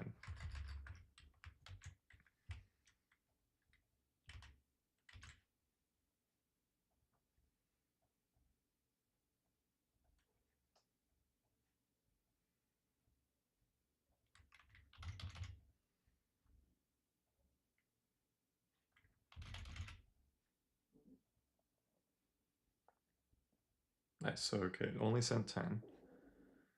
Now we can see. Wait a second.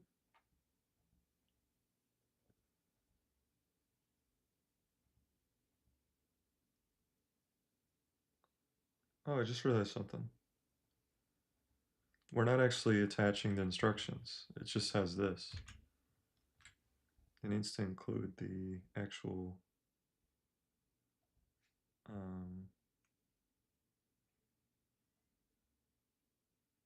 instructions. Like it should have all this.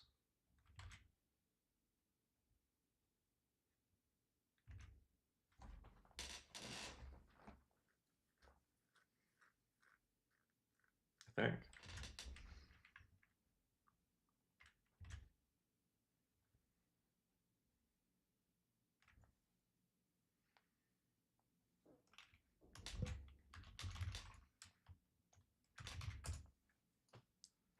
says it's in the request body though, so it should be there.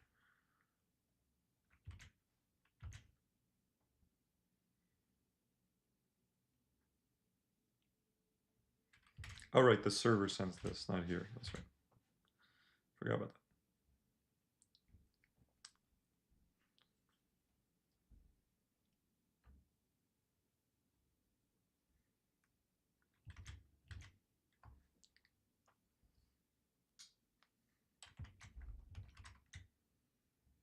I guess what model am I using? That matters somewhat.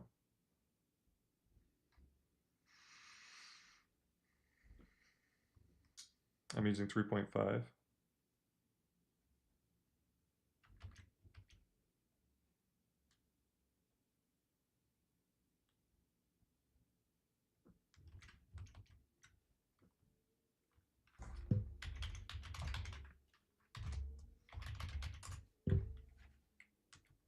Change it to the thinking model.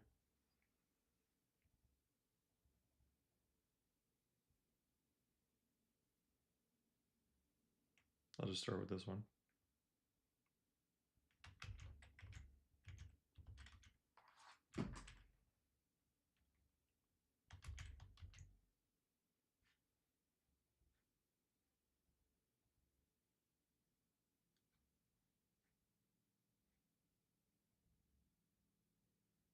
I'm going to print the string so I can read it.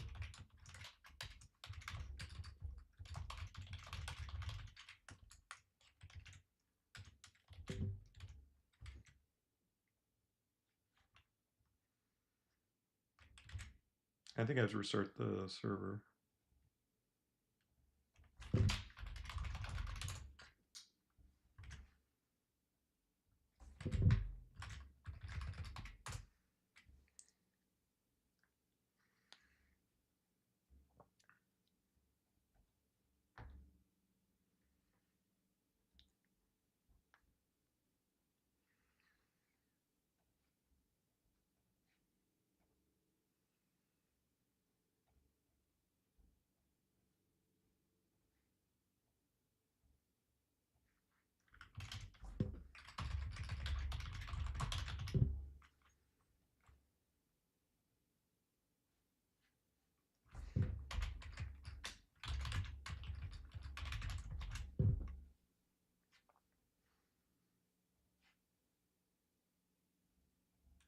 Let me read this. Move it.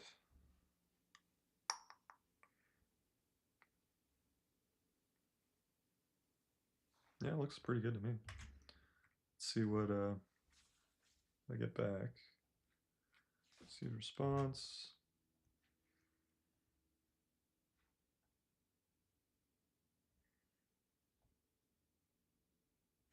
So now we can debug this thoroughly, but because we can read the points and what it came back with. Yeah, so that's what the problem is, right? In the editor, we selected the bottom part, which had a positive y, but the actual model is, gotcha. Yeah, that should be definitely fixable. But it definitely got it right. Claude got it right that the bones should be right there.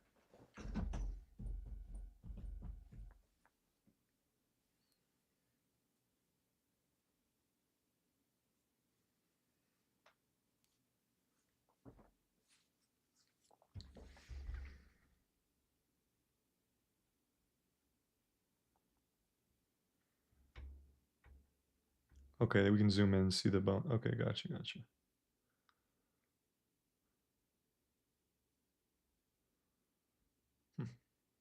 It's cool.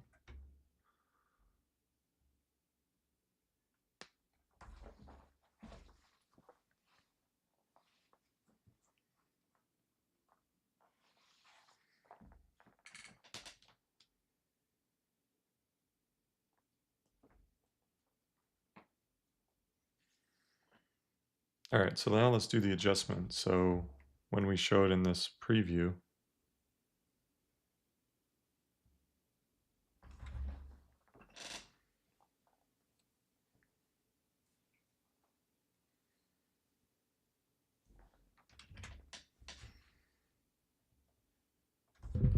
In our editor, could we make it so when the user loads in their GLB that it puts it in the world at the coordinates of the right coordinates of their GLB file? Because right now when we do the lasso tool, because we're rendering it, at above ground 000, it doesn't correspond with what's in their GLB because their GLB file, like if they have one that's like below ground, and we're using the coordinates in our world, then it's going to put the bones in the wrong place. So can we represent what they put in their GLB file correctly? So if their file is below the world, it'll be below the world for us too.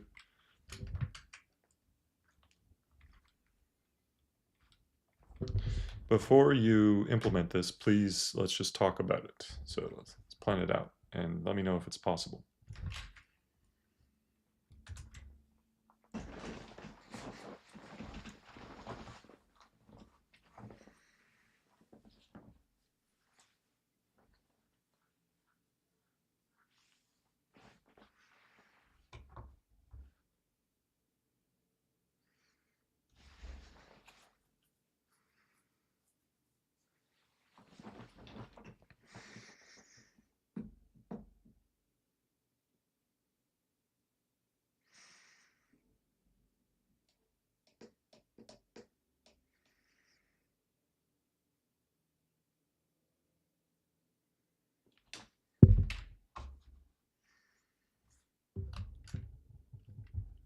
Cool, let's do it.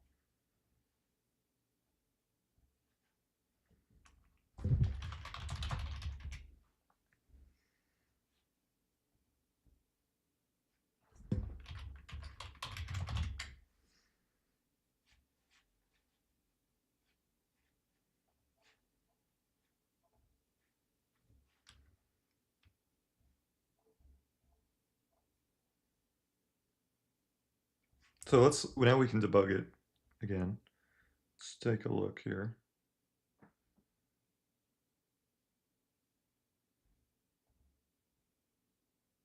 Hmm.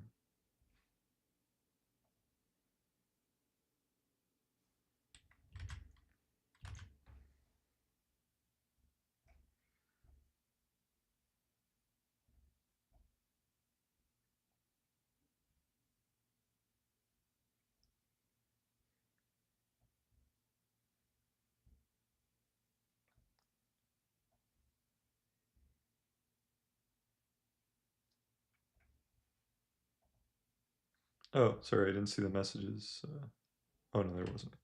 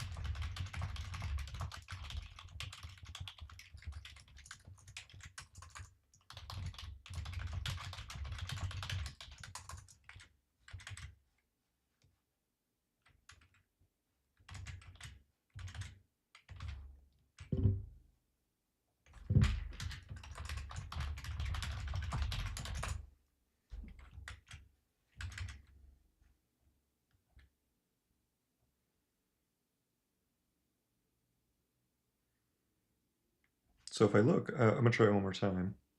So let's do one on this side of the ship.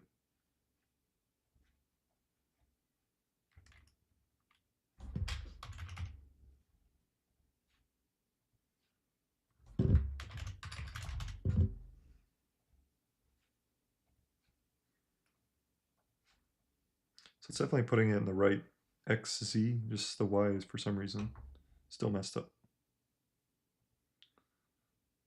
Let me go back one more time. Oh yeah, well if we look here, this is not rendering below the world, so there must be some adjustment elsewhere.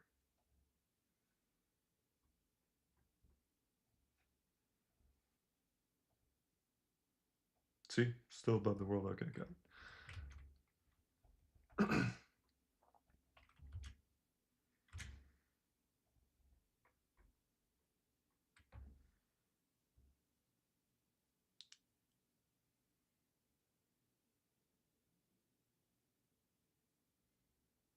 Yeah, so I think it is working. It's just um, so when I look at the ship in the editor, right, in the second page after you load in the GLB model, it appears that it is still sitting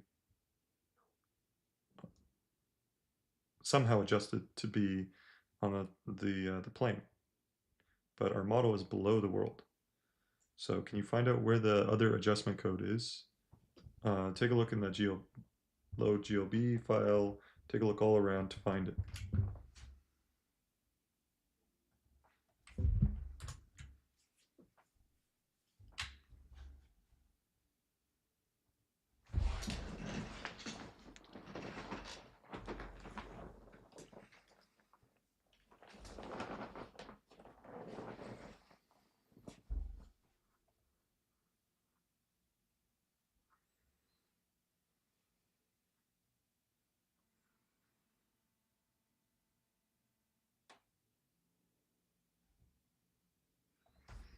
But how come when I look in the editor, it's sitting on top of the plane, and when I select the bottom of the ship, it should be a negative Y, but it's not because somehow it's being adjusted, right? Like, can you check again?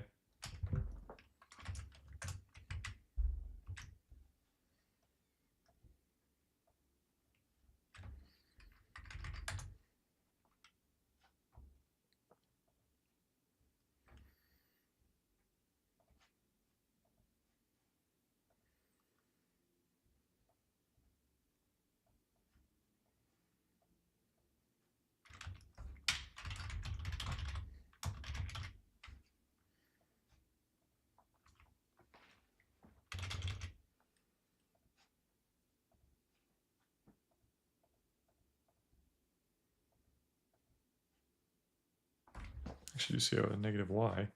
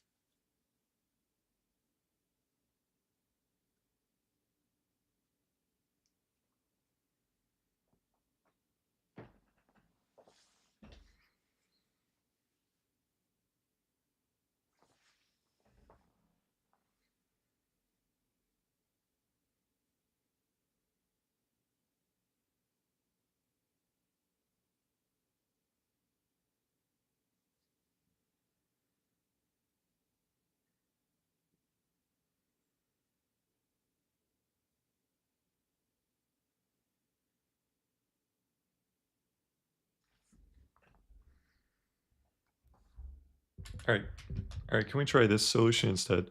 Um, Please, when the user when the user uploads the GLB, that you have logic to adjust it so that way the lowest point is at the 0y.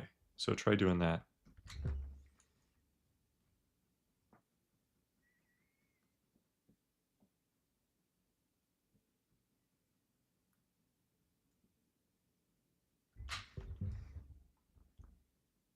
And also do this in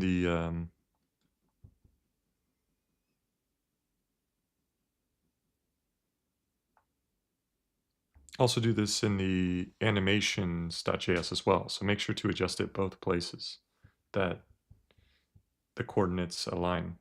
Like it should be the lowest point is at y equals 0.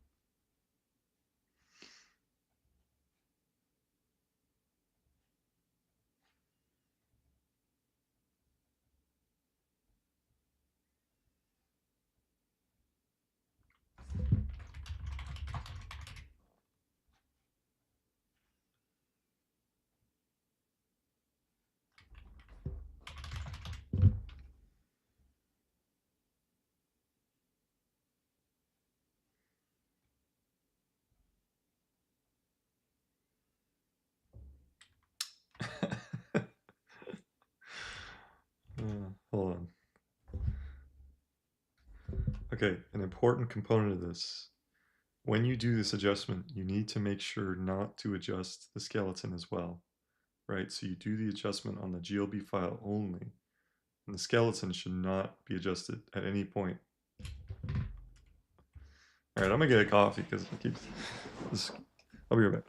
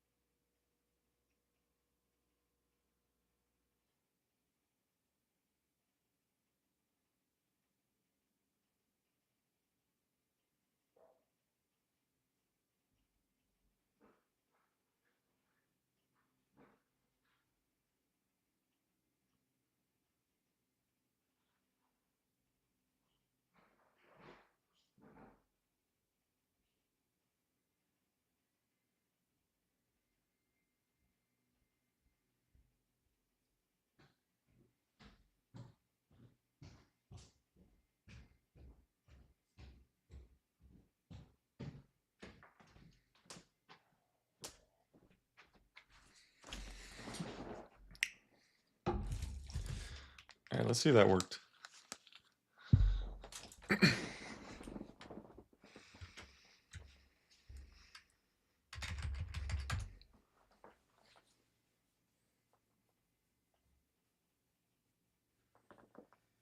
Yeah, same here. I've been using it for hours now, so I think it's not really sure what's going on there.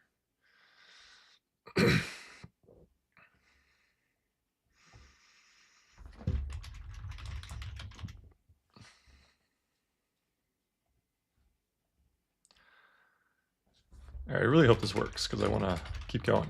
Bottom of boat. Let's go.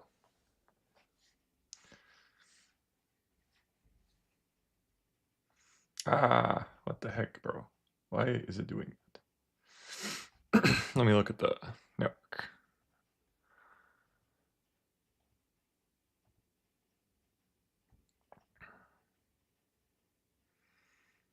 Actually, hold up. This could be a rendering issue. Just because if we look at the vertices, this is really close to the ground. And we look at the actual visualization, that is way above the ground.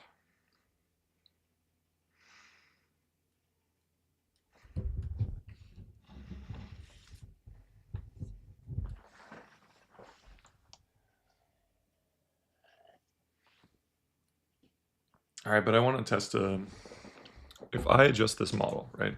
Let's say I go into Blender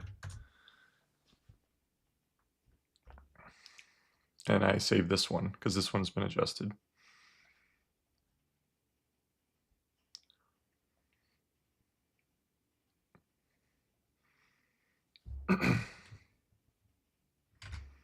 So we export this as a pirate test.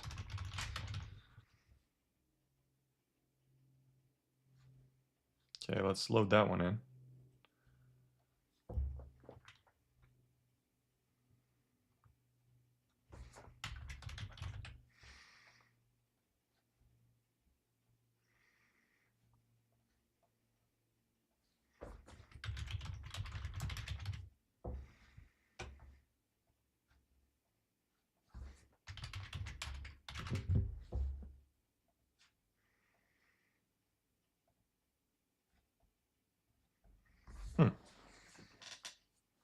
So it didn't change where, but let's look at the response again.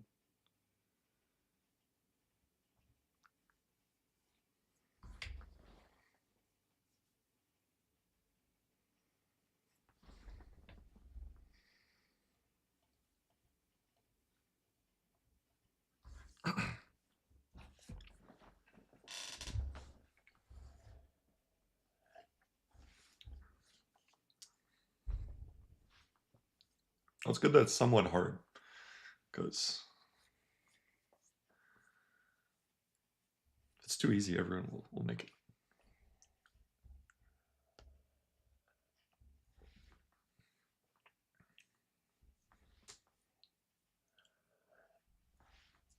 So we just need to figure out like which part of this process is not working correctly. I think we need more debugging info when we select.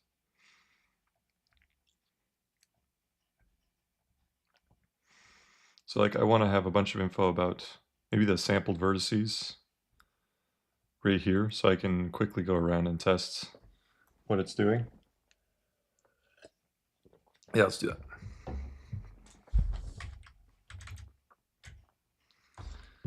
All right, so in the editor, we want to call the sample utility and print it because I need to debug some problems. So sample the 10 points on the lasso tool selection and then print it somewhere. And it can be in the console, that's fine.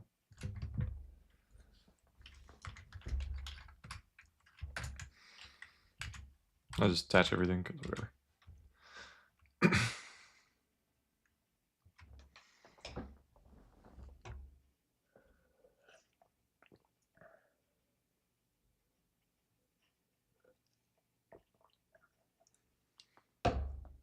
All right, let's see if it's printing now. Nice, okay, cool. So let's just go through, try to, first of all, if I go right next to the ground, the Y should reflect that, right? Okay, so if I go up here, okay, the Y's are definitely increasing. That is good.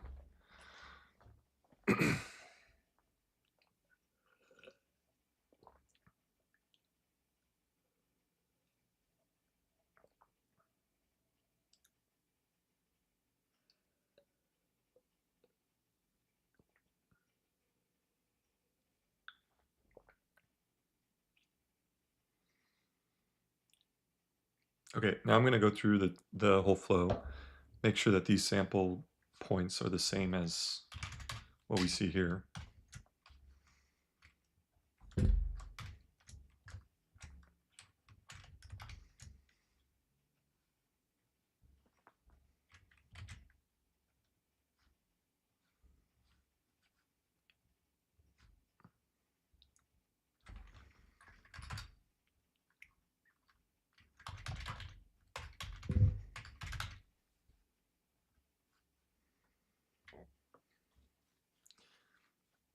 All right, so let's look at what it sent.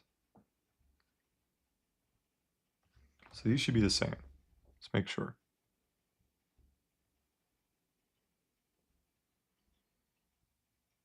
Wait, these are different.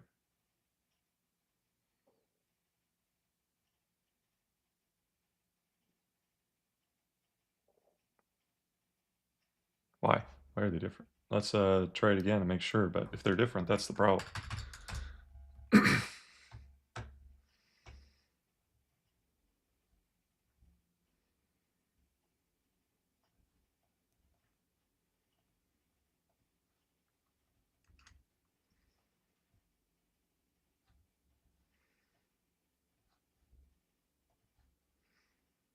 All right, so now we create the group.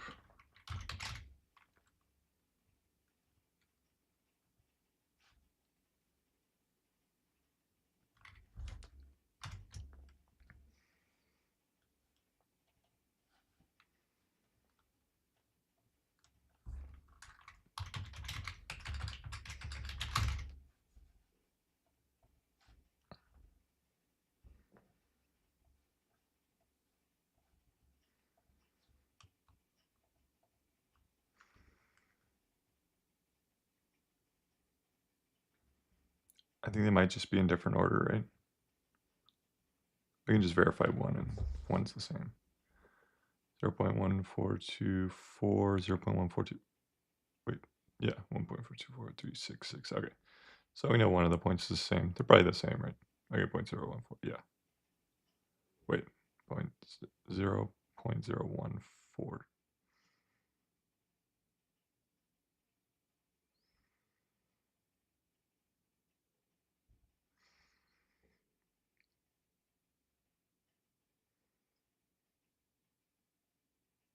No, there's some missing ones. What the heck?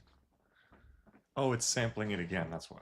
Okay, gotcha. It's not sampling the same points again. Yeah.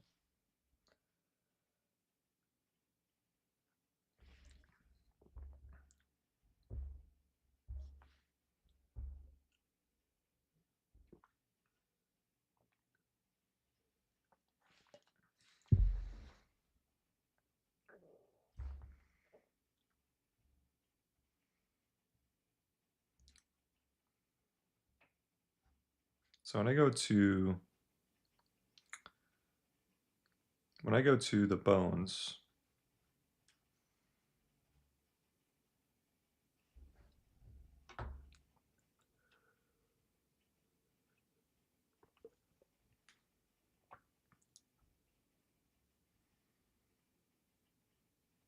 and we look at the positions,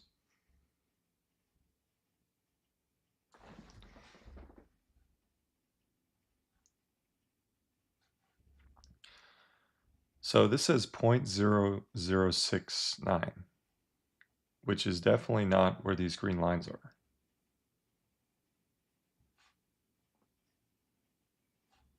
So let's check the other two, but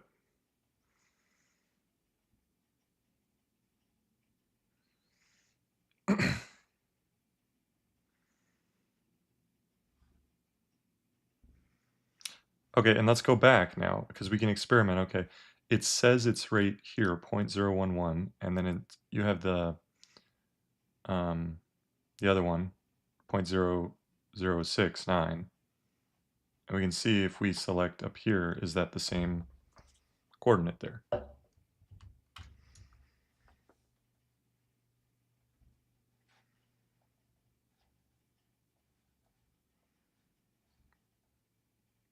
So right here on this part.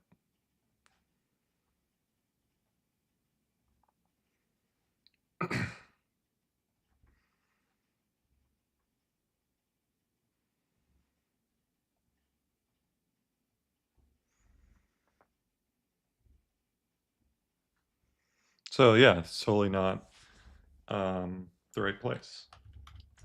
Like where the bone says is not where it's actually rendering in that visualization. Because this is what it should be if it was actually here, the Y.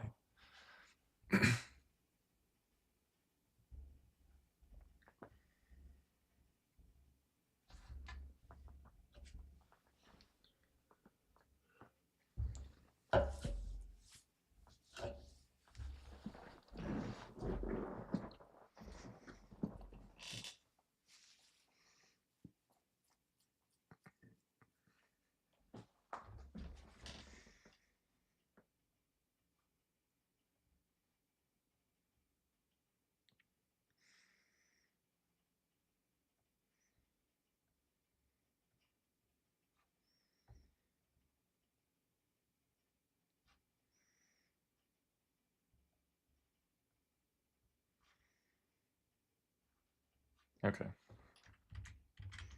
So now we know the problem. It's just a visualization thing, I think. The bone is probably in the right place. So I think I've identified the problem. Now we need to figure out where it is. But I checked and I looked at all the positions, and it looks like the bone is being in the right place, but on the visualization in the animations.js, the visualization we're creating, the green lines are way above where the bones actually are. So there must be some adjustment. What do you think it could be?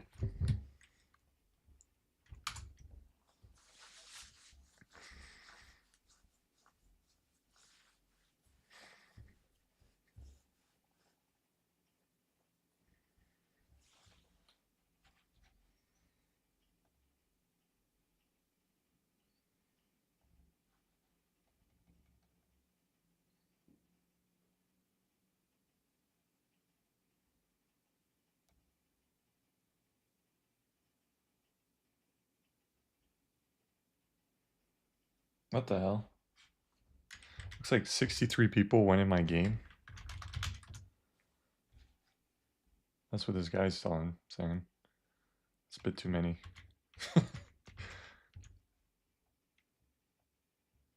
Oh yeah, it's disconnected.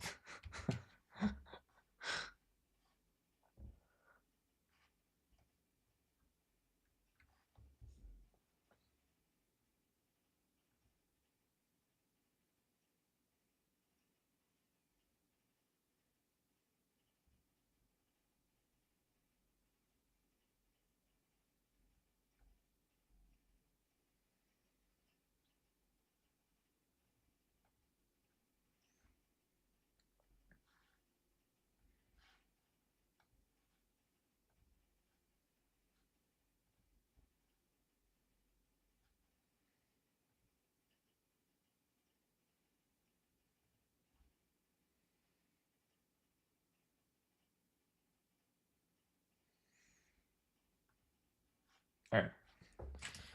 Yeah. I'm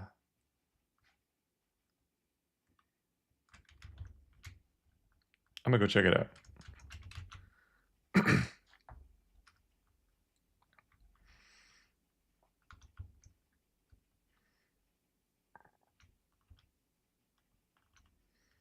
This is fun. I like I like this The keys are a little weird though. S should not be the skateboard.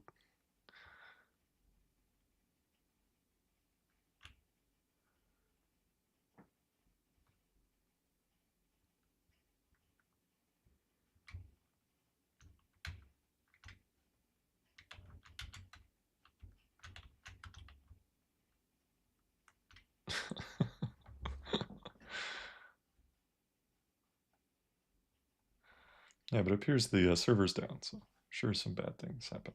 Oh no, I exposed that. Life is hard.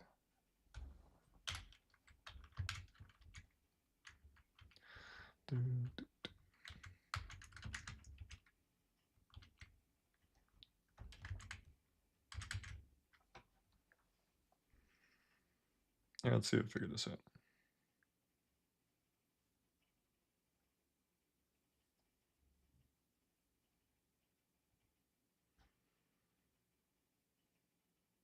Aha, we found it.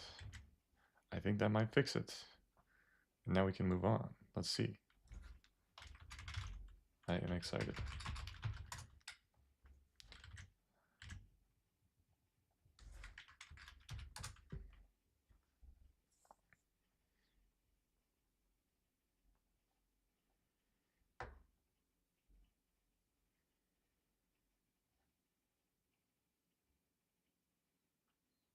Yeah, like you can actually, I think you could actually viably complete, like get on parity with Minecraft within, I don't know exactly, but that's pretty amazing. I did that first try. Like you can get all the important stuff at least, like the caves and I'll play it. And I have so many ideas. I used to play it a lot when I was as a kid, so in high school. So if you want any ideas.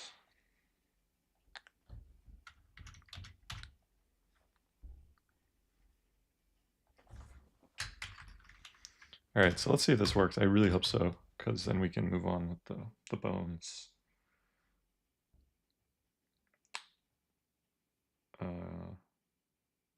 Okay.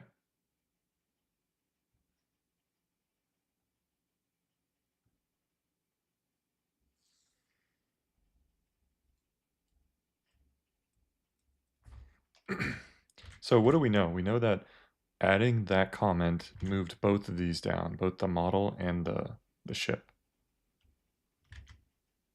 But in Blender, I should have exported let me just test something wild, which is just set this to like 100 or something.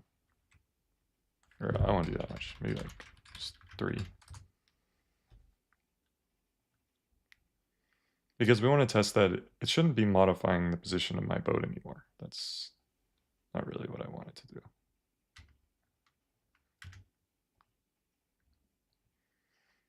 Not yet, at least. So let's try.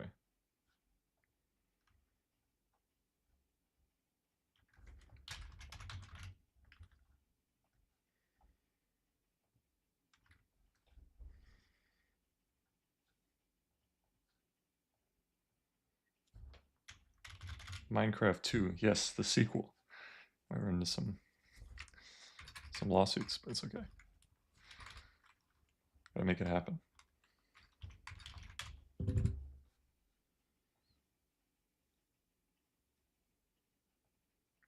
Alright, something is wildly strange. Do I not know Blender well enough to adjust the position? If I change it here, does surely it's actually changing when I export, right?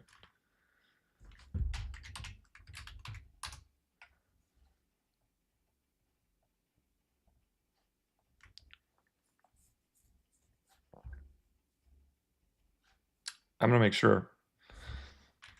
Moving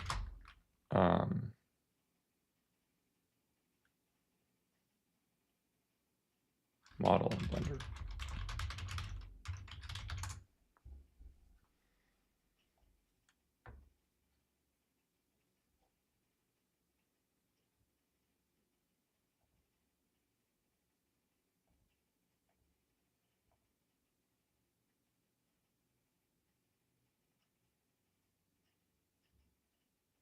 This is animation. I don't really care about that. This might be too simple of a question. Everyone's like, I already know this. Why would we make a video? Like if I do this, right? Oh, what the heck?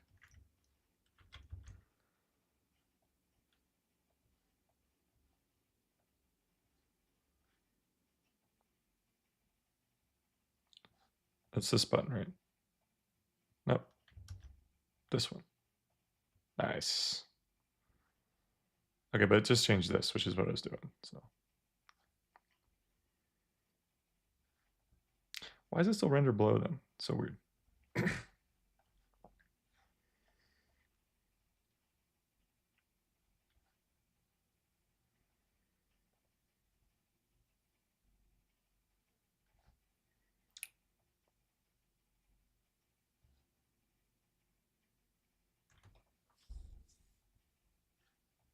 Because this one does not render below.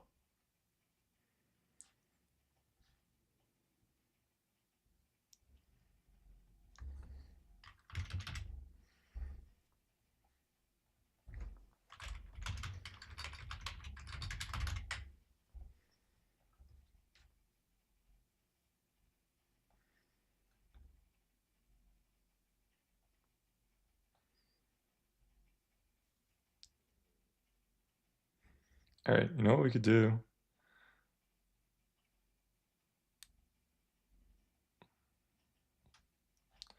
When we do this, let's just immediately call it and render it in this mode. So that way I can see. So render it here. See where it renders. The bones, I mean. So let's do that. Yeah, that makes sense. It's kind of a good debugging step. If it's in the right place.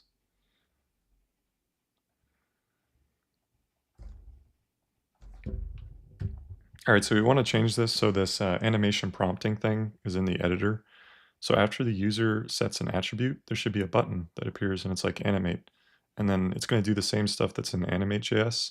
So replace the current page with, we're not going to currently route to the next page anymore. Or we're not going to have like that button won't go to the next page. Instead, it'll open a pop-up and you enter the prompt. And then the bones should actually render in the editor.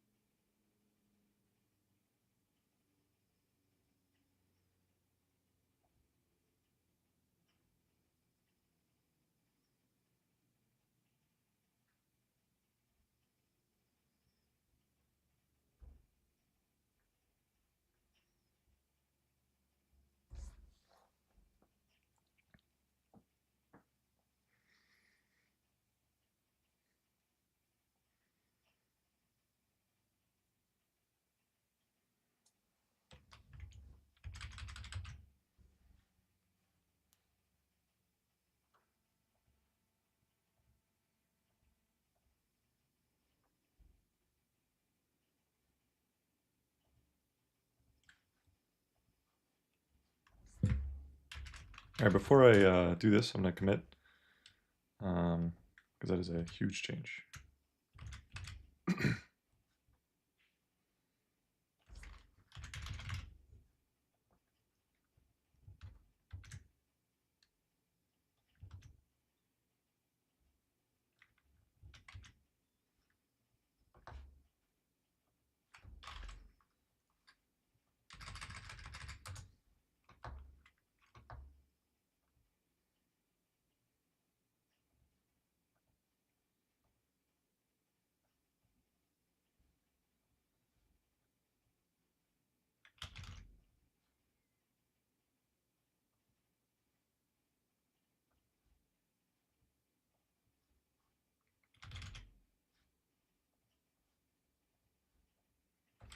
Yeah, I guess I'm not really surprised.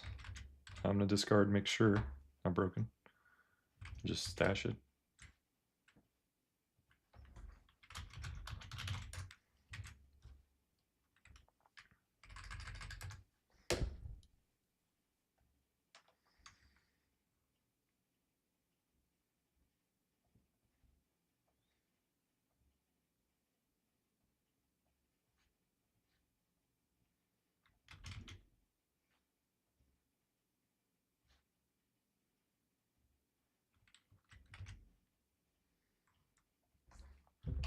Alright, I want you to try it again, but this time keep the majority of the logic in another component. So create a new component for this.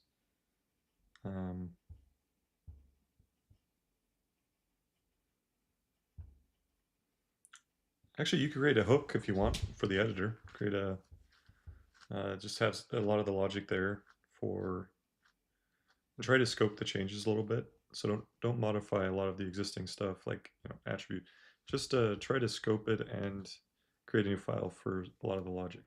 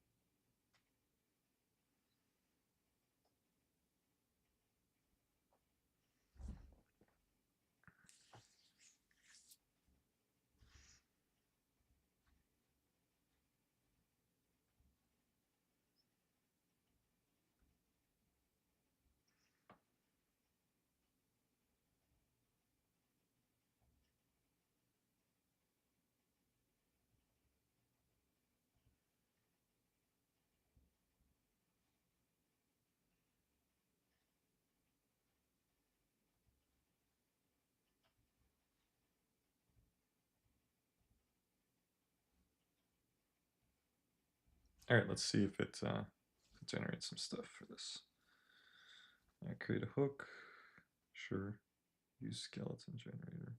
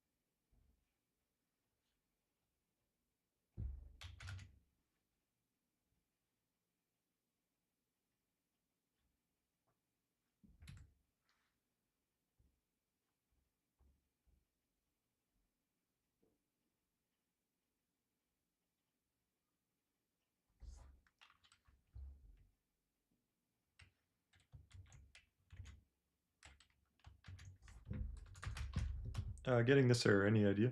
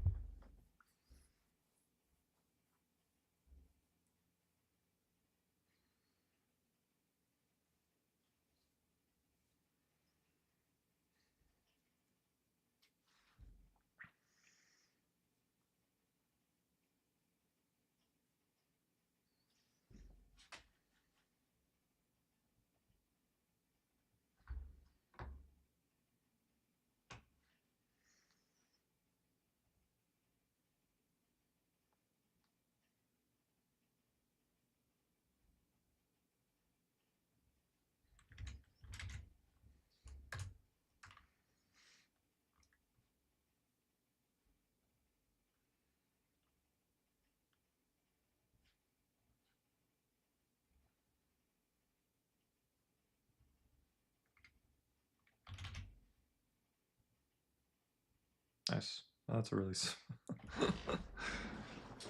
That's funny.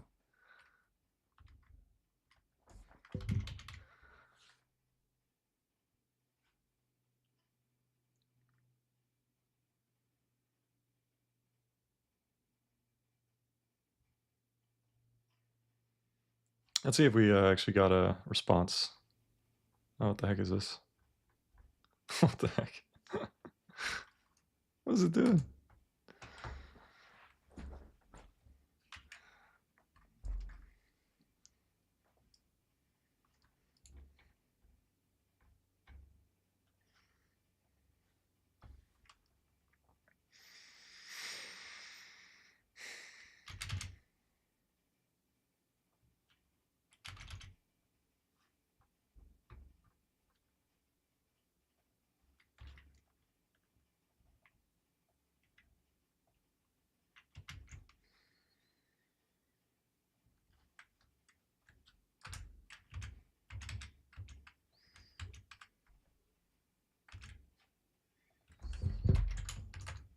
I'm getting this error after prompting Cloud. Can you I mean after doing the after sending the request to Cloud, can you make sure to integrate or figure out what the problem is here, and also remember we have these utility files.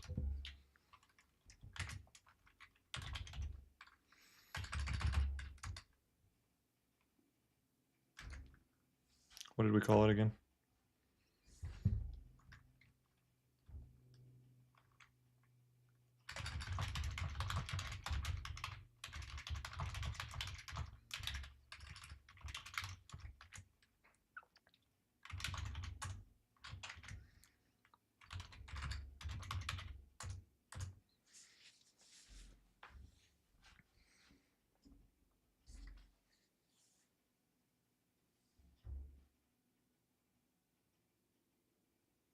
Yeah, it definitely is really fun.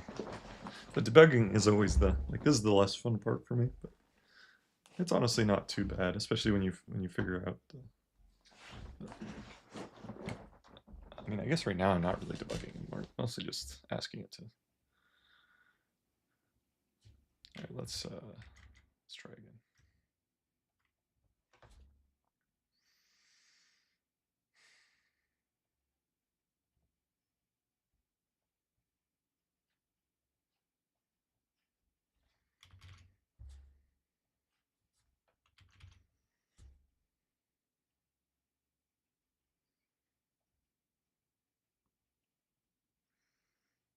Oh, hell yeah.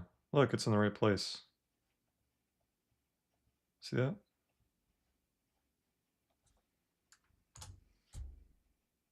That's a really good thing. Let's try one more time though, just make sure. Now we can move on to the next part, just the most interesting part. So I'm gonna put it on the sail. I'm gonna call it sail. We'll make this look better next.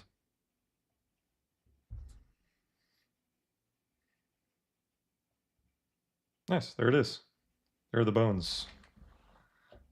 Cool. So this whole time, we were just working on some visualization thing. Like, it's clearly in the right place on the model, so.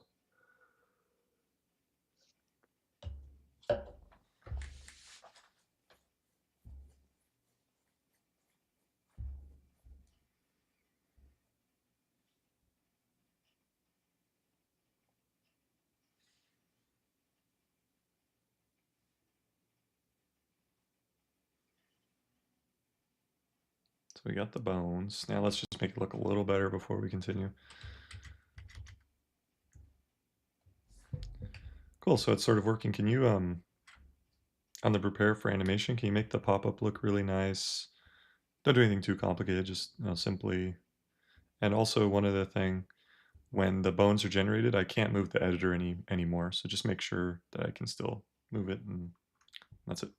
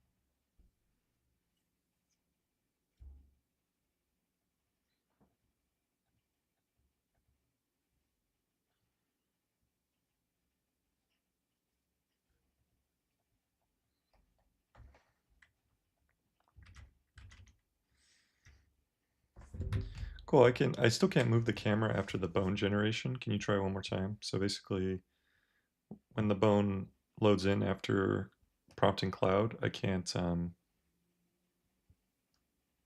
move the camera anymore.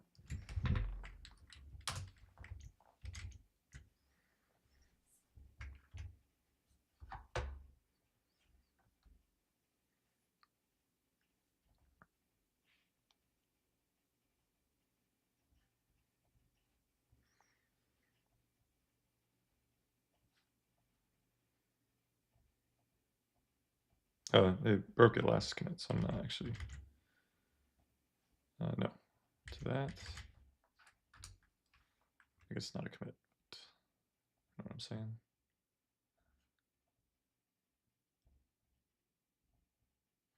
Nice.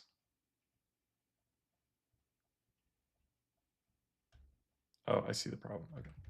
So we're going to go back one more too, which is here, editor. So let's go to editor. Remove that.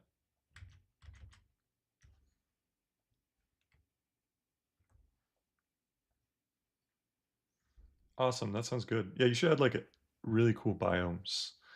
Like, let's think, what could be a good one? Like maybe like a floating island, floating city.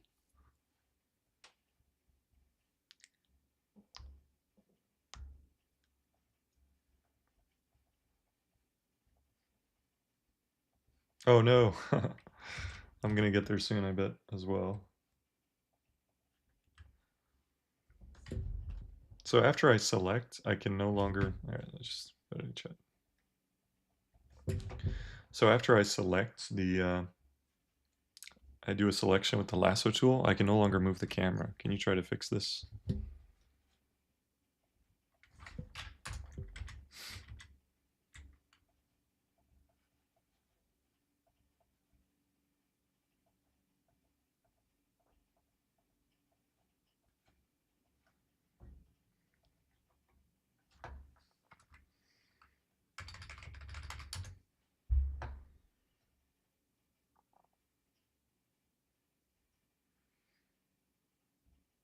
Oh, okay. See, that's actually a really smart thing. I didn't even prompt it, kind of just, so I should use the shift key now to use the lasso tool. So that way they don't conflict with each other. Oh, well, that broke it. So. Oh no, I just press shift. Okay. Oh, I deselect them though. But I still can't move the camera anymore. Oh, I see. Edit mode, you can't move the camera. This is what it's doing. Interesting. I don't know about that. It's a little weird. But for now, it's fine.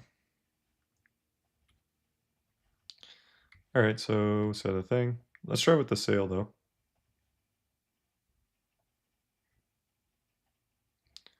So I'm gonna select part of the sail. Now prepare for animation, make it move.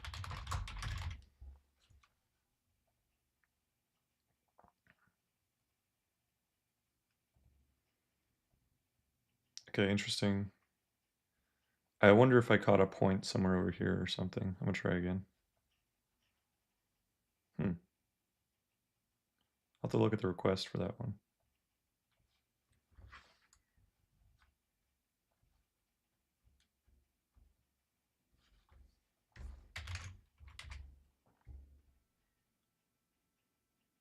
Yeah, definitely.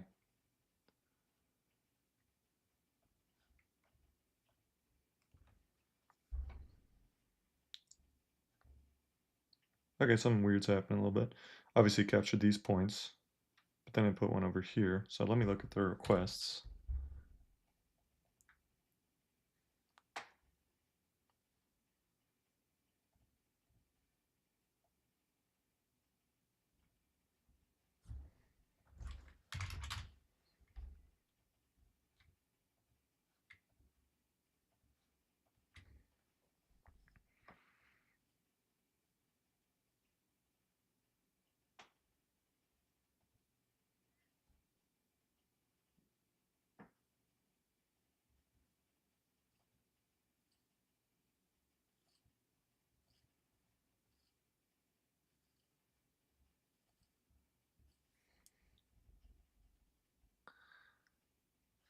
mean, the one thing I see is that the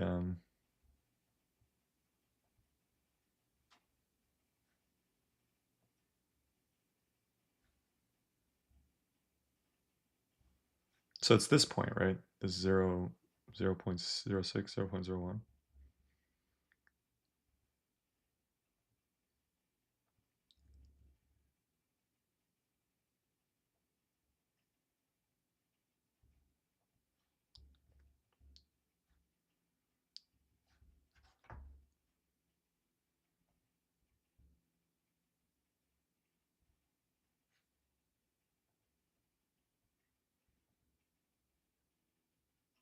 Well, we do know that before these last few changes, it was seemingly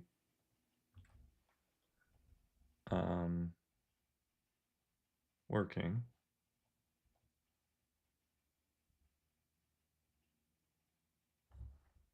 Let me see what the last change was with the editor.js.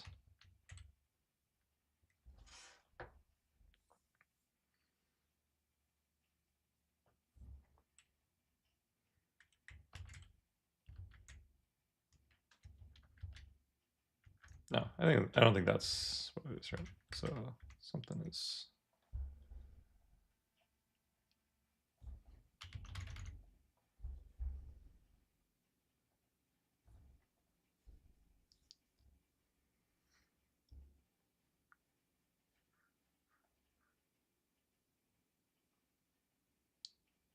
I guess we could send it more sample points because right now we're just doing 10. Let's do 100 just to see what it does.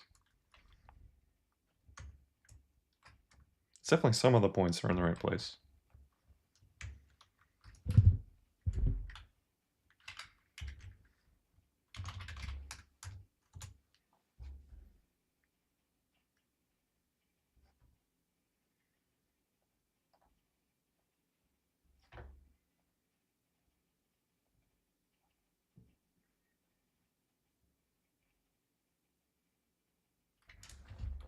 Yeah, so now let's do 100.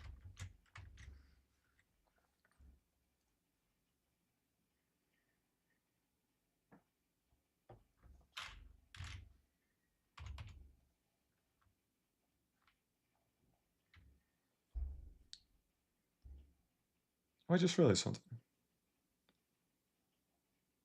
I'm not actually selecting what vertex group to use. How does it even know? Hmm.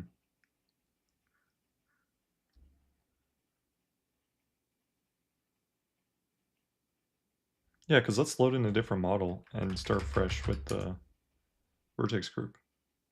Let's see if it still does that, because I didn't select anything.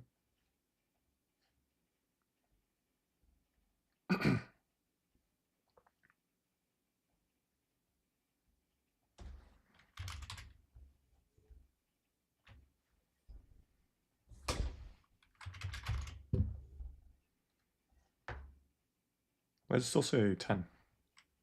All right, because that was just a print. So just make sure, though, that we sent 100. Oh, the heck. I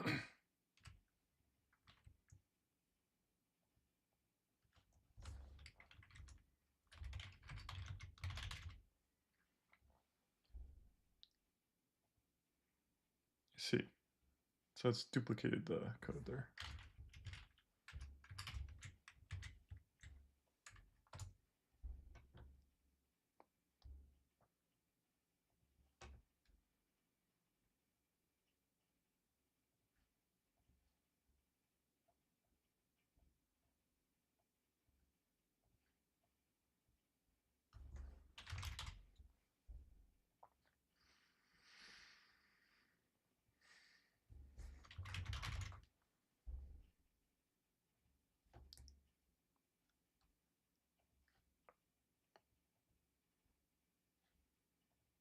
Nice. Look at that. So I wonder if it's related to what I just said. If you like keep creating vertex groups, then maybe they interfere with each other. It's possible. Because it was probably getting all the vertex groups, and that's why I kept creating a point near the other one. That would make a lot of sense. So in the prepare for animation, you should select what vertex group you want. So let's add that. So in the prepare for animation, I want a drop down so you can select what vertex group to use. So we're going to need another utility function. Can we maybe put that in a separate file? And it's basically going to be like get vertex groups of the model.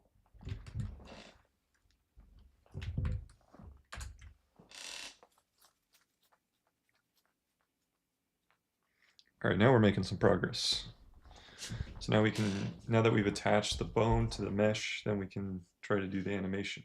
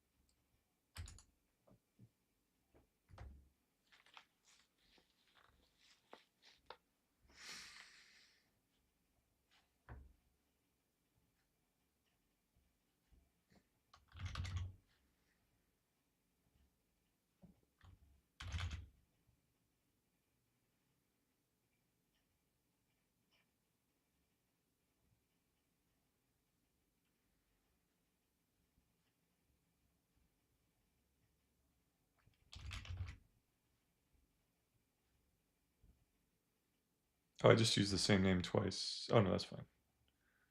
I don't see the drop down, so let me check again. Yeah, let's go ahead and integrate it so now we will see the drop down. Right now I don't see it, so.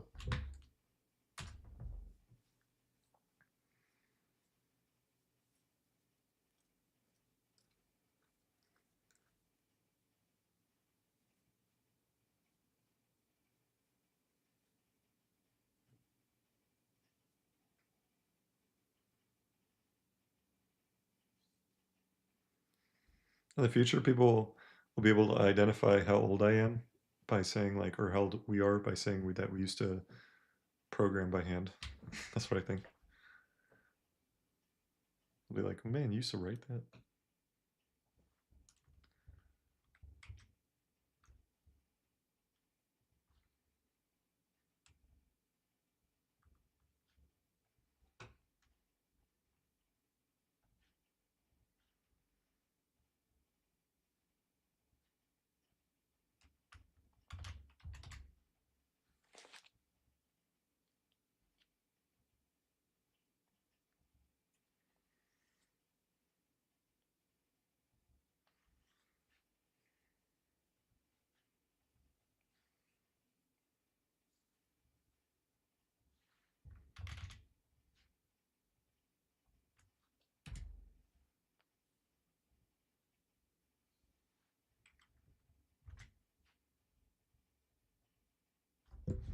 Yeah, let's make the modification. Right now I can't see the drop down anymore, so feel free to edit that.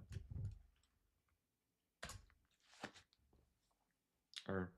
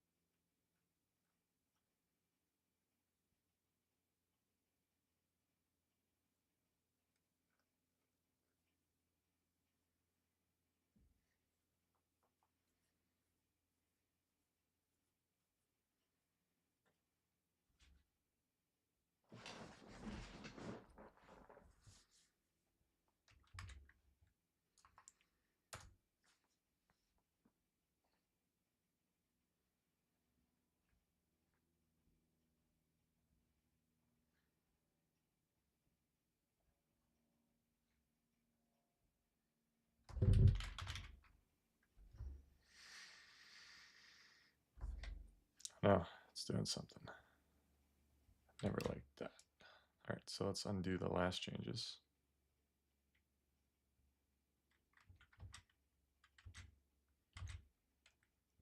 I should probably commit because I'm doing a lot of stuff. What is this? Group selector.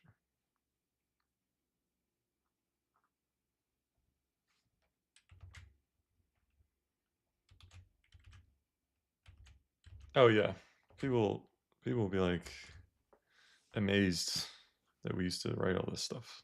They'll be like, what the heck? Or actually, maybe it'll be the opposite. Maybe it'll be like, yeah, coding's easy. I could have written that because they don't actually have to understand maybe how much a lot of times you spent debugging writing your code.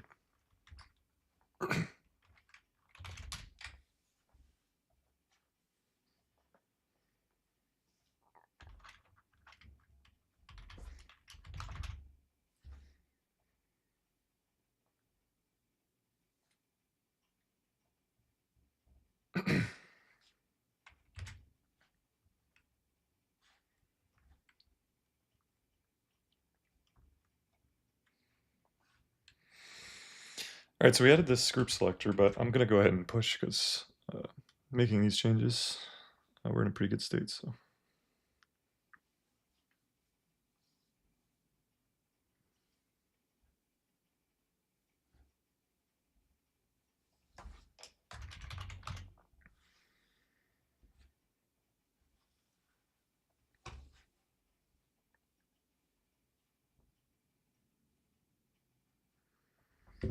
Can you try again? I added the group selector, but I'm not going to make the other two changes in the files because it froze. So can you try again? Basically, when I click the animate, it should come up with the pop-up with the drop-down, but try to scope the changes so it doesn't change the rest of the code.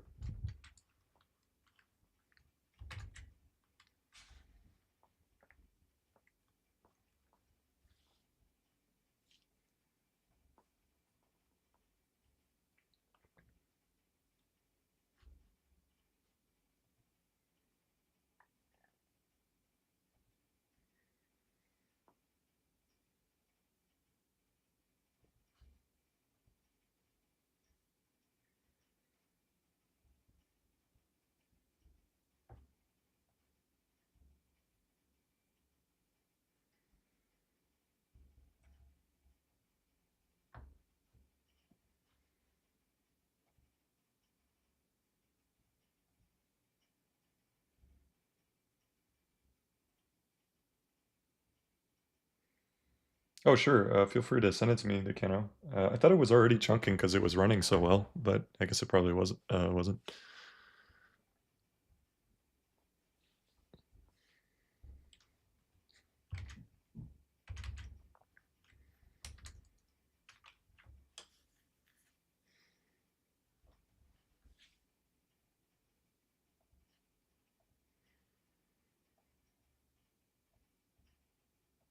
Nice. Yeah, that'll be fun. Let me try it out.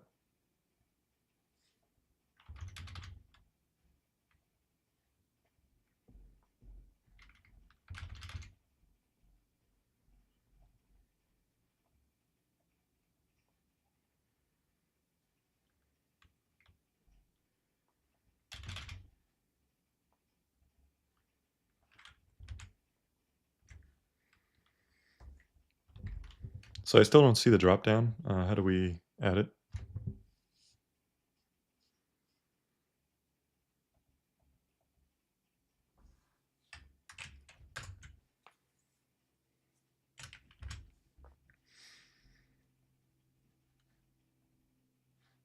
Oh, I guess it's the same link, right? The Kano. Let me go check it out. Uh, you sent it in the Discord, I think.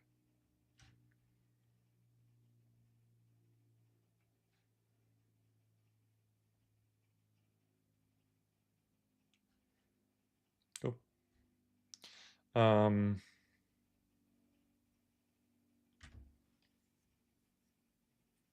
Yeah, here it is. Yeah. Let's try it. Oh, that's cool. Yeah, I like the effects. That's pretty neat. You should make it go really fast and like flying.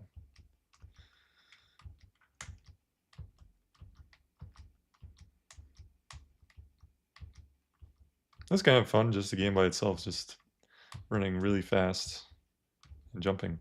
Hey, the Keno, you could probably enter the jam jam thing. You could probably make a pretty cool game using this. Because some people might not even try right now, or they might, because it's like late, you know, they think it's late or something, but you could probably make something cool.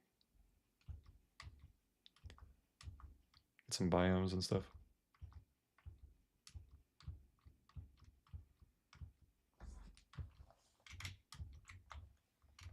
I changed the settings. Oh, nice. Let's do it. Nice. That's what I'm talking about. Is there more? Oh, that's it. Okay.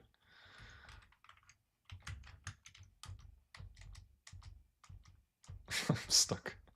All right, nice.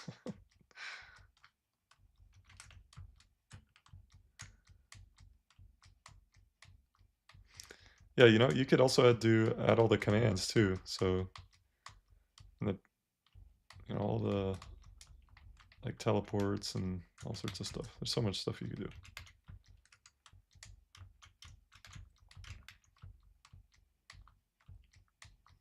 I gotta try this on the game soon because I'm excited to try to add some stuff. I gotta finish this.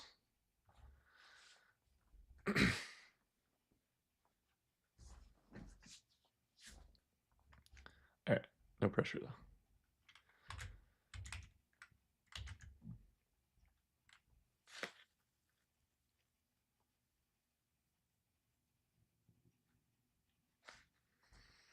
Sure, let's fix it.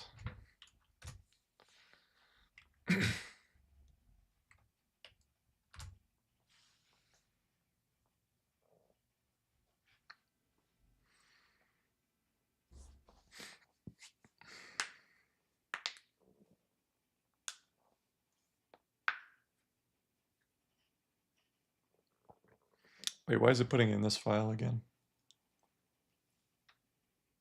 It's just a pop-up, right? I guess this one controls the pop-up.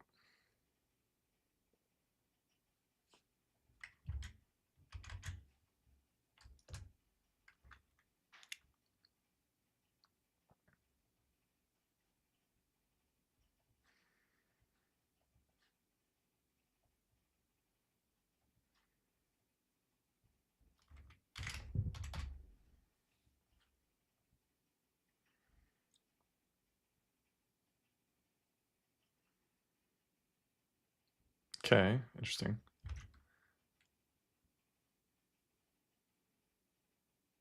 You know what? Let's just keep this really simple.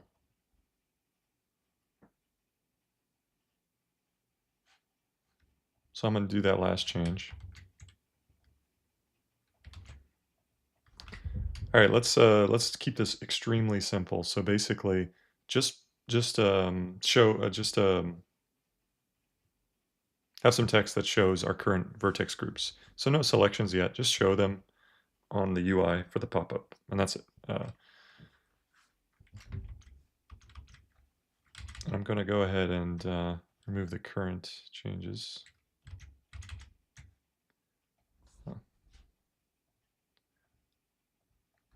So on the pop-up for the animation, we just want to show the vertex groups. Just have them in text. No selection yet. Just show them.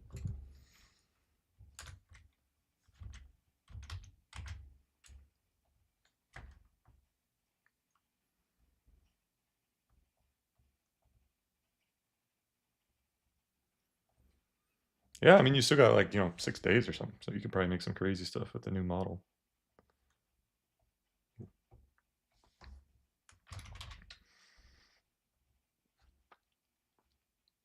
But honestly, it's just fun. Like, who cares about the?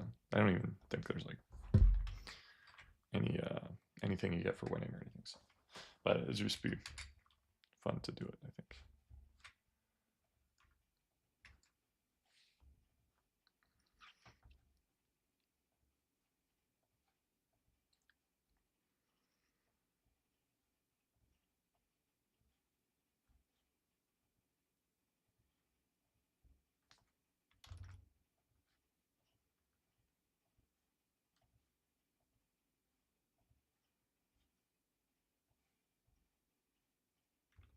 No, it's trying. Hmm.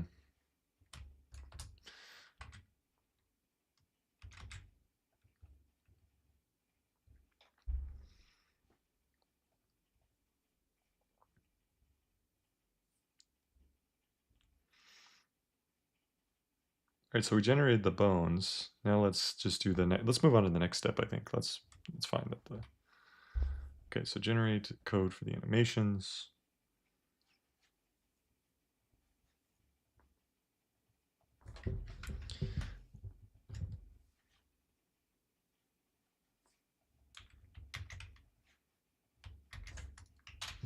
So step 8 is the next step. We got the bones on the model, and I think it's ready, the model is ready to be animated with the bones.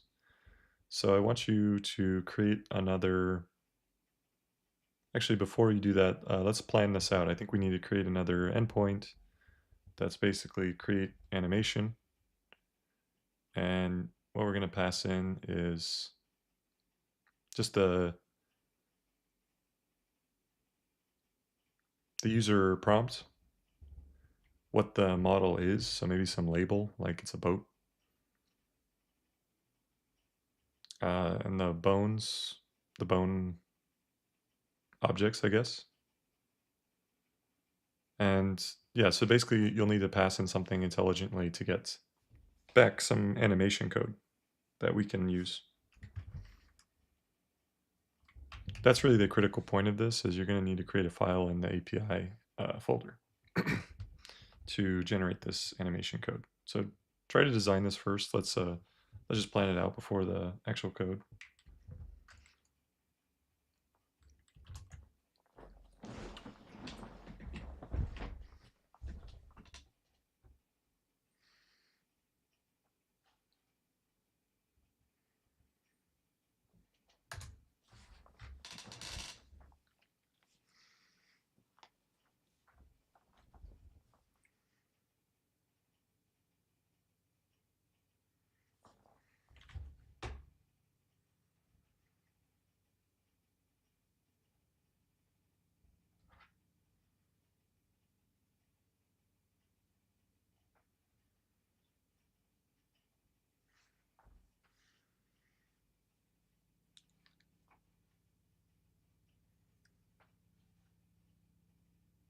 Oh, what the heck? One of my videos got like 200 views in the last few hours.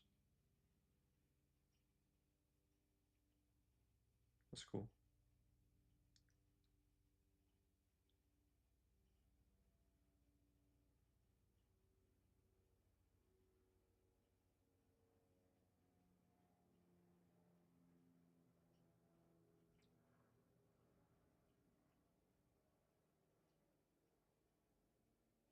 Hmm.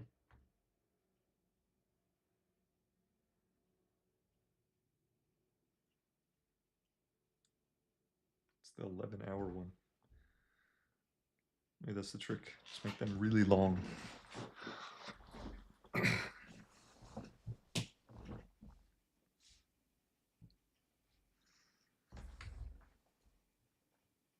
Oh, this is a good idea.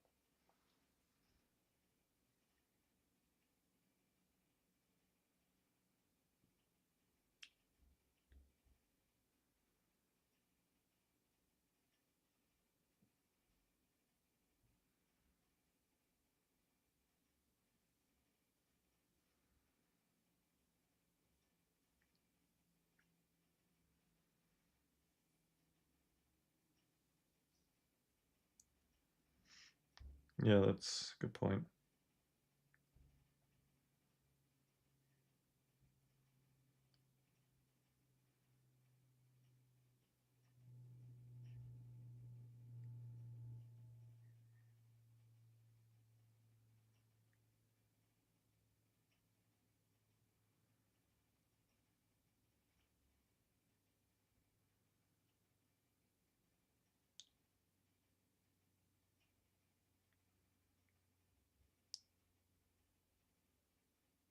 So we could make it so the user labels that would actually help.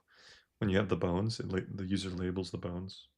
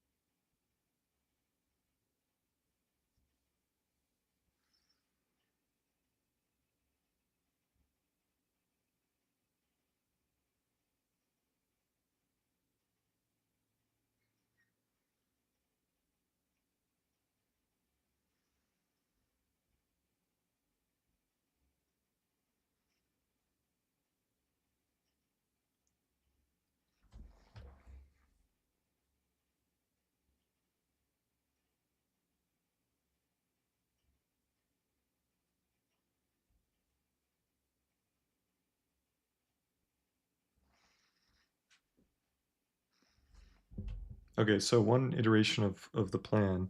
So what we're getting back from Cloud is actual code that we're going to use. So that's a critical component of this.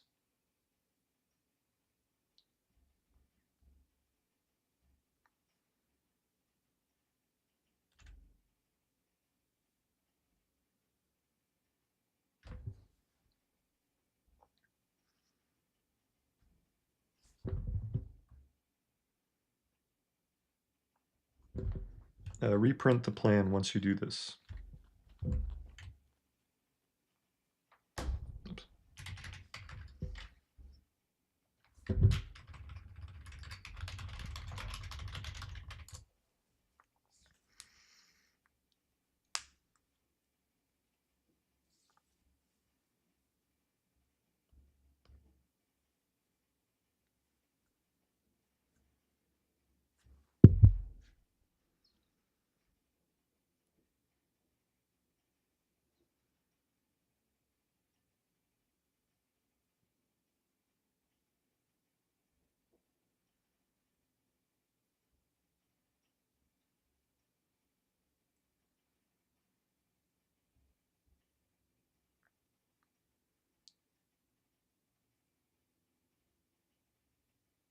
Yeah, that's true.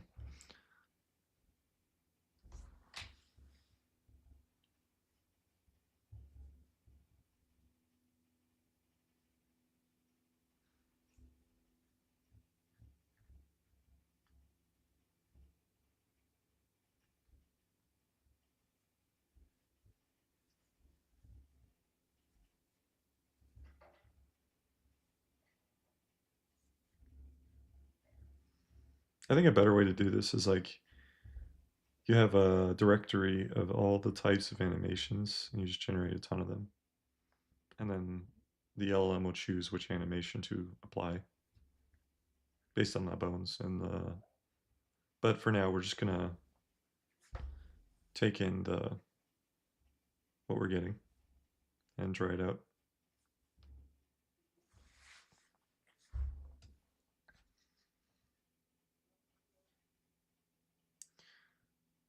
I'm probably gonna take a little break, eat some food. I'll be right back in like 30 minutes or so.